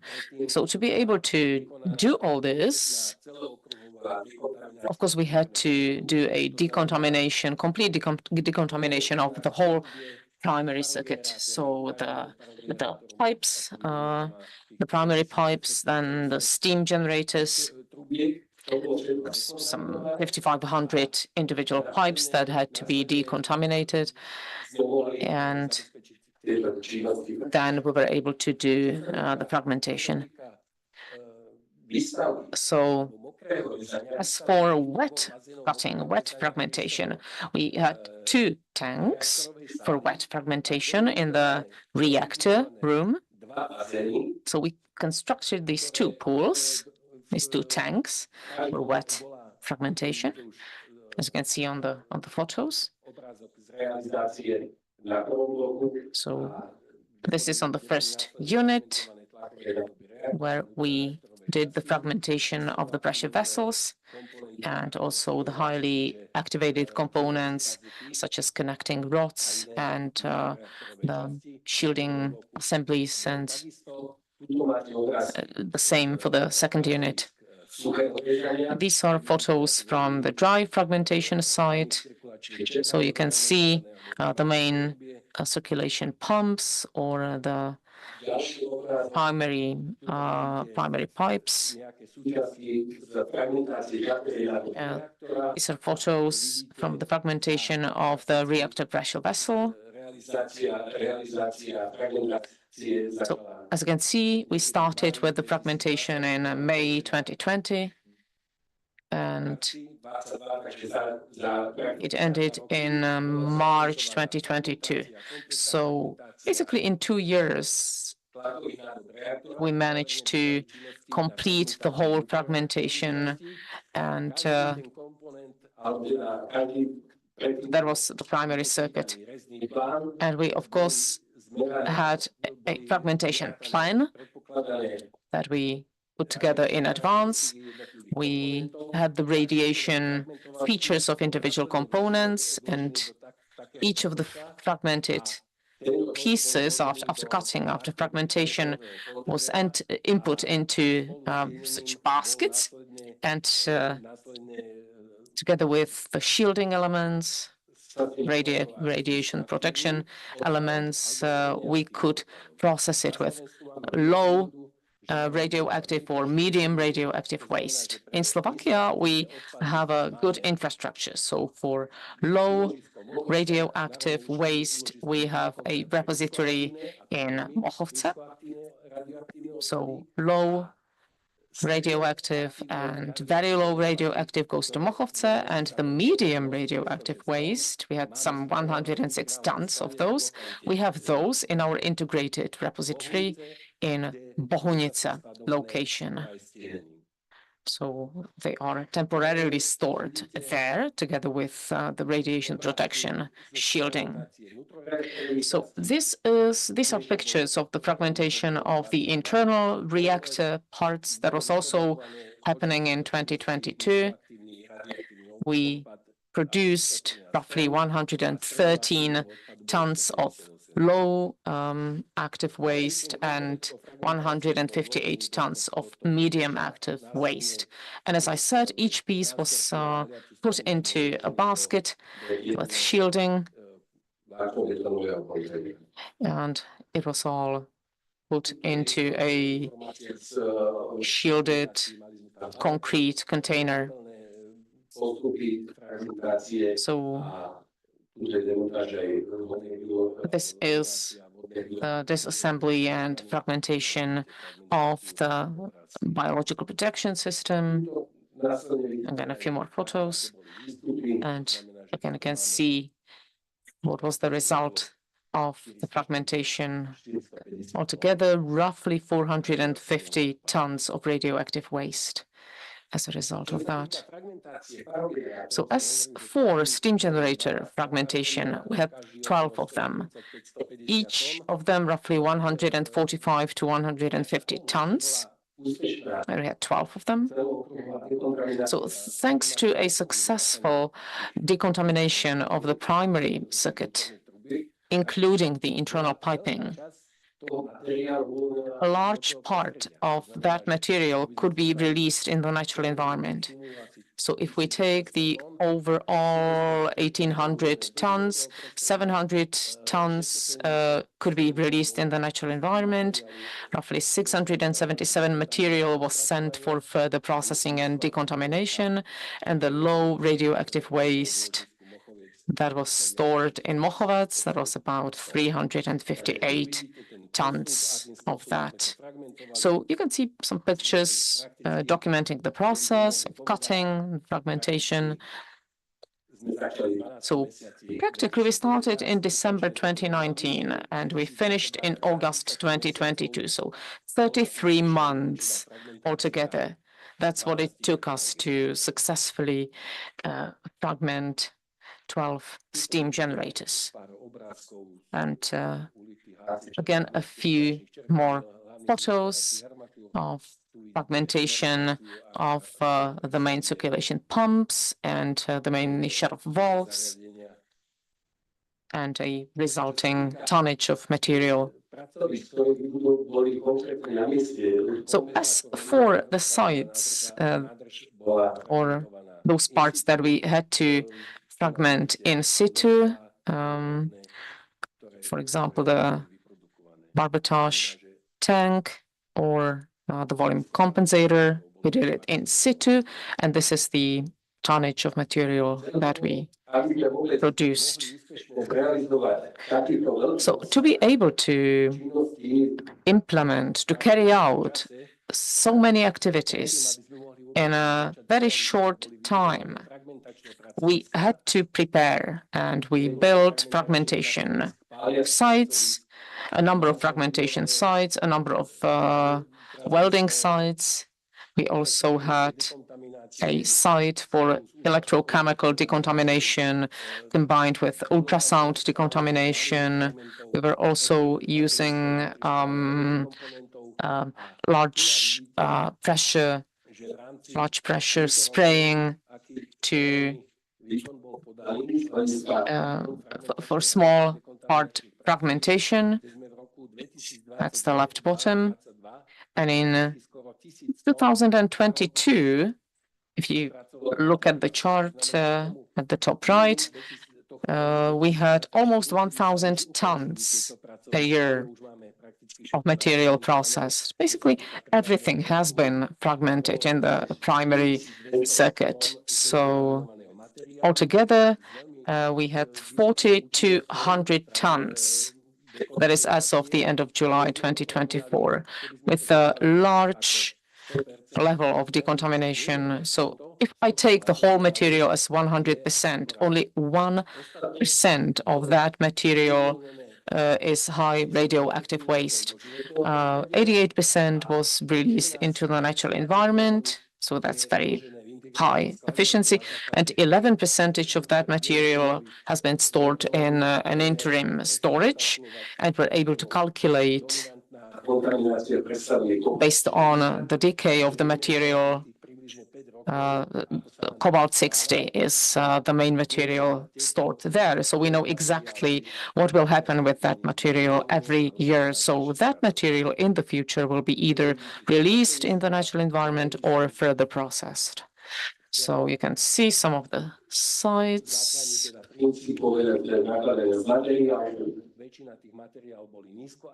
Most of the material was low contaminated material, the standard procedure being that after fragmentation and storage in 200 containers, 200-liter containers, this material is then pressurized, and you get various bits of these original containers that are then placed in larger containers. That's one way to handle them. Another is a highly large-sized bits are placed in these baskets, then in the bigger container. Then it is covered with liquid containment material, and then brought over to Mochovce. So this is the standard handling of material, the procedure for handling material with the integral storage facility, which is something that we had to improve a bit, because there needs to be less than 10 millisievert needs to be the dose outside the facility. So there were 10 different wall thicknesses, 80, 150, and 210 millimeters of the thicknesses for shielding. So this is essentially the bulk of the V1 nuclear power plant when it comes to the reactors. So both reactors, the primary circuit and the connecting rods and all the more highly activated parts. So these 11 big containers, then the rest, there were 8 of them, and 69 containers of this size. Obviously, there are some. The integral storage facility is also a buffer storage. The rest is simply put without cladding in big containers. This pie chart shows all the material, I mean, all the metallic material, roughly 8,000 tons of metallic material. The bulk of it was released into the environment, 71%, 4% here, and 21% in the facility, in the long waste nuclear storage facility, and only 2% would be the medium activity level waste. So if you think of it, only 1% of all the weight contains 99.9997% of all the nuclear activity of the V1 nuclear power plant. So this is the math behind decommissioning a power plant of this sort.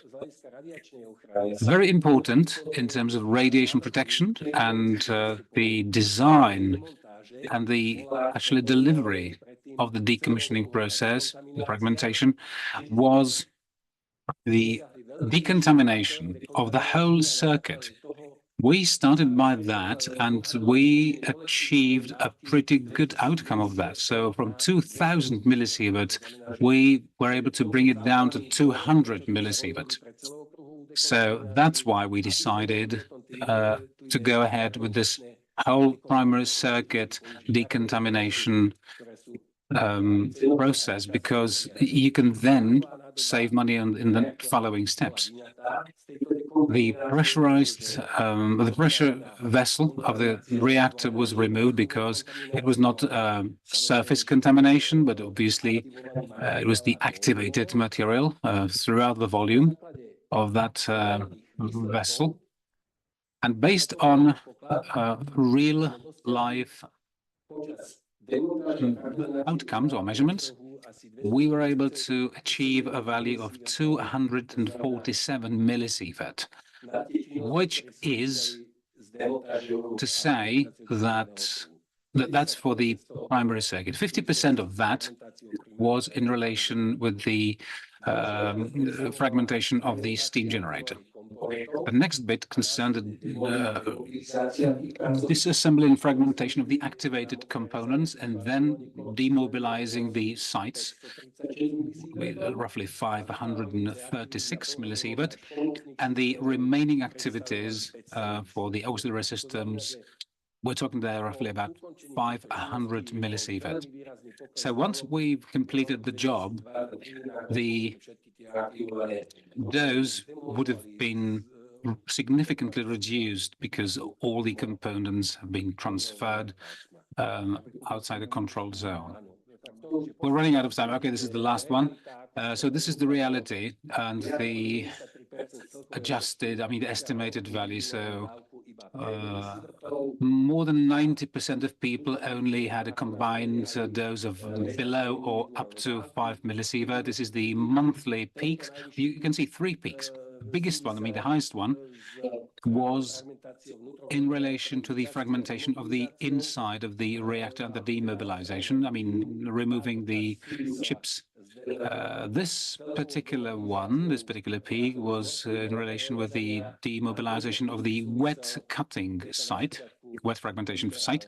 And this one here at the beginning That was when we were removing the pressure vessel and the piping leading to the reactor, the pressure vessel of the reactor. So these were the three main peaks in terms of radiation dose. And the very last bit, you can see from this graph that this is probably one of the very few projects where there's a very strong correlation between the milestones planned and the milestones actually delivered. You can see there's a very strong correlation between the plan and reality. And in order to achieve that, I think I could sum it down, bring it down to these lessons learned. You need to have experienced operating staff, personnel, who have the wherewithal of knowing the decommissioning and fragmentation, all the rest of it. You have the infrastructure that you need, all the logistics in place. Of course, collaborating with experienced contractors is key. Early and permanent involvement of the supervisory authorities, and of course, good project management and flexibility if there's something you need to deal with. That's the end of it. Thank you very much for having me.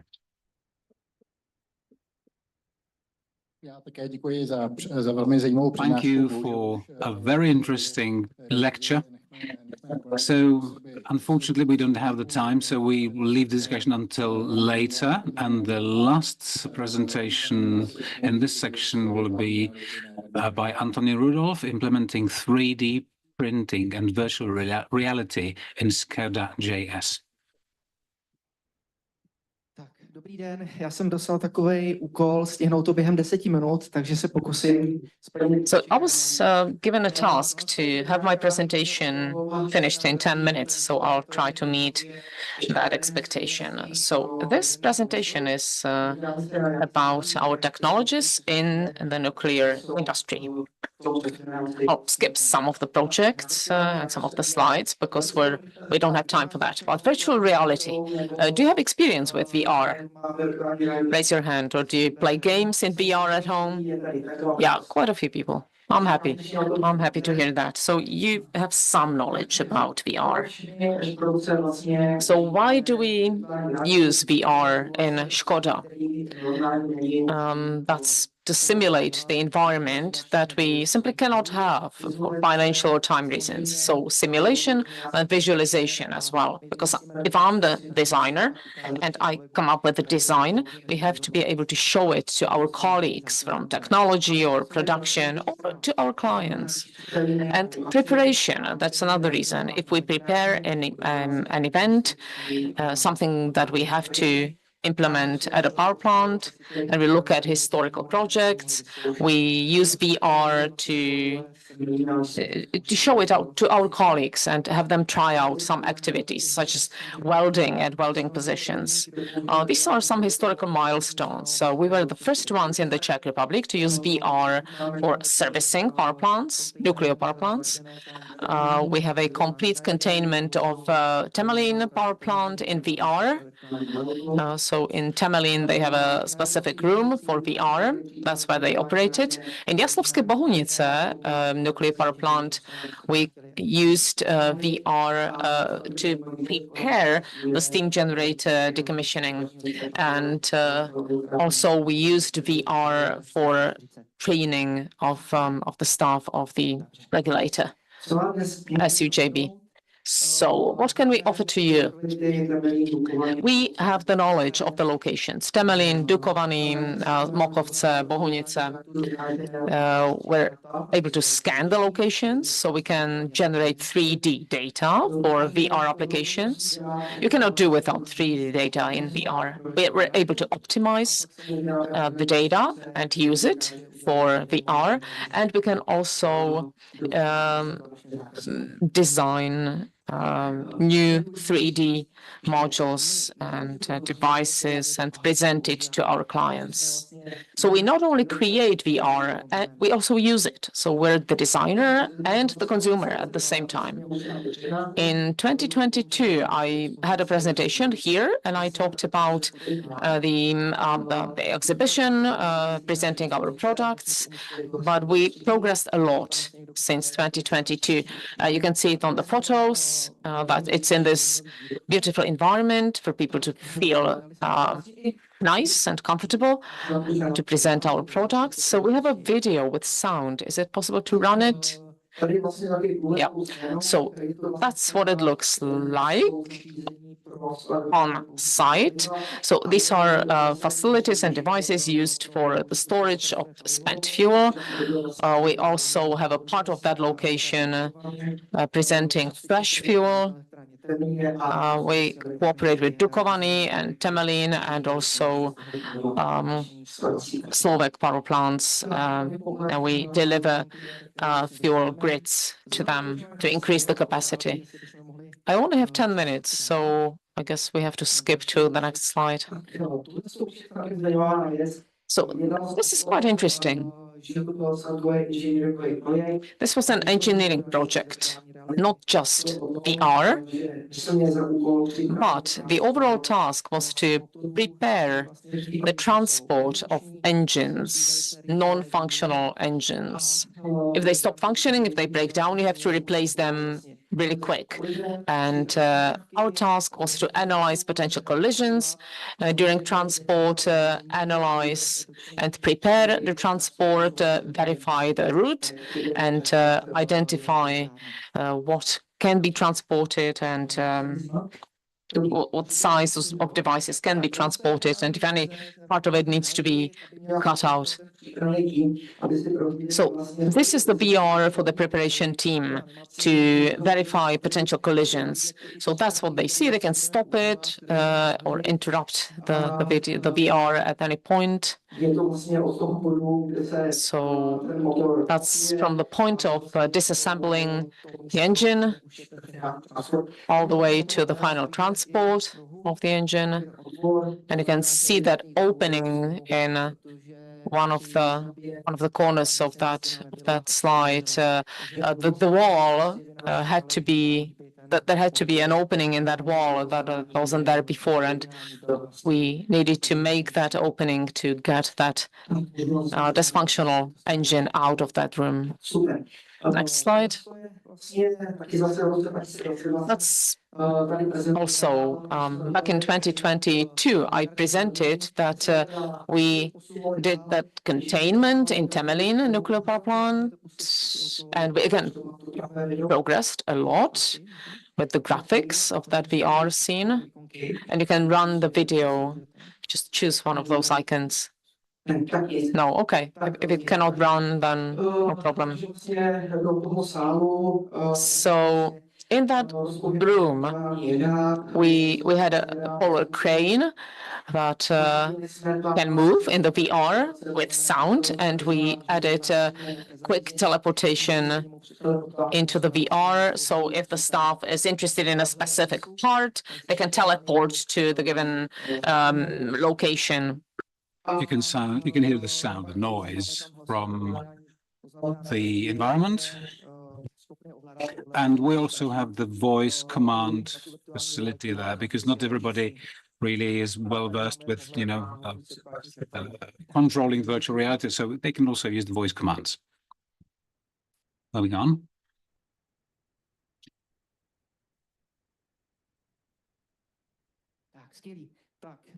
Brilliant. Here's the next slide, simulating the transport of the second filter directly into the hole. So our task was to test the transportation task and identify potential for collision. This is the most important bit we did for the Dukovany nuclear power plant.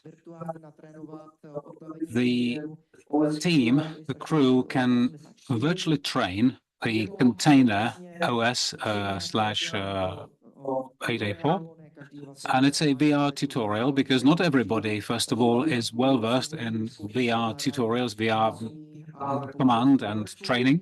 So people are now taught to use the VR features, then animation, noises, sounds, ambience. Then we use or implement or introduce the fixtures, and then we train the process. On the left side, you can see the transportation device. The reactor is under that lid, obviously, and the blue bit on the right side is our container. And you can see some interactive features and the auxiliary equipment. 3D printing, fairly interesting technology. You hear a lot about this, and people say it's the future of technology, but you know, it isn't until I can print my own lunch on a 3D printer that I will actually subscribe to that idea. And it's true to say, though, that there's a whole lot of interesting stuff that you can do with it, because you can really tap into your imagination, and obviously if the project and the plant is ready for that, and you can do all sorts of interesting things. I'll tell you why we do 3D printing. Price, number one. That's quite interesting because sometimes it works, at other times it totally doesn't work because you become terribly expensive compared to the normal way of doing things. This is the oil pump cogwheel that you need for lubrication. And it's a classical competition. Will it be the machine operator who can make this quicker, or us with a 3D printer? We were quicker. You can optimize design. That's another advantage, and there's something that you normally wouldn't be able to do.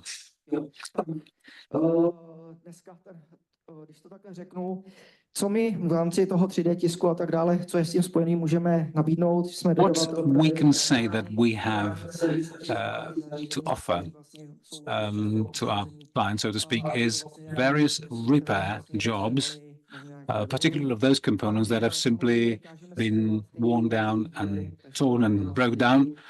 And we can also train people. We can scan various locations, and then we have obviously our engineering department that can add some know-how, some insights. And of course, we have material laboratories, and you need to do some testing, not just calculation, but you need to prove that 3D prints are of good quality. This is what I talked about in 2022. There's the flywheel, NDT testing, test on hydraulic loop. We did well. We're slightly behind the traditional products on the parameters because we had a slightly different wheels, and because the NDT tester couldn't see inside. And non-destructive testing and destructive testing and test assessment will be the next thing to do.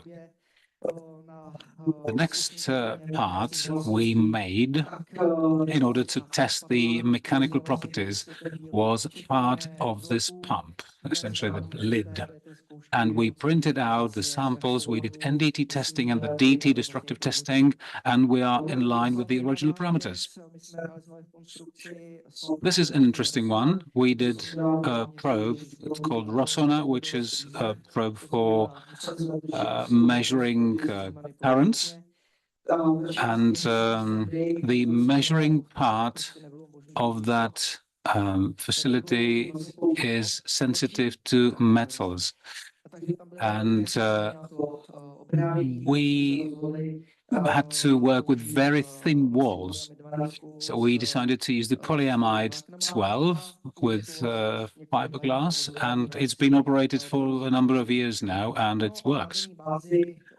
And on a daily basis, it simply happens that something break down. Some things do. The run-of-the-mill thing, normally things like walkie-talkies that you would otherwise have to discard. This may be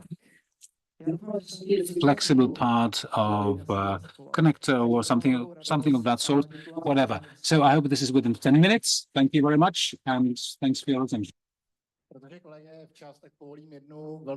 Okay, we were on time, so one quick question. And a very quick answer, please. I wanted to ask you what hardware you use for virtual reality. Is it something, I mean, that helmet looked like a very futuristic one. I got you.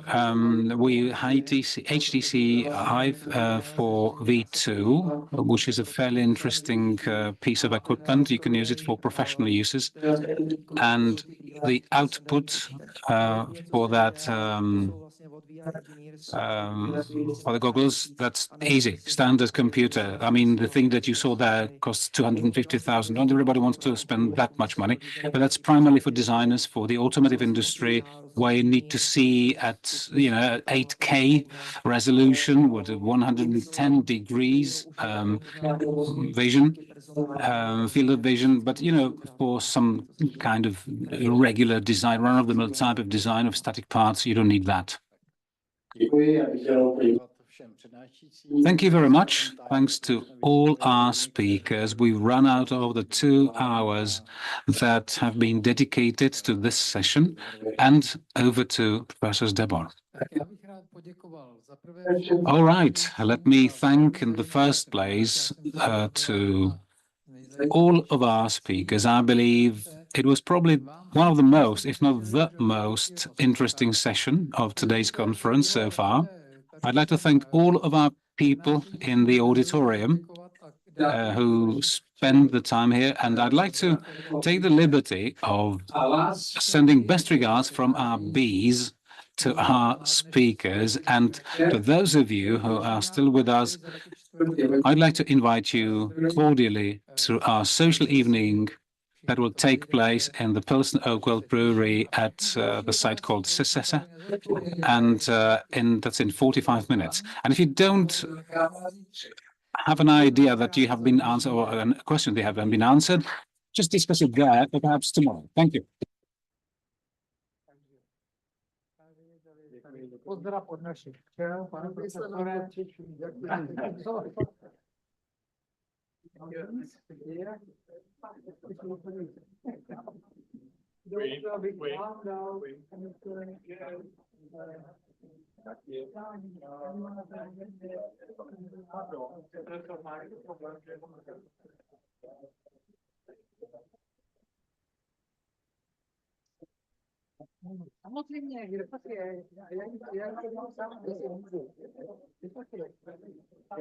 Já teda děkuju za tradiční možnost vždycky.